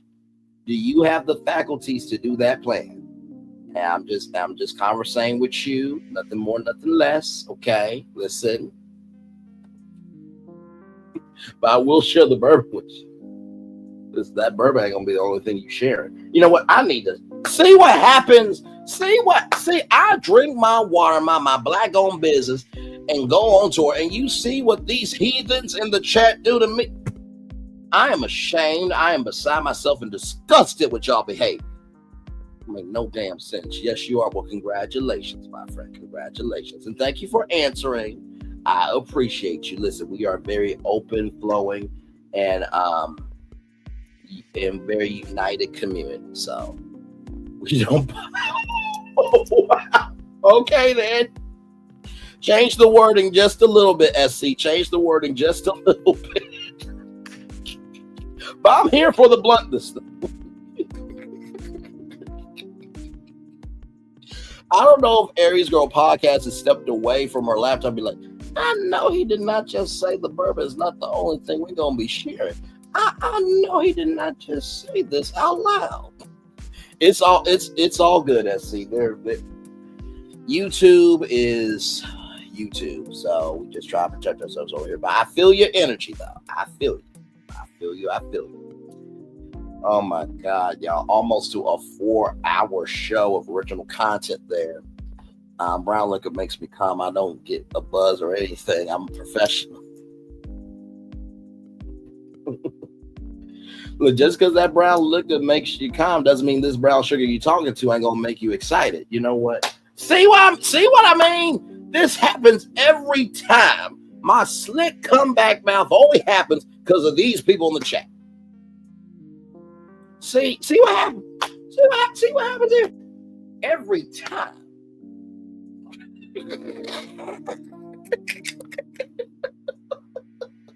A 4-hour show. Ladies and gentlemen. Look, if I am this smooth with comebacks on YouTube, can you imagine me with a handheld microphone on live TV? Oh my Lord. Listen, I'm going to be a content creator machine. Damn it, there goes Braylon making another viral video clip on YouTube. It got over 20 million views already. Good damn.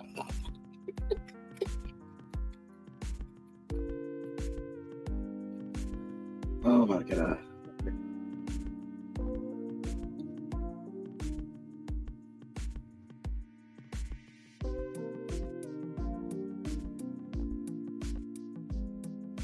Listen, that's all I do, my friend. That is all I do.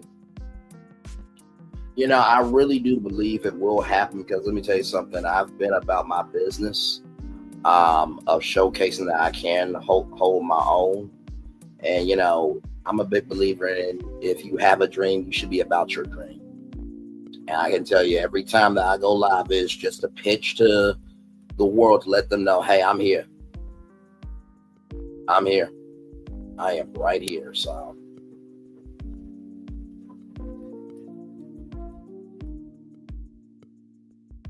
because like I said, what we just did was a radio show. Radio personalities, they're on for 4 to 5 hours every day, Monday through Friday. So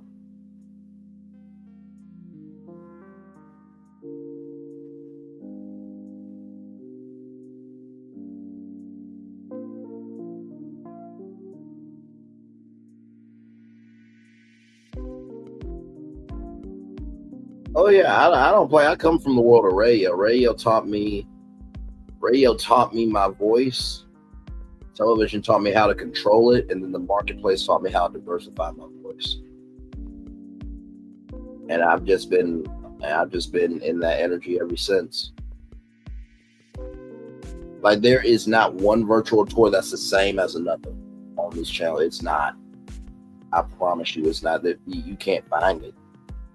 I mean, sure, we may revisit destinations, but each time I go live, it's a different energy than the last.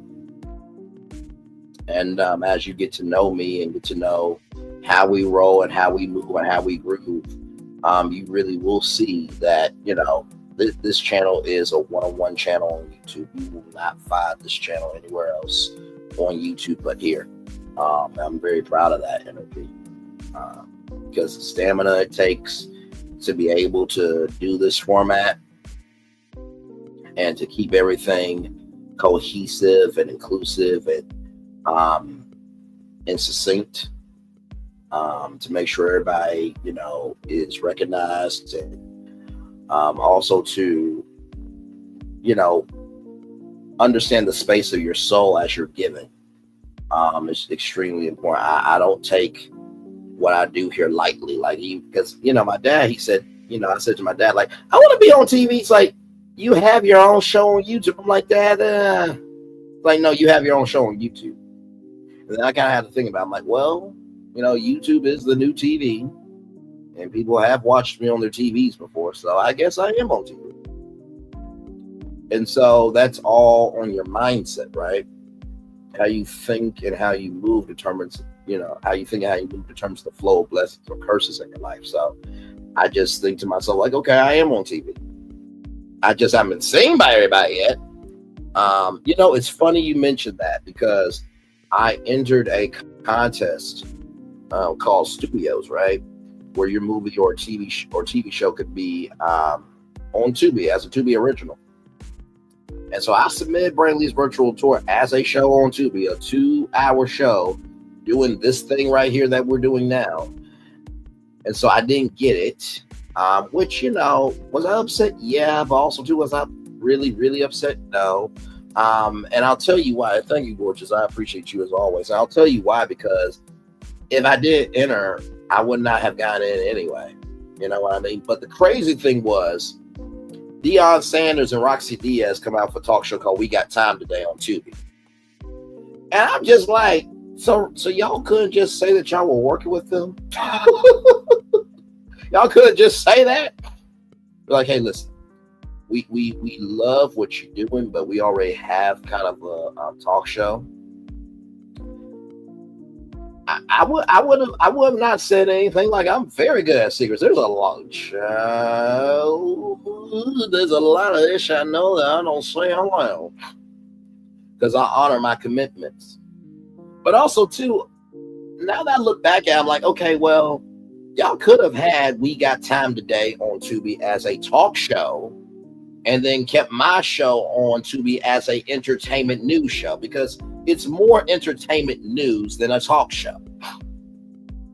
Sure, there's the format of me talking to you guys, my virtual audience, and sure, I can bring in, celebrity guests and content creators and, commentators to, give, more, context to the destinations we go to, but it's more of an entertainment news show. So y'all could have picked it up. But hey, listen, all in due time, I will find the right platform. Like I said before, just because you want that door to open doesn't mean that's the door you need to walk through. And I'm about my business when I say that. For real. And like I said, the fact that I'm already holding my own as it is, by the time that I get to that platform that will bring on Brantley's virtual tour, it's gonna be smooth like butter for me. It'll be like, oh damn, he got this. He's got his intro, he's got his outro, he's got his format.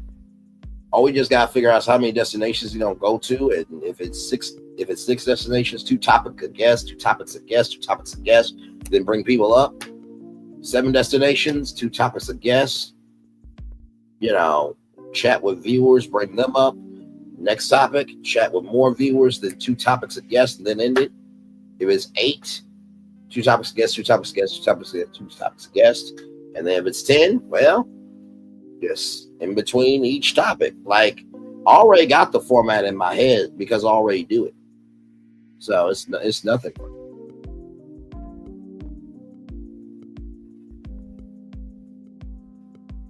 Now, I'm not saying I'm going to do better than Lily Singh, although it does have to come from radio and TV to understand the format of how to be on camera. Just saying. But also to shout out to Lily Singh, because, her getting that show did open up a lot of doors for content creators. It did, just like Mr. Beast and Beast Games, which I have been watching. Yeah, you know what I mean? It's a talk show, but it's also entertainment news as well. It's a hybrid. It really is. So,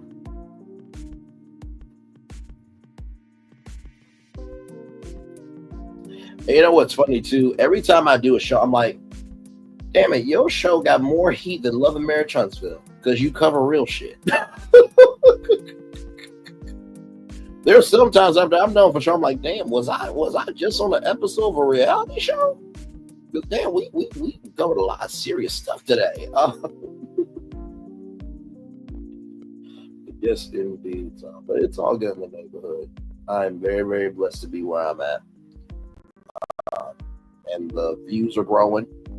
The subscriber count is growing, and the embracing is and the embracing of this platform is growing. So I'm very, very, I'm very, very blessed for that. Why were you pissed off this weekend?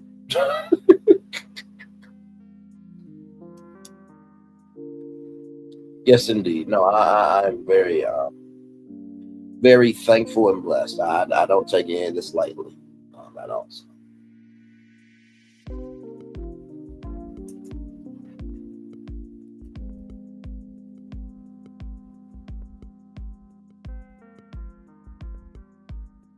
Oh yeah, child. See, nope. Saturday I did what did I do Saturday? Saturday I did Ready to Love. Excited to cover that show again. Then me and Somalian Queen did a collaboration. It was a fun collaboration. It was calmness and intense combined in one show. I described your show to a friend as visual talk radio. You know what? I'm here for that. You know, I never thought about that. Visual talk radio. I like that because I see the radio part, you know, coming on live on the mic. I see that part. Then having things to talk about, that's the talk radio part, because in talk radio, it's not really playing music. It's more of commentary, right? So talk radio had commentators before YouTube had commentators, right? And then the visual part is the visual part. Okay, I like that, Aries girl. I like that. That's cool. Thank you for that. That is really cool. I try my best, you know. And, you know, this also keeps my gift active. Yes, visual talk radio. Yes, you did. You did coin the term here on Virtual Tour Live. Yes, you did. I will give you the credit for sure. But you know what? I will say, like, this platform in the Onyx collab has kept my gift maintained. Because, you know, if you don't maintain your gift, you'll lose it. And you know, the crazy thing is, every time I say what my dream is, I promise you, every person I've talked to has said, I can see you doing radio. I can see you doing TV. Like, every time. Like Lamrock said, I can see you on the news. We'll see you on the news, giving your take on, you know, stories of the day. Like, and every person that I've gotten that from, it's been from people I've known, from people I've just met as a stranger. I'm like, I want to do radio. They're like, no, I can hear it. And I've never taken that for granted. Never.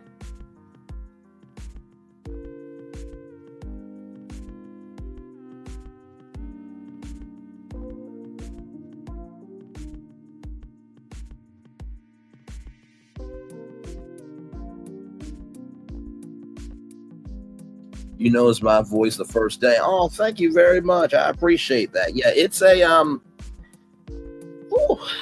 a unique voice for sure, to say the least. And you know, it's I've gotten used to it over time, because as a broadcaster, you do have to get used to your voice. You know what I mean? And I think the range of my voice can surprise people sometimes. Like, damn, he went from hype to calm in the same show. And I think Virtual Tour kind of reflects my life. Like, I love being hype for the fun stuff, but I also like being hype to go after what needs to be said too. You know what I mean? So yeah. A voice for radio and a face for TV. I appreciate dynamic duo, absolutely. You know, Rod Seacrest, he said that when it came to American Idol, he did Idol based on him doing radio, because he never did TV like that. So he utilized his radio experience to do that. And radio and TV are very similar in the fact of, you know, there is a format. Like I said before, television, you know, you learn to control your voice, because with TV, if it's like American Idol, you got 2 hours. So you got to control your voice for 2 hours, right? In TV, you got 4 to 5 hours. So you learn how to be diverse with your voice, from, you know, what you talk about, how you talk about it, to the celebrity, get to the guests that you have, whether celebrity or everyday people. You learn how to do branding and marketing and promotions because you gotta, welcome back. We're at the top of the hour right here on KMVT AM 570. It's 13 minutes after 3 p.m. Glad to have you all here. Your man, your friend, and fam member Brandon Lee here live on the mic. Coming up here in just a little bit, the one, the only Miss Melody Cherie Lee will be live on Bray in the afternoon right here on KMVT AM 570. That energy of being one with your voice helps you for TV, because with TV, you don't have time to do that. You don't have time to brand, your voice, because you have to have your voice. I'll say it 2 more times. You don't have time to brand your voice for TV because you have to have your voice. You don't have time to brand your voice for TV because you have to have your voice. So I think the reason why, and it took me a minute to get YouTube. I'm not going to sit here in front. It was a slow growth. I think we're hitting our stride now, but I think the reason why I am successful with YouTube is because I know my voice from radio.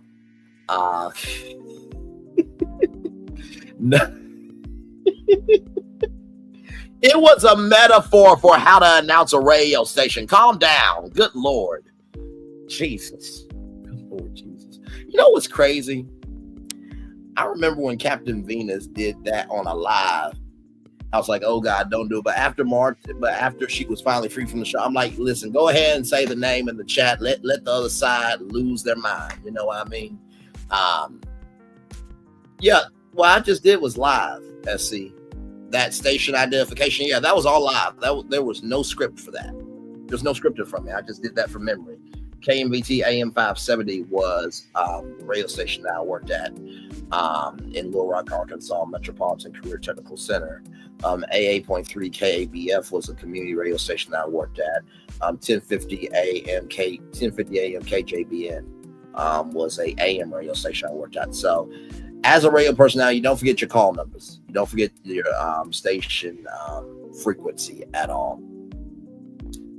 And one of the best voices to ever do radio is this one right here. Power 923 Jams and the Arkansas Minority Health Commission encourages you to take the COVID-19 vaccine to help keep you and your loved ones safe. Involved in our community, the People Station, Power 923 Jams. KIPR Pine Bluff, Little Rock, KFOG, Little Rock, a Cumulus Media Station. And now, back to the jams. Hip-hop. Drake. Girls want girls where I'm from. Yeah, but girls want girls where R&B. J. Howell. Just 'cause I love you and you love me. And now, bumping back-to-back continuous music with another fresh new jam. Heard here first on the People Station, Power 923 Jams.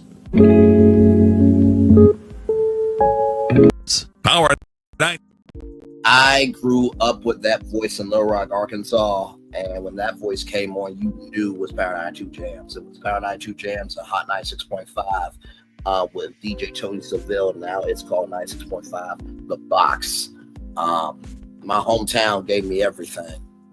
I believe that if I wasn't born in Arkansas, I don't think I would be the person I am. I really don't. Because I come from the state where 9 black students went into a school and integrated the world so I can have an education. I come from that state. So it always amazes me when other people from other states are like, well, you ain't got nothing. We the DMV. We California, motherfucker. I'm from the state that allowed all the states to get a fucking education. Y'all ain't got shit on Arkansas. The fuck wrong with you?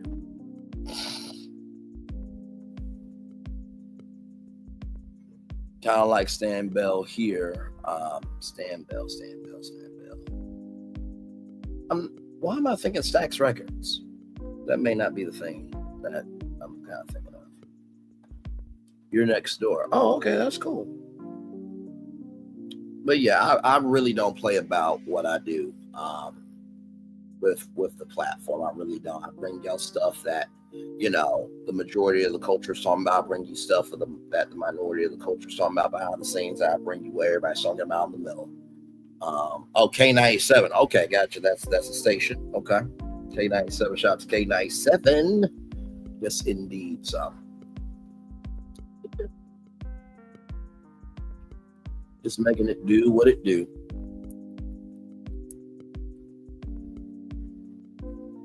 Oh, Memphis. Yes.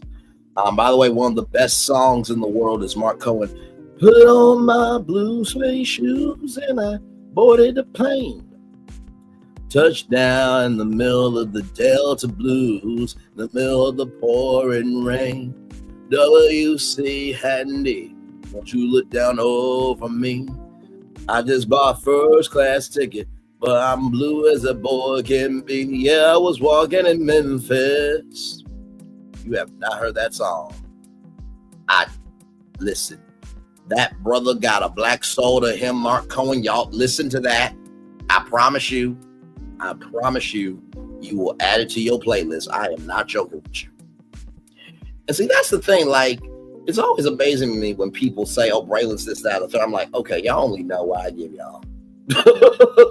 I've been Braylon for 30 mother damn years. But I bet you this, though. If we did 2 battle streams back to back, I bet you this, I'll mentally mollywop your ass. Bet you that much. Because this is what I do.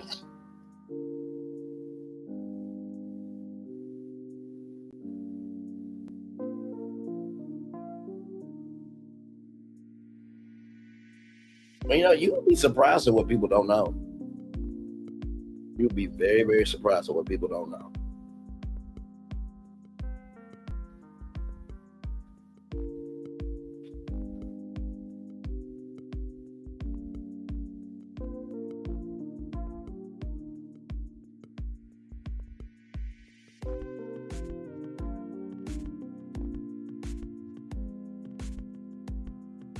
Five people still here with me. I think I may end it at. I'll be generous today. Let's end it at 4:35.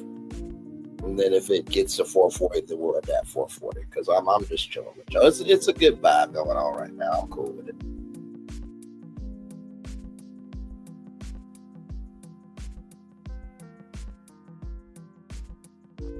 Absolutely.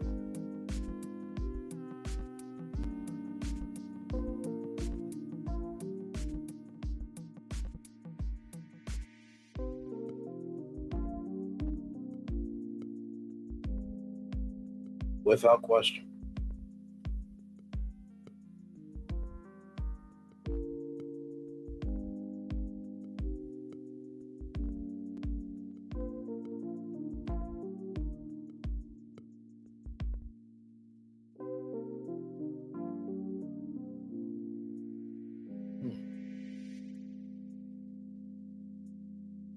Oh yeah, Glorilla is a vibe. I'm very, very proud of her success. She is definitely rising for sure. Oh yeah, she's cool. And she's been doing a great job. She's about to do her first, I think she's about to do her debut album, I think. Been on tour with Megan Thee Stallion. She's been throwing it down. I am extremely proud of her. Really, really good artist.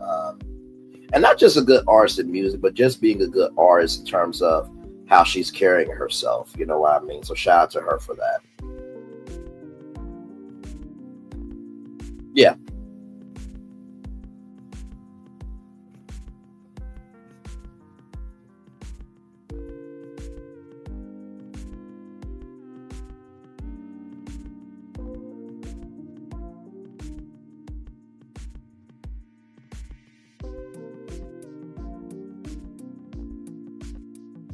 I will tell you, I feel like when I make it to Hollywood, I feel like people are probably going to say to me, like, damn, you've been here before. I really feel that way. I feel like people are going to say, man, you've been here before. I'm like, no, I haven't been here before. But damn, you carry yourself with an energy like you've been here before. I really do feel that. And, you know, there's some people, you know, in the world that, you know, while they haven't been in your life for a long time, when they finally come in your life, you felt like, you know, you've known them for a long time. I feel like I'll be that way with people in Hollywood. Like, people be like, oh, well, damn, Braylon's actually that dude. I have people. You have people in Arkansas. All right, we'll pick Suey Razorbacks. Yes, indeed. Love my Razorbacks. Absolutely. I just want us to win one Crystal football trophy. Just one. I'm not asking for a dynasty. I don't think we got it in us, but at least one Crystal football trophy just to say that we've done it. Blytheville, Arkansas. I know where Blytheville is. That's the home of Walmart. Mm-hmm.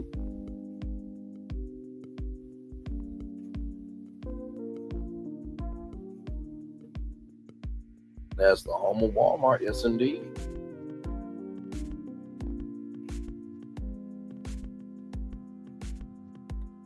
Mm-hmm.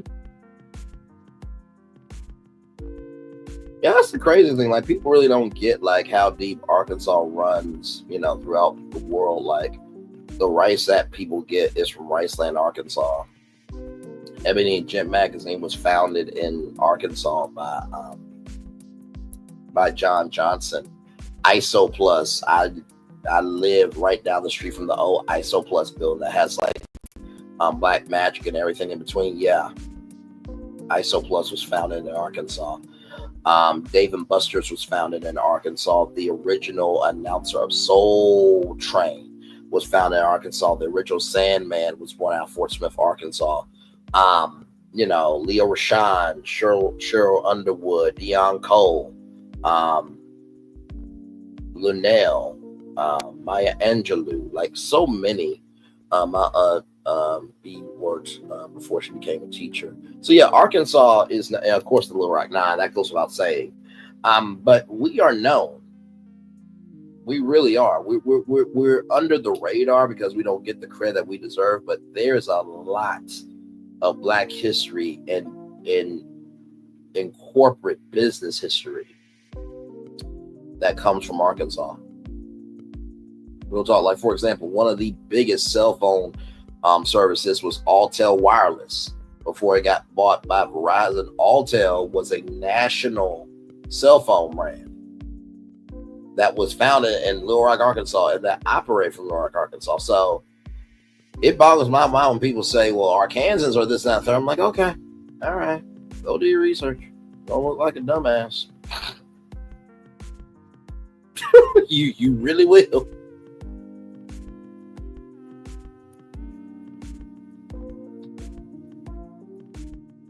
By the way, here's another one for y'all. America's first resort was Hot Springs, Arkansas. And guess who used to visit Hot Springs, Arkansas? You ever heard of a man named Al Capone? Yeah, that Al Capone. Gangster Al Capone. He would go to Hot Springs, Arkansas. And he, my godmother likes going to the casino. At Isla, we got the best of everything. At Isla Caprino Resort. Yeah. My aunt, she would go to Isle Capri Casino. She would have like the Isle Capri Resort casino keychain and promos and everything else. But Al Capone stayed at the Arlington in Hot Springs, Arkansas, and you can actually stay in Al Capone's suite. Now, when you stay at the Al Capone suite, there is a door. That door does not open to anything, but way back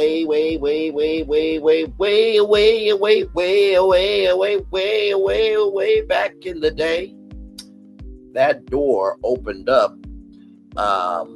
That door opened up to a staircase, right? And there were tunnels in Hot Springs, Arkansas. So anytime that police would be like, FBI, open up! FBI, open up! Because he was a criminal, he would go down those steps and he would be traveling through the tunnels until somebody told him, okay, it's good to come out again. By the way, that's the home of the National Gangster Museum of America. Like I said, y'all do y'all research about Arkansas. Oh, by the way, y'all know those viral diamond stories? That's from the Crater of Diamonds in Arkansas. Like I said, I could just keep going on and on and on and on. Oh, wait a minute. That choreographer that gave LA Soul for the halftime show for the Super Bowl with Dr. Dre and them, yeah, she's from Arkansas as well. Like I said, Y'all can keep thinking what y'all want to think. My state's amazing. It is. You got a dumbass woman for a governor. And I don't mean that for women can't be in politics. Miss me with that, because let me tell you, if Jasmine Crockett becomes president, I am becoming her press secretary. Do you hear me? And there may or may not be a trial of me being her concubine in Washington. Did you or did you not throw it down on Jasmine Crockett? Listen, you know how David Crockett handled stuff? You know, in the open field, I was David Crockett to Jasmine Crockett. Now, what the hell are we talking for? Because you interrupted my time. Well, he is guilty. He is guilty, and this was totally consensual. We should just roll on from this. Thank you. I use my mouth to tell you things, and then I use my mouth to give her joy, okay? It is what it is. Dual capacity.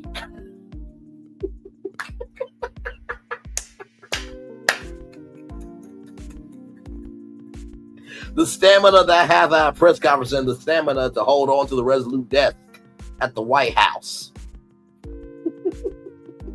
by pulling her lanyard of hair.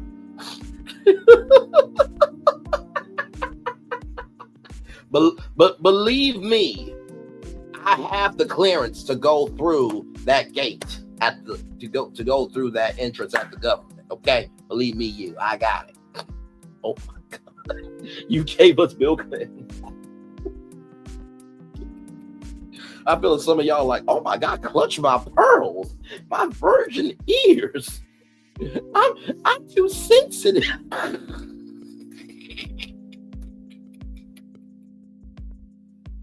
Oh my God. Okay, I'm gonna ride it out with y'all until at least 4:50. I'm not 4:50. Oh God, I'm 4:40 because I do want to rest up just for a little bit because I gotta do this all over again at 6 o'clock.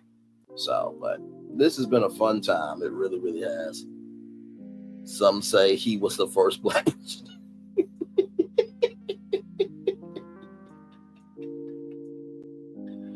Oh my Lord. You know what? Honestly, tell you the truth, like I joke about me and Jasmine, but I feel like me and Jasmine would actually have a good time. Like if I interviewed her on Braylon's virtual tour, I feel like we would have a good time. Like she has that energy of saying what needs to be said. I also have that energy. She seems like she's been here before. I've been here and I have the energy. Like I've been here before. We both have an old soul. You know what I mean? She's the political, I'm the social.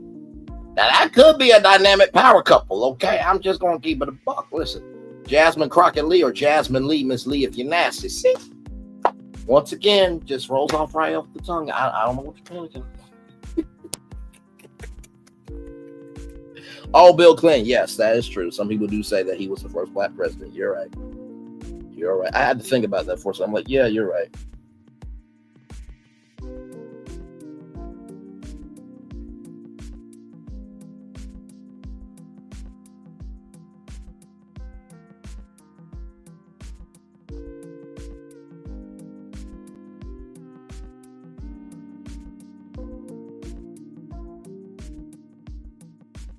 Oh, my Lord Jesus. 6 people still rocking out with us. 4 hours, 32 minutes, and 15 seconds here. Glad to have all of you here. Yes, indeed. Yes, indeed. Yes, indeed. Yes, indeed. He balanced the budget. Yes, he did. Yes, he did. It's always interesting. Like, Republicans cause destruction and Democrats are about construction. It always seems that way for sure, you know. But hey, what do I know? I'm just talking on YouTube. Yes, indeed, Joe.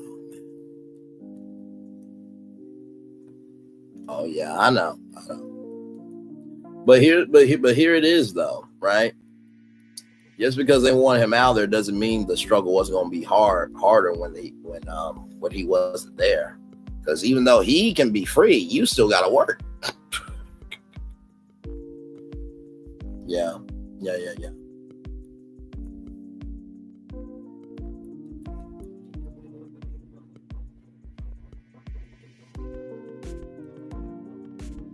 Yeah, this was a high energy show. This is a really, really high energy show. It absolutely was. Man. Can y'all believe we've almost been on tour for 4 hours and 40 minutes? Like, that is crazy. That is absolutely bonkers and out of your mind, just black sanity. But in the best way possible. Like this is my favorite part of the show. It's just after we get done with all the destinations, we are just here chilling out. And also too, I'm very proud that every tour that we've done, you've always been able to be in a chat that is loving, kind, and inclusive. There's not been one time that this chat has ever been uncomfortable. Not one time. That's because we handle shit around here. And like I always say in Aries Girl Podcast, T-Talk with your girl and others, they know that if you come into the chat in peace, I will be in peace to you. But if you're coming in, if you're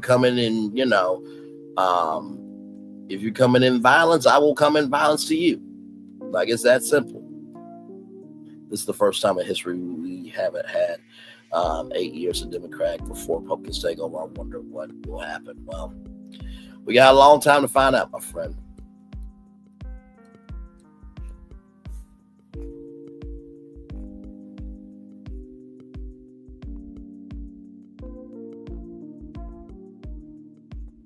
Yeah, they won't have any social protections. You're right.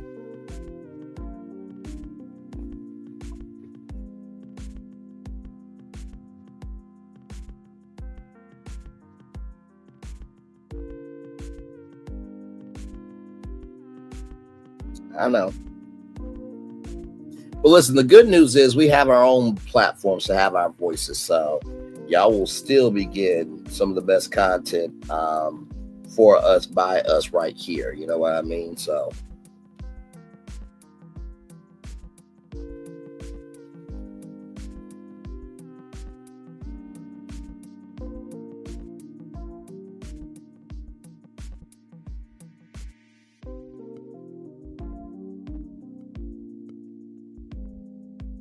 my friend in Canada has canceled his vacations to the States during his presidency. I'm also seeing Canada is boycotting a lot of our goods. Yeah. But this is what happens, though. When you do what you want to do and not what you need to do.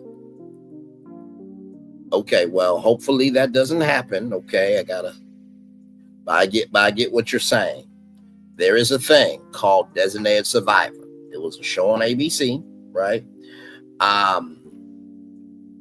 So basically, there's a person, and this is a real thing, no joke. There's a person in Congress, one on the Democratic side, one on the Republican side, that if anything happens, right, and this depending on the presidency. So like if there was a Democrat president and something happened to them and the vice president, then they would be the designated survivor and immediately become the president of the United States. Same thing with the Republicans. There was the show Designated Survivor was on ABC with Keith Sutherland, and he assumed control of being the president. The fact that was a real thing and they made that whole TV show was amazing. So yeah.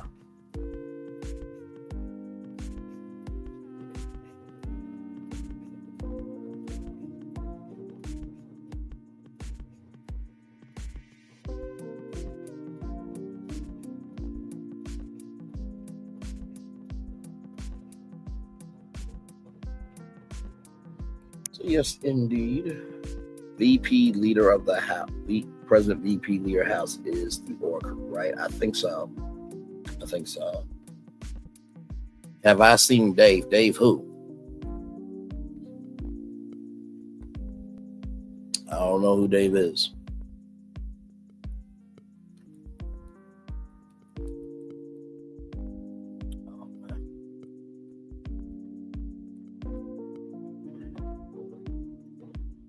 Oh, the movie. No, I don't think I've seen Dave the movie. No.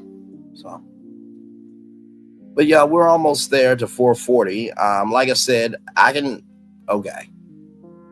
I know I'm like a preacher. I got one more thing to tell you, but then I got 5 more things to tell you. Do y'all want to extend it to 450? But then after that, I really got to go. Because y'all, it's getting closer and closer at 6 o'clock, and I still got to do one more show for y'all. But I'm only here because I'm enjoying the vibe. I watched The West Wing during his first term. That really helped calm my mental. Understood.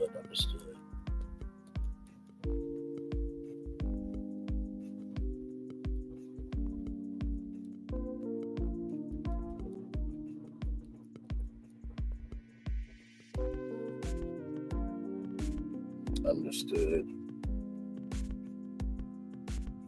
Like I said, it's up to y'all. I can end it at 440 or I can end it at 450, but at 450, that's the hard set. Sign off when you have to. Okay. All right. Sounds good. Sounds good. I'll give y'all the 450 and then I really gotta go. Like I think we can make it. I think we can make it.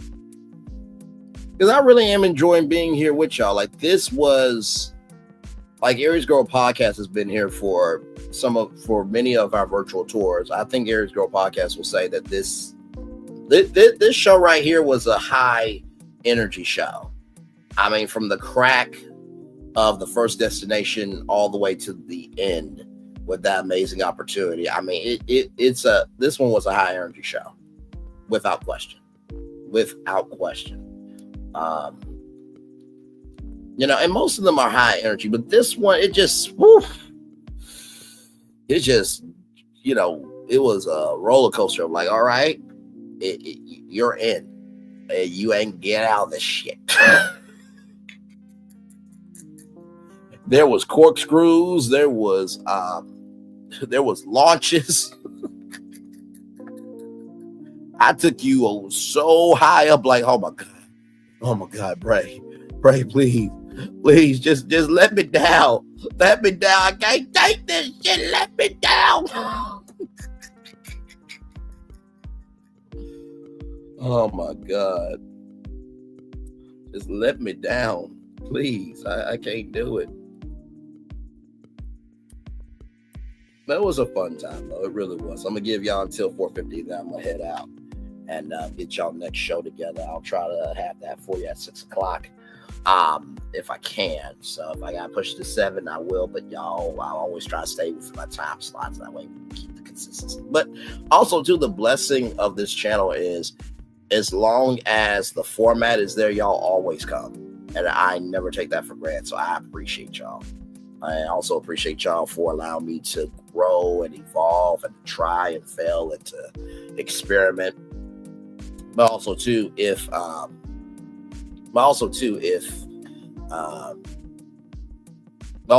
need to break the time and make it a different time, you guys still show up. So I appreciate y'all.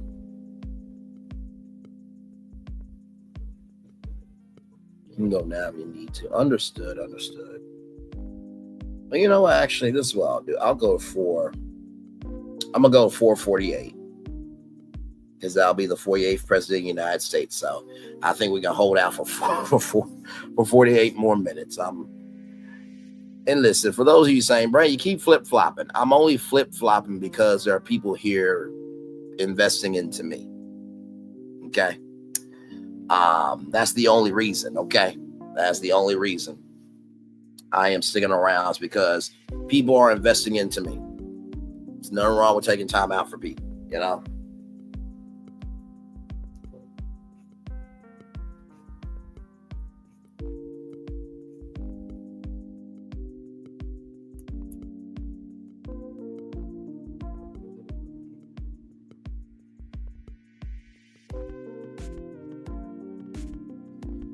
So yes,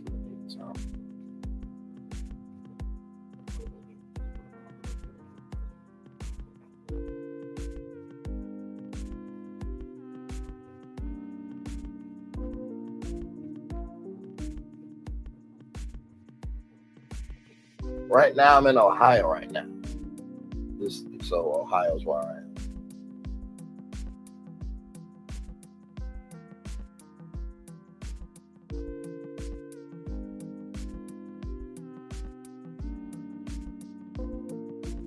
Oh yeah, I'm on East Coast. I'm on East Coast time.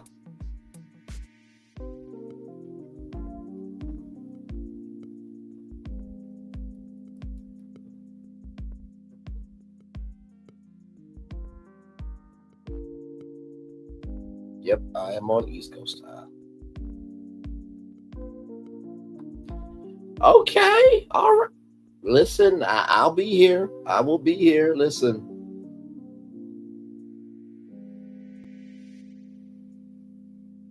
Yeah, my time zone is different. So it's funny because when it comes to television, I always think TV time, like at 8, 7 Central. That's how I think of TV time. So if anybody asks me like, what time is? I'm like, okay, if it's East Coast, okay, then it's 7 o'clock.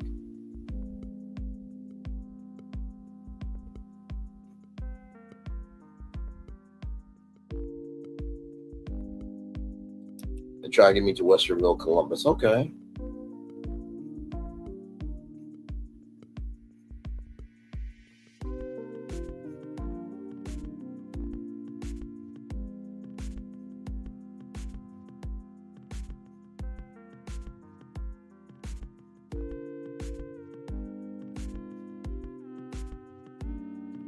All right, sounds good. Well, listen, if you get some social media, I will tell you where I am, for sure. But yes, indeed. Like I said, it's been a really, really good show. It really, really has. Enjoyed each and every single one of you here and in the bushes and the replay gang. Thank you all so much. I know that, these shows are long, but they're long for a reason. They're long for a purpose, and they're long because of the tenacity and the consistency of what we do over here. It takes this long of a show to be able to have a space for the culture. So sometimes we gotta have long conversations. You know what I mean? So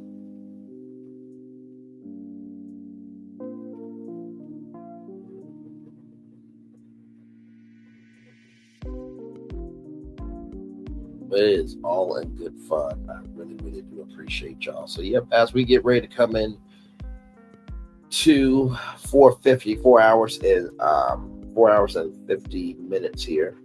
I have really, like I said, enjoyed each and every one of you. I really do love y'all and appreciate y'all more than you know. And the cool thing about Virtual Tour Live is all you have to do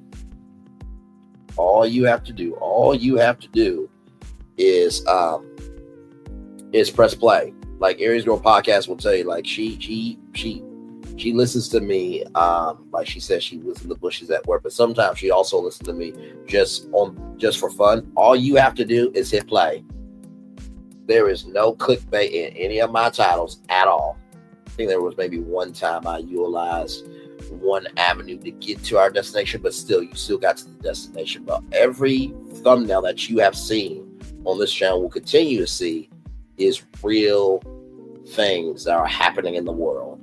So I go from the beginning to the end. All you gotta do is press play. And I promise you,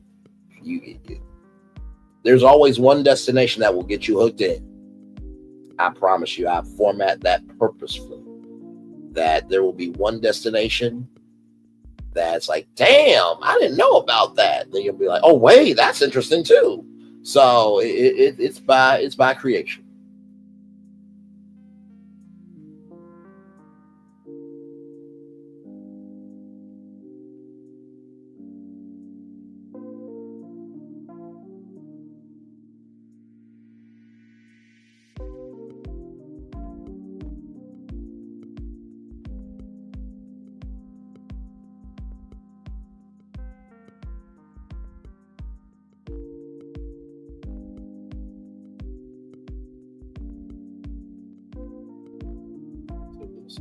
We are just chilling.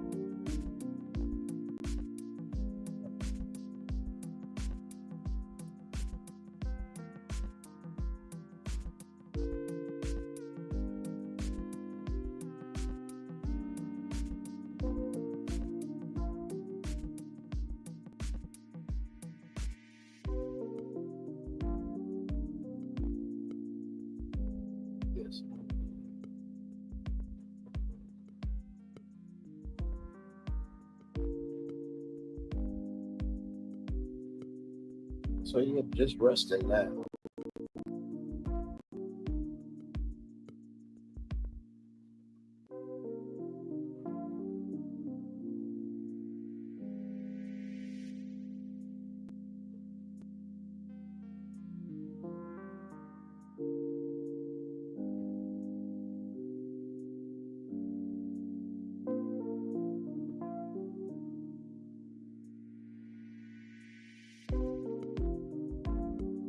Yep, last minute here, virtual tour live. Bray Lee's virtual tour live.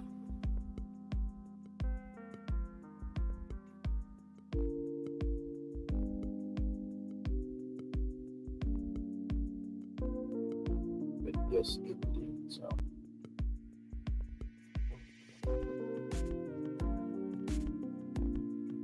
Y'all listen, they already getting ready for Super Bowl 2026 in San Francisco Bay Area.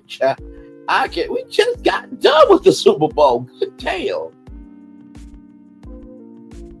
Good damn. Yes, indeed, my friend. There it is, 4:50. I've enjoyed this as always, my love. Have a great next show. Yes, indeed. Fireworks, commercial break and fireworks coming your way for the day that's happening right now. Thank you so much for enjoying the show. I'm going to give me some rest, and I'll be making your next show with all new destinations. Do I have the strength to do it again? We'll see. But you know, I always come through, don't I? Maybe your Saints may make it next year. Yes, indeed. Yes, indeed. Listen. I know with some of y'all women, I am going to fully intoxicate you when we meet in person. And let me tell you something.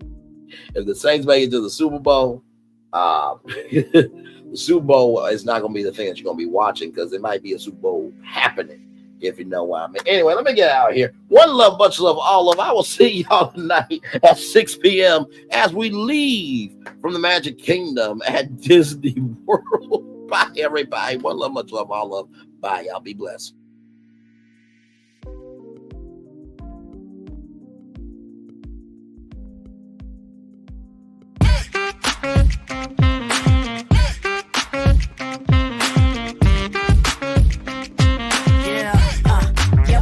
All day. Yeah, we're working, let me play. You know me. Work real hard, now we're ready, let's play. Ay, hustle up, yeah. Ready, set, let's go, yeah. Hustle up, yeah. Ready, set, let's go. Turn it up, turn it up, turn it up, turn it up a little louder. Now get low, get low, get low, get low. Come on, yeah, drop it to the floor. Turn it up, turn it up, turn it up. Turn it up a little louder. Now get low, get low, get low, get low. Come on, yeah, drop it to the floor. Turn it up, turn it up, turn it up, turn it up a little louder. Now get low, get low, get low, get low. Come on, yeah, drop it to the floor. Turn it up, turn it up, turn it up, turn it up a little louder. Now get low, get low, get low, get low. Come on, yeah, drop it to the floor. Turn it up, turn it up, turn it up. Turn it up a little louder. Things have been a little quiet around here. We've missed the fun. We've missed the excitement. We've missed the entertainment. We've missed the nightlife. But most of all, we've missed you. We're getting ready. Caesar's Rewards. We can't wait to welcome you back.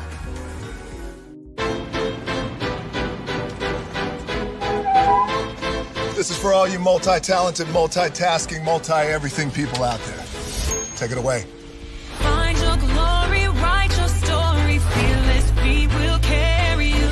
Time you own it, take your moment, be a fire burning through. Hustling from night until morning, grinding it out, it won't be long. Feel your power, it's your hour, you inspire, you are strong. Enjoy your Zoa. No applause? You're all fired.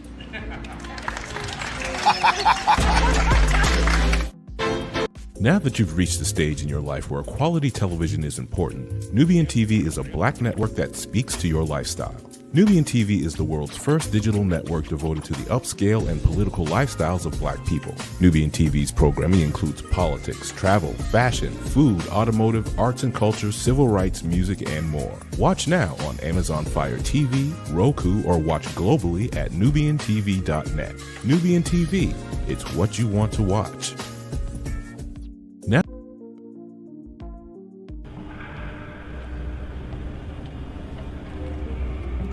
I got a question for you. What does this city know about luxury? Huh? What does a town that's been to hell and back know about the finer things in life? Well, I'll tell you. More than most. You see, it's the hottest fires that make the hardest steel. Add hard work and conviction, and the know-how that runs generations deep in every last one of us. That's who we are. That's our story. Now, it's probably not the one you've been reading in papers, the one being written by folks who've never even been here and don't know what we're capable of. Because when it comes to luxury, it's as much about where it's from as who it's for. Now, we're from America, but this isn't New York City, or the Windy City, or Sin City, and we're certainly no one's Emerald City.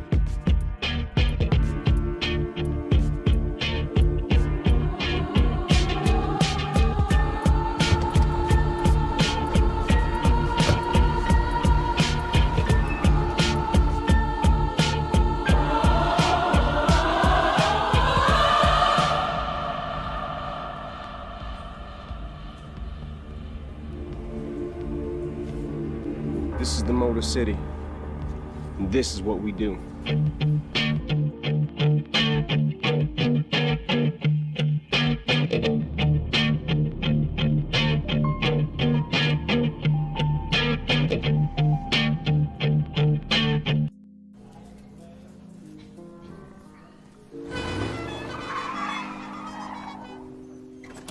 Come with me if you want to live a more delicious life. Oh, maybe we should get in the van. In this world, we don't get to control much. The past, male pattern baldness. Leggies.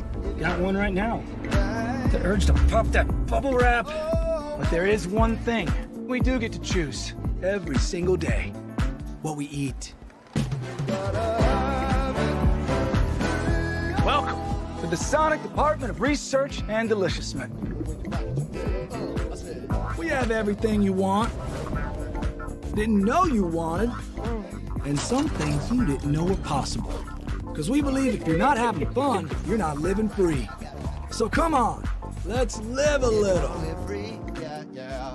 Hey, good morning, America.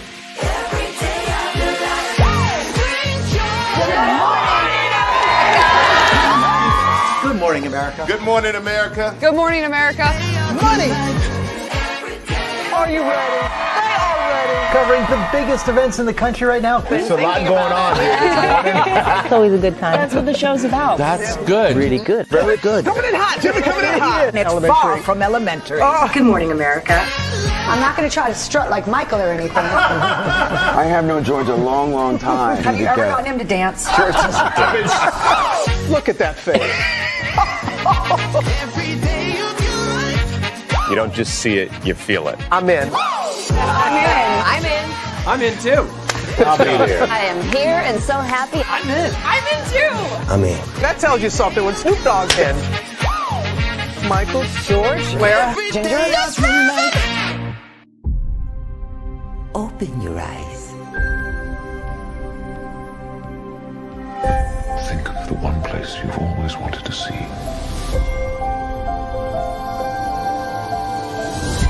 This is where our magic comes from. They say if you dream a thing more than once, Please, please, please. it's sure to come true. Everything you see exists together in the great circle of life. There are stories about what happened. It's true. All of it. In every job that must be done, there is an element of fun. I told you she was tricky. Life is full of possibilities. What do you want to be remembered for? The world is in our hands, and we gotta do something with it. I just want to say a word of thanks to all the artists, the workers, and all of you. The young and the young in heart. You helped make this dream come true.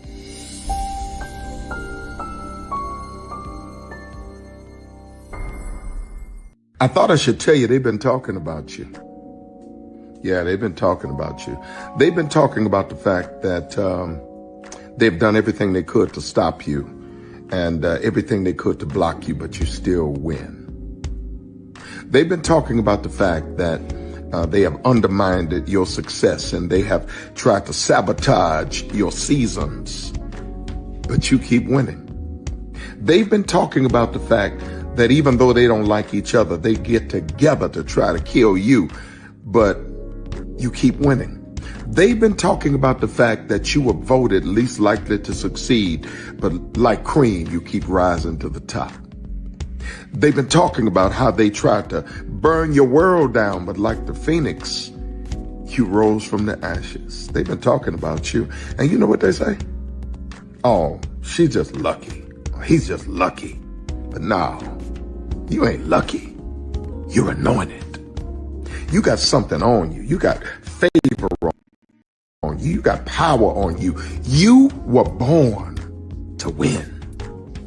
Now they can call it luck, but it's grace. They can call it luck, but it's favor. But whatever they call it, it doesn't matter, because you know what God calls you?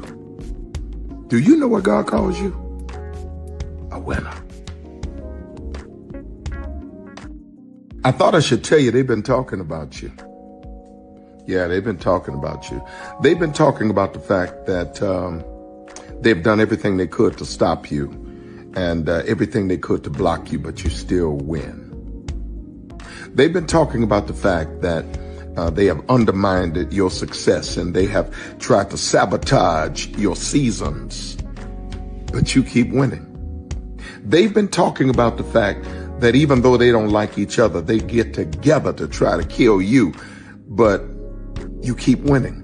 They've been talking about the fact that you were voted least likely to succeed, but like cream, you keep rising to the top. They've been talking about how they tried to burn your world down, but like the phoenix, you rose from the ashes. They've been talking about you. And you know what they say? Oh, she's just lucky. He's just lucky. But no, you ain't lucky. You're anointed. You got something on you. You got favor on you. You got power on you. You were born to win. Now they can call it luck, but it's grace. They can call it luck, but it's favor.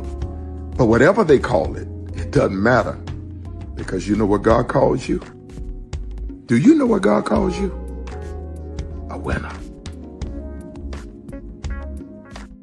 I thought I should tell you they've been talking about you. Yeah, they've been talking about you. They've been talking about the fact that they've done everything they could to stop you and everything they could to block you, but you still win. They've been talking about the fact that they have undermined your success and they have tried to sabotage your seasons, but you keep winning.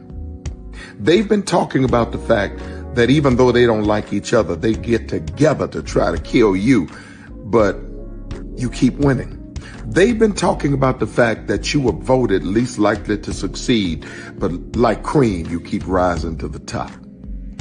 They've been talking about how they tried to burn your world down, but like the phoenix, you rose from the ashes. They've been talking about you. And you know what they say? oh, she's just lucky.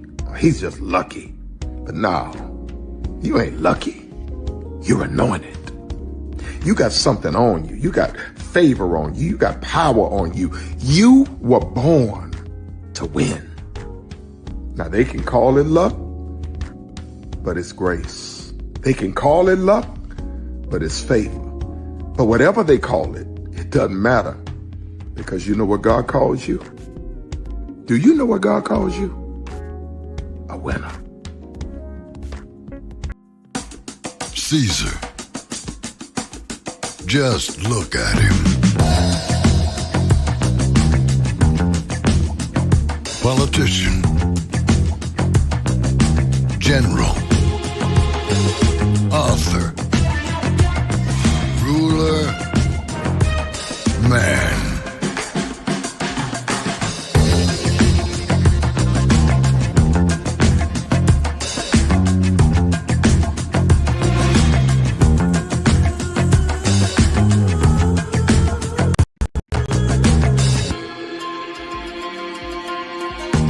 Legend has it, he's not only stared into the belly of the beast, he's had it for dinner. Here he's free to relax, or party, or relax, or party, or relax, and party. His is a world of opulence, excess, and the occasional impulse buy. Not one to rest on his laurels, he's famous for ushering in a new age of entertainment. So, for anyone seeking a place where the sun never sets on a good time, all this awaits. I am Caesar, and I approve this palace.